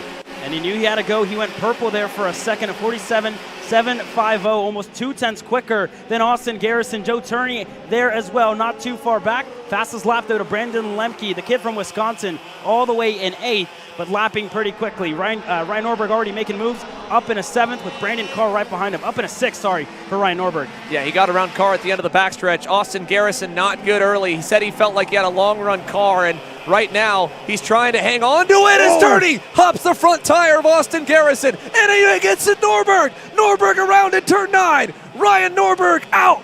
Entering the double right-hander, the number 1 plate, trying to avoid the chaos of Joe Turney and Austin Garrison, and the reigning series champ is facing the tire wall. This has just blown a hole through this race. Dalton Haynes, your leader, with a big gap back to Paulie Massimino and Alessandro DiTullio on what's been an off weekend for that Inter MS team, finds himself in the top 3 and a shot with the win, with Joe Turney falling way down the order, as well as Austin Garrison, all the veterans in this class falling way back to field, and 3 of the youngest drivers, 3 of the stars here leading us away. And again, when we say young, these guys all still have plenty of years on them. Paulie Massimino, 21 years old. Alessandro DiTullio, probably the youngest of the 3 at 17, along with Dalton Haynes. But Paulie, mentioned in that KA race there, he was the victim of something like that in turn number 8, where they were 3 wide to the inside, both his teammate James Overbeck and one more, and it all shuffled him back. But he said, yeah, maybe before, years ago, that rattled me a little more and get me more frustrated, but I just try not to let it get to me anymore. I try to just keep a cool head, know the race is long, and that's what we're seeing. Massimino last time by, nearly 2/10 better than Dalton Haynes. As further back, Garrison has faded. I don't know if that bent the tie rod on the SCR Red Speed. He's right in front of Harley Keeble, right behind Josh Holtz and Jacob Kolar. And behind Keeble is, hey Lee, look at all the mud on that black and white machine. Keeble to the inside, Kolar to the inside of Holtz as well. And Jacob Kolar is now in the 8th spot as he gets back around Holtz, who fought with him the previous lap. Keeble trying to move up the grid from 17th. Here he goes inside on Josh Holtz, and another spot cleared for Sodi's Harley Keeble. Yeah, the young Brit already making moves here in this race. Let's look at the gap to the top 3. Dalton Haynes had set a pretty quick lap time, but Paulie Massimino took a 10th out of that gap. Half a second in between the 2 kids who grew up racing at this racetrack. For Alessandro DiTullio as well, closing down the gap, only 2 car lengths back to Paulie Massimino, and Joe Turney just went quickest last time by with Brandon Carr right behind him. So I think it's safe to say that the British are coming. Yeah, Joe Turney still good at the moment. He is closed up towards the top 4, faster than everyone last time around. So whether or not it bent the rear axle, probably better to have the contact there versus the contact on the front. And we knew Austin Garrison was being racy, was trying to fend off any charge. We saw Massimino kind of do the opposite, and I think that's what Joe had in his mind, that I'm not going to get clear and I'm going to lose spots if I don't force my way through Austin Garrison, who was going to fight really hard for that lead early, or that position early. And instead, that's 2 different outcomes. Massimino went backwards, but no damage and no contact. Turney, a little contact, a lot of mud, and still they're both in the mix, though, as DiTullio got a big run towards Massimino last time. They both are continuing to track down Dalton Haynes, who, as Hayden Jones mentioned, is in probably the toughest spot this weekend, it seems like, and that's leading the way. Yeah, it's been pretty hard to lead. We know how easy it is to pass, but you're really punching a hole through the air here. As this time by, let's look at the gaps.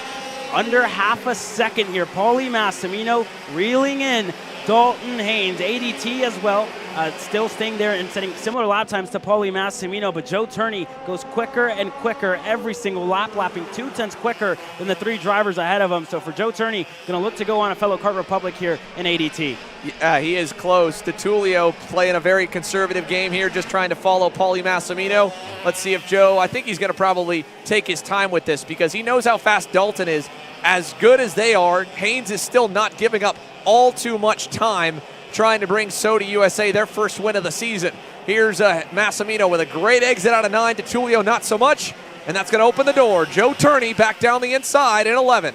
Yeah, Joe Turney knew he had to go. DiTullio made that mistake, and already up in a P3 for Joe Turney, closing down his gap to Paulie Massimino. But for Dalton Haynes, you start to wonder if he used up his equipment a little too early in this race. We're 11 laps in, still 14 laps to go, a very long race. So you start to think that Haynes, is he saving up a little bit here, or did he use up too much of his equipment? And still a lot of laps, so just questions here for Dalton Haynes. Yeah, and Dalton was good about keeping the tires on the thing last year. I also, in talking with some of the drivers, they felt like the wear, the degradation maybe isn't as bad as the previous year's tire, but at the same time, the tire heat might be more of the question. So pushing your tires means that you, but with it being tire heat versus tire wear, you can overheat them. But if it's just heat, you can cool them back down by slowing the pace, easing your entry into the corners, and then still have some good laps at the end.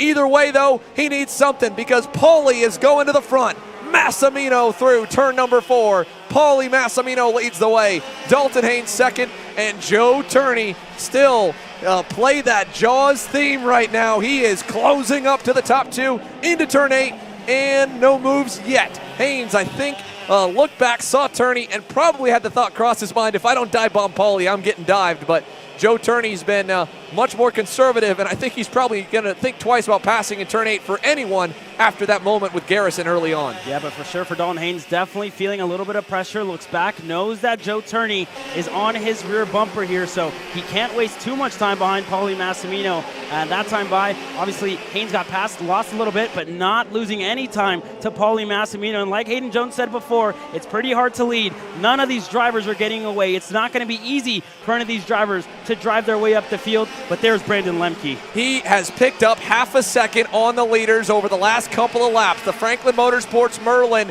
is quick. When Ryan Norberg was going forward before the crash, so was Brandon Lemke. Remember, he owned fast lap of the race early on. Can the Franklin Motorsports Merlin, in only a second race back in the full-time X30 Pro seat of Brandon Lemke, make his way to the front, to the lead, and get a win and stun all of these guys who have dominated through the heat races. Into turn 1 once again now. 13 in the books, 9 laps to go. Lemke picked off another 10th last time by, 1.6 seconds away. Yeah, and I tell you what, Xander, he's been doing that quite often. There goes Haynes on the inside of Paulie Massimino into the bull. Dalton Haynes retakes the lead, and that's all going to help out Brandon Lemke. There goes Massimino. Wow, that got tight. Massimino tried to surprise Haynes in 5, and they both had to jam on the brakes there. Now everybody's on the low side. Look at DeTulio around the outside. He will get to second by turn 9. Paulie Massimino falls back to third, and there you have it. Dalton Haynes starting to defend Brandon Lemke side by side with Joe Turney, who's ahead by a bumper. Brandon Lemke going to have the inside in 11. Brandon Lemke gets clear and up to the top 4. Now Haynes all the way to the low side to block. DeTulio opening up. He sends it around the outside again, trying to cross him over up the hill to 3. He's got to run. Haynes still covers that off, and that's going to back the entire field up. Can DeTulio get there? Massimino's going to rip the high side. Let's see if it works. Not this time. DeTulio moves Dalton Haynes out of the way. ADT with a bump and run in turn 4. Lemke's on the outside, but he'll take third. And Alessandro DeTulio leads us into turn 8. And I tell you what, Xander, there's a big pack of karts not too far back. Brandon Lemke at the helm here with Jacob Kolar, Hayden Jones, Harley Keeble, all there. There's DeTulio. DeTulio parking it. Haynes giving the bumper right back to him through turn 9. Lemke is shuffled to the high side. Here comes Joe Turney. He'll follow Dalton to the bottom. Paulie Massimino, a big over-under. Still a bit too tight of an arc. Lemke 4th, Massimino 5th. Here comes the rest of the pack. It is Brandon Carr. Austin Garrison was crashed earlier. Has a completely brown and muddy rear bumper. He's 7th. Then it's Kolar, Jones, Keeble. Here comes Haynes. Inside turn 4 and to the lead once again. Dalton Haynes able to get clear. Joe Turney goes through as well, up in a 3rd. Brandon Lemke stuck on the outside there for a 2nd, up in a 4th. And Austin Garrison on the rear bumper of Paulie Massimino here. So a lifeline for Austin Garrison and a second chance has everybody. Brandon Carr around the outside. 10 karts in this lead group. This is tight here, folks. They're all on the bottom side, hoping to get a little gap so they can go back to the normal line. Joe Turney, Dalton Haynes ready to get after it. DeTulio feeling the heat from Lemke, but can they work together just to keep the leaders in tow? This time by. Now 17 laps we're working here, 16 complete, 8 laps to go. Still a good amount of things can change as Joe Turney's got to run. Here we go, down the backstretch. To the lead, Joe Turney in turn 4. Joe Turney takes the lead there, and DeTulio again closing down the gap to the top 2 here. What does Haynes do? Close enough? Not as of yet. Not going to go in 6th this time. Going to decide to wait. Everybody, they got a little bit angsty in this mid-stage of the race. They're going to start to calm down. Austin Garrison on the inside of Paulie Massimino gets the move done, but the tensions are definitely high here, Xander. Massimino led laps early. Now he's having to fend off Garrison, who's already gone by, and then Brandon Carr, who's next. Hayden Jones trapped in that middle group there, fighting in the top 10. Brandon Lemke is all over the rear bumper of Alessandro Tullio right now, trying to push him back up to Haynes, who is trying to hang on to JT's coattails with now just 7 laps to go. Actually, now up to, well, no, it should be 18 complete. Little timing error as Josh Holtz pops to the top. Lemke to 3rd in turn number 4. Brandon Lemke trying to prove that he can still get it done. The only champion besides Brandon Jarczyk and Ryan Norberg in this class over the last 10 years in his return season is up to 3rd on only his 2nd race back in the package. Yeah, not too far back for Brandon Lemke. Dalton Haynes was 0.3 of a second slower than Joe Turney. So really needs to find the pace here in the closing stages. When they cross the line, 5 laps to go. Dalton Haynes needs to come to life, needs to push, needs to fight with everything that he's got to close down that gap to Joe Turney. I still think that Merlin looks probably better than both of them right now. Brandon Lemke continuing to march up the grid. Haynes has a run though. Big run to the bumper. He will not go in turn 4 this time. Where does he want to surprise Joe Turney? He's got it close enough now that he could dive at almost any opportunity. Through turn 6, little bobble out of both of them. Turney wide, Haynes hitting the inside curb, and that kind of separates them enough to stay single file through turn number 8 as Austin Garrison starts to bear down on Alessandro Tullio for 4th just behind. Yeah, not too far back. Update on Paulie Massimino, currently in 6th here. Brandon Carr, everybody's starting to spread out here a little bit as the fighting has tamed down up at the front. But you have to expect whenever the gloves get thrown off, 5 laps to go this time by, whenever the gloves get thrown off, everybody's going to start to close down just like we saw earlier, Xander. Yeah, and Haynes, again, great launch out of turns 1 and 2. He could pick them apart at any moment. Down the back straightaway, no move there. Big move from Garrison. He's back up to 4th. The pole sitter went all the way back to the edge of the top 10 and now is trying to march his way forward. He has not yet gotten back up to Turney, who was the driver that he collided with that sent him down the leaderboards. Can Austin Garrison get all the way back up to the lead as they head for turn 9? 3 cars separated by a car length and about 4 more back to Garrison. We're headed for 4 laps to go, this time by the stripe. Yeah, and I think I doubted Dalton Haynes a little bit too early. He just set the personal best, his personal best lap time of the race. So what does the Sodi Racing USA machine have left in store? Identical lap times in between the top 3. Brandon Lemke, 0.2 of a second quicker than the 2 leaders last time by. Lemke definitely going to be there. Turney starting to defend bottom of the racetrack. Everybody else going to start to close down the gap to the top 3. Joe Turney was frustrated. He, along with Norberg, were the 2 fastest in Cincinnati last year for the US Pro Kart Series, with Harley Keeble low line whenever anyone got close. And he said, all right, if that's what I got to do to win one of these, I'll have to do it. He's blocking low here with 4 to go. It's going to bring the field close. Tullio saw that, and look at Haynes there. Little love tap into 9. That allows Lemke to get alongside, and Brandon Lemke, can he get through on Dalton? Dalton trying to find a hole. He does. Back on the inside of Lemke at 11. Joe Turney with a big lead. Haynes hits the barrier. Dalton Haynes into the wall. Dalton Haynes into the wall in front of the field. Tagging the wall in turn 11, and now Brandon Lemke, the fastest car on the racetrack the last few laps, is 2nd, and he needs to track down a massive gap to Joe Turney over these next 2.5 laps. Needs to set purple lap times to catch up to the rear bumper there of Joe Turney, but Dalton Haynes out of this one early, and what could have been for the Sodi Racing USA team. Brandon Lemke here still has ADT lurking behind. Paulie Massimino with some new life, getting back up to 4th as Garrison rides in 5th. But for Brandon Lemke here, what a story this would be. He was fast, but then kind of out of the spotlight, and he likes to be like that. He's a quiet guy, very reserved. You don't see him flash. He doesn't post on social media. He likes to just go out and race, and right now, race everything that you can. A 0.5 better. He needs more. 0.2 a lap at least to get to Turney here with a 0.5 second margin. Yeah, need to pull something out of the bag here for Brandon Lemke, who's closing the rest of the drivers in this top 5 here, Paulie Massimino and Austin Garrison, that's turning into something of a consolation prize after being arguably one of the fastest drivers all weekend long and being up there at every stage of this race. Harley Keeble up 11 spots in the 6th spot here. That gap closing down a little bit here for Brandon Lemke at this stage of the race, but the question rises, is he going to have enough time and enough laps to catch up to Joe Turney? It's going to be close. Joe Turney just took a look over his shoulder. He knows how much he can bleed away on that gap now coming to the white flag in his return race to the States here. Couldn't have gone scripted any better if it all holds. Brandon Lemke charging forward to Tullio, Massimino, Austin Garrison, as there's Dalton Haynes sitting on the sidelines watching, sadly, the finish to this main. Garrison and Massimino were a little low there into 4 as Paulie's trying to hang on for that spot. I don't think he feels like he can get to Tullio.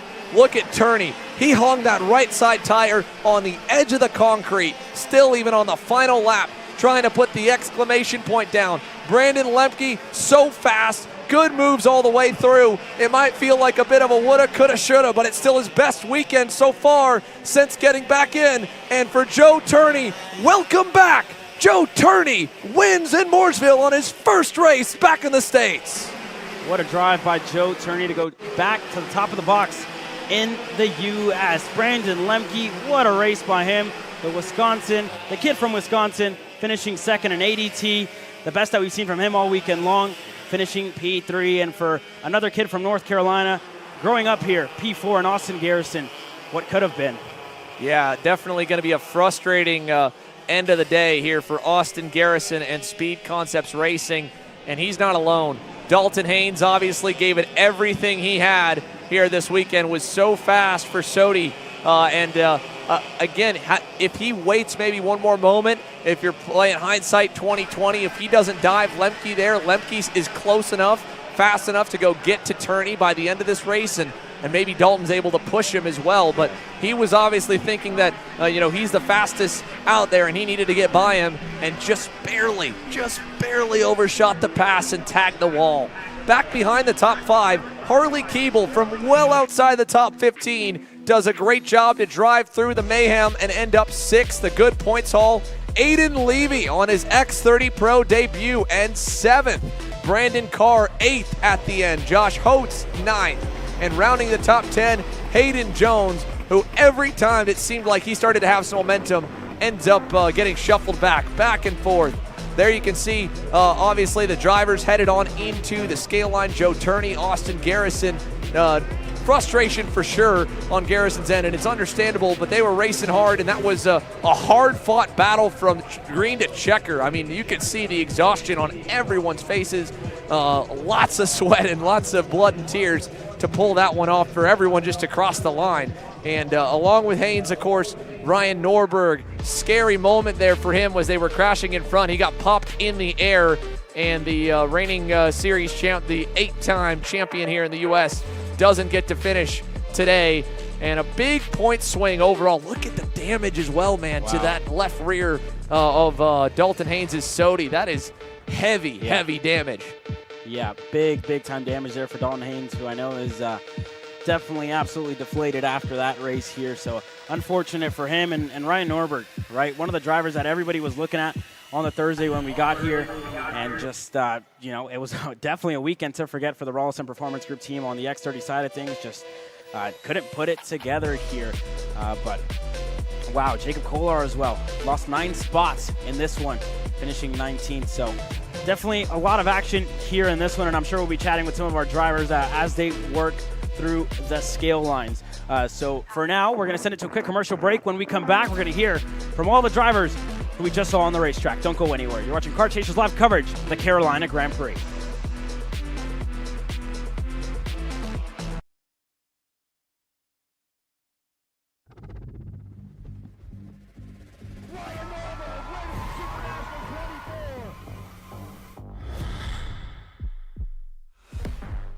Ryan Norberg is an internationally recognized karting professional, industry influencer, and multi-time national karting champion.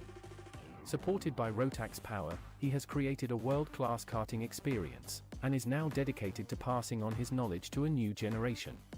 with 8 national championships, Supernats victories, and numerous wins in different categories, drivers of all ages are welcome to join and partake in this unique experience. The Norberg Karting Academy offers more than just standard coaching.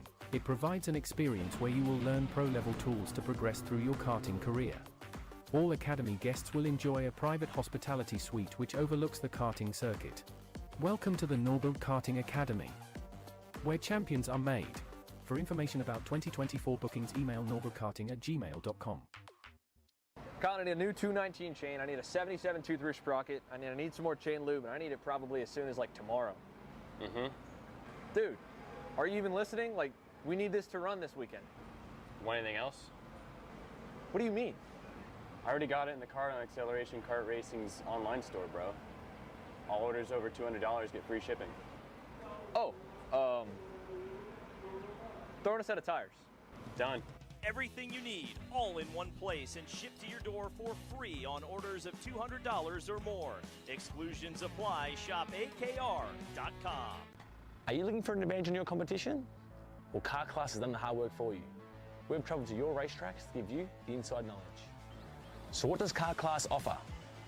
We've got drone footage that captures the racing lines, visual markers for your braking points, acceleration zones, and the best overtake opportunities on your racetrack.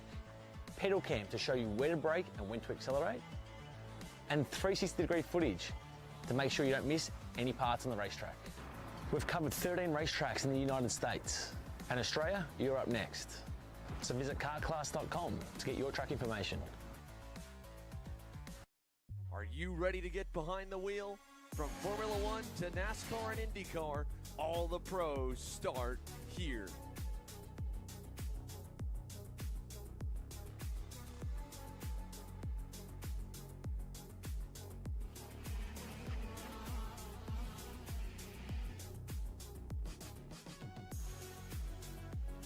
For more information, check us out online at mcckarting.com or call us and go racing today.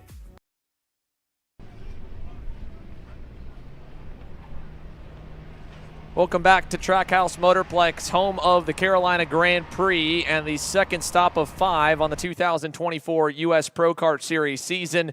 We were just treated to a ton of great racing action. Honestly, during the lunch break, nobody, I think, expected, including ourselves, to have that kind of a KA Master main event. Max Pappas still came out with the win, but he earned it and didn't lead the most laps by any means. All four, Nicky Coelho, Laurentiu Mardan himself, and, of course, Martin Stone leading some laps. Correct. The X30 Junior race, wild as always. Turner Brown and Enzo Vidmontiana, head-to-head lap battle.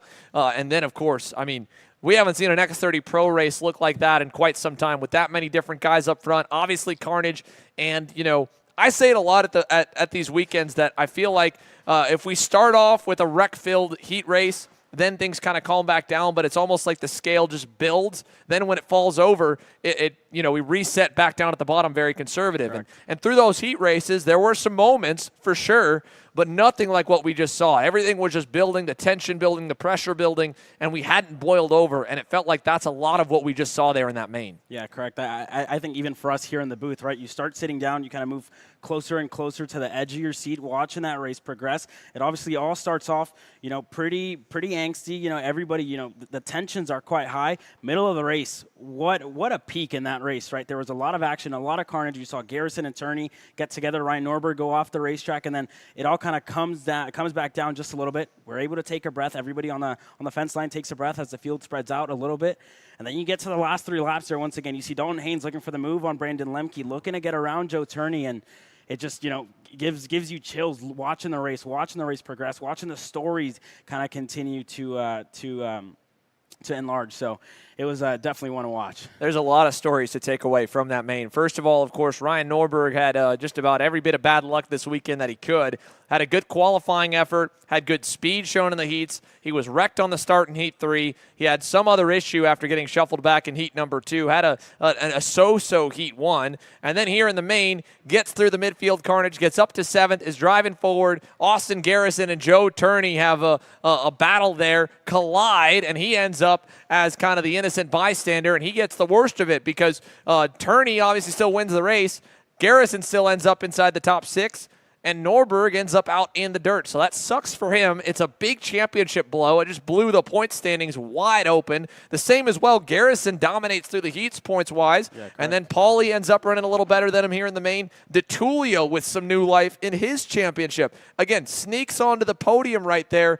And how about it for Brandon Lemke, Jamie Saraki, and that Franklin Motorsports group? I mean, you know, they have done great stuff with Brandon here in KA, and he's had good runs, wins, championships in that division. But to come back and only your second race back together in this class to go finish second, that's awesome. And now we are just getting word, an avoidable contact penalty handed down to Joe Turney, which means Brandon Lemke is officially the main event winner. So the official intervention for avoidable contact penalty for Joe Turney knocks him down. Brandon Lemke, who crosses the line second, has been awarded the win. I'm sure he would have loved to get the checkers to celebrate, but that just adds on to that story there as well. I'm sure there's both sides on Turney and Garrison's frustration ends for sure, but Brandon Lemke, man, I mean, second race back, dude. He never lost it whatsoever. So let's go down and hear from him. He's standing by down on pit lane. I don't even know if he knows the news fully yet or if it's sunk in. Brandon, dude, you're a race winner and only your second race back in the class, man. That's awesome. Yeah, thank you. It hasn't sunk in quite yet. I don't really know what to be thinking. It's been a struggle at Speed Sports. It's been a struggle all weekend here. I mean, fifth was the best we could do besides practices being fourth, but I don't know. We put new tires on. That thing came alive. Like I said, they're in the heat one. I think we cooked them. But man, that thing was on rails. We made like a couple minor tweaks. Went really low on the tire pressure just to try it. And we got nothing to lose. So yeah, I guess starting farther back and in this class isn't too bad. Watching the carnage happen in front of me is just a lot of it was luck. But that Merlin, it was on rails. Innovative engine was on fire.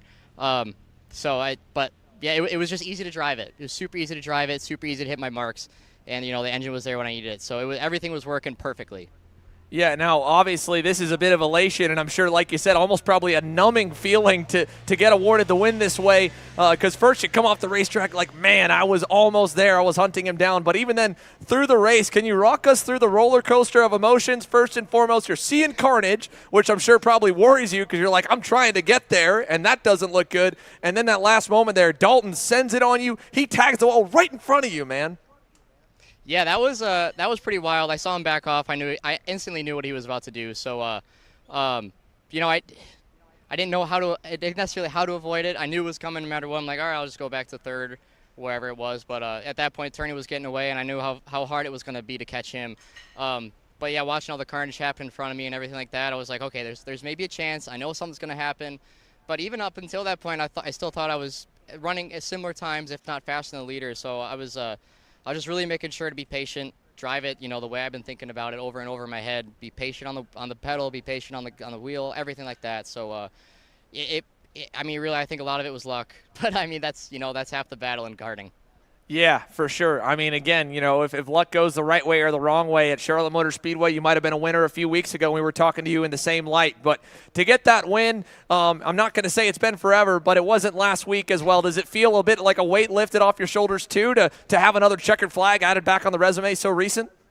Yeah, it's I don't know when the last time I won a USPKS race was. I know last year I went winless in KA on an OTK. When I switched it was like, oh, everybody's like, why are you switching to OTK? It's not because it's faster. It's another go-kart to me. So just switch back to the Merlin, the home colors, and get a win almost right away. So, did that at Route 66, started 19th, got up to first at Newcastle. So, yeah, we're getting the wins. The momentum is starting early here. So it's the program is working really well for us.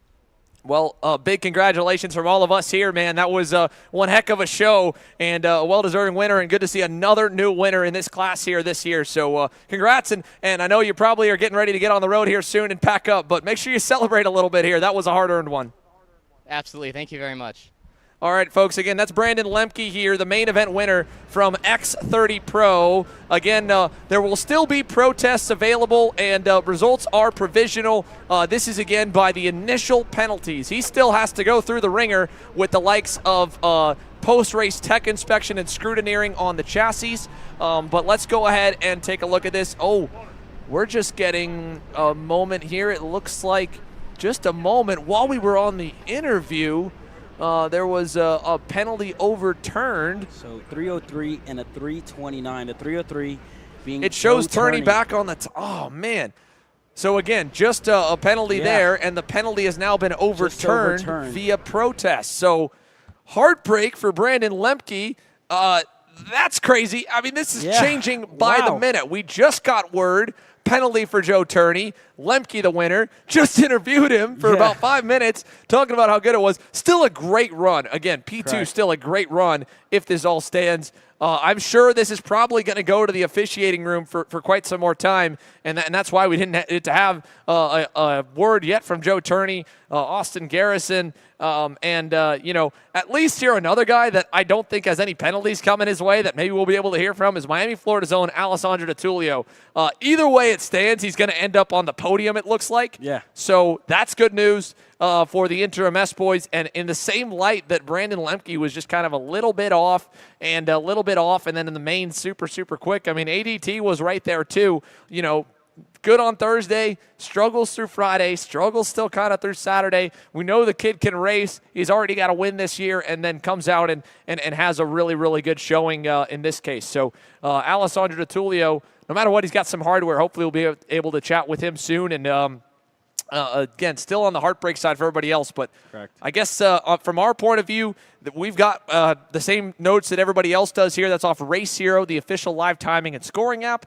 Initially, the penalty goes in for Turney. The penalties have gone in for pushback upper penalties. A blocking penalty coming for Harley Keeble for reaction. So, Joe Turney is standing by with us down here on the scale line now. So let's go talk to him. Joe, you were busy a moment ago.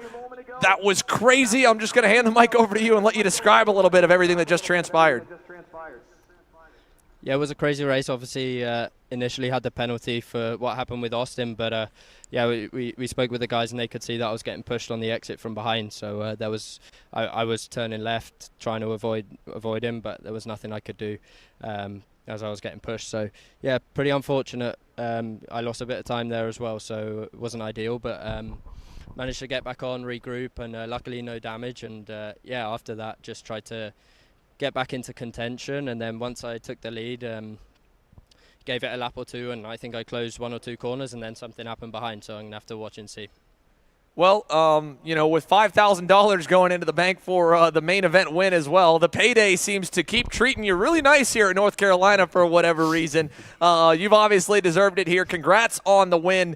Going through this race weekend and the rest of this year, sadly, unlike last year where it seemed a little more concrete, we don't know when we're going to get to see you next. So does a win today and a crazy race like today, does that make you want to come back? Does that make you hopefully feel like you're going to get to? Because we miss having you here. For sure. I mean, $5,000 helped a lot, so it would be nice to come back for sure. This place is always good to us, it seems. So, hopefully a few more races here. But, first as well, thank you to my team and to the engine builder, Bryn. So we've done a really good job to get here. Kart Republic together with us. So really good job. Material was great, and hopefully we'll be back for some more. So not sure yet what we're going to do. Vegas, I think we're pretty sure on that one, but the rest we'll just see, take it as it comes. And lastly, now you've got your win overseas, you've got your win in the U.S. Physically, obviously, like you said, it's a process after the way it all went last year, but you seem like the same old Joe. Do you feel like the same old Joe from a year ago? Kinda. I mean, I think what happened with my crash maybe slowed me down a little bit, and maybe I'll take it a bit easier now. But no, it's business as usual anyway with the racing. So really busy this year, coming over here now a little bit. So it's better to be that way. So a few days at home now, and then back to work up over at home. Well, we said hopefully you'd be traveling home with a trophy. Along with now, it's obviously a big check here for the US Pro Kart Series Pro class as well. That might make that flight a little easier to get you another week of trying to unjet lag yourself. But Joe, for everyone that makes it possible here, we know it's an effort, a massive effort to get you to come over here and race. Who would you like to thank? Just everyone who's helping me back at Kart Republic at home. Richard couldn't get to this race, but he was here a lot last year, and he was helping a lot. So thanks to him for his support as always. Bryn with the engines, Tate my mechanic, and then Kart Republic North America as well. So No, they've already supported me, and thanks to Kart Chaser as well, and you guys for the warm welcome. It's really nice to have you guys and the kind words having me back over. So thank you. Well, we're definitely happy to have you back. We hope we get to see you a lot more, but nonetheless, we're always rooting for you when you go back across the pond. Congrats, Joe. Thank you. Take care. All right, so there is now the provisional winner. All things, again, still going through tech, still going through protest. But one guy who, had probably the best bird's eye view of about almost everything that went down in that race was Alessandro Di Tullio. ADT, you got your shades on down there in the scales in the grid area. You seem chilled out. Hell, it doesn't even look like you just ran 24 laps. Do you feel like you just could go 24 more? Yeah, I mean, physically I'm quite okay, considering most of the time I knew being in the lead was going to be difficult. Because we had good pace, but just being in front with all the air coming towards me, I knew it was gonna be super hard to get away. So when I think it was behind Paulie or behind Lemke, one of them in the train, I was just saving tires at that point because I knew we were also pretty high on the tire pressure. So to attack in the beginning and cook everything in the beginning and then be left with nothing in the end, it wasn't worth it. So I just decided to play more of a safe game and get some points. Obviously, we wanted to win. But just, some things on track, especially the incident with Dalton there that he had with another driver and came back on track, that gave the gap to the front two guys, and we had to settle for third. Well, it's a bit of a shade of last year where you were Mr. Consistency with only one finish outside the top 10 heading into Vegas. You're kind of right in that same boat, but now you're really well off, I would say, probably in the championship hunt with a consistent run there in Texas, a consistent run in Trackhouse. We know another win's coming, but first and foremost, Ali, who would you like to thank for the performance this weekend? Yeah, I mean, based on what you said about the championship, that's the main thing here. Try to go obviously for wins, but also it's important to get points. I knew Ryan had an issue, and Austin was already behind us. So front two guys, they didn't run the first race, I think. So the goal here was to get points, and after a difficult weekend to come away with this result, it's amazing. So I want to thank the whole team, Inter MS, Kart Republic, my engine builder Franco, my family, all my friends who support me back at home, and yeah, let's keep pushing.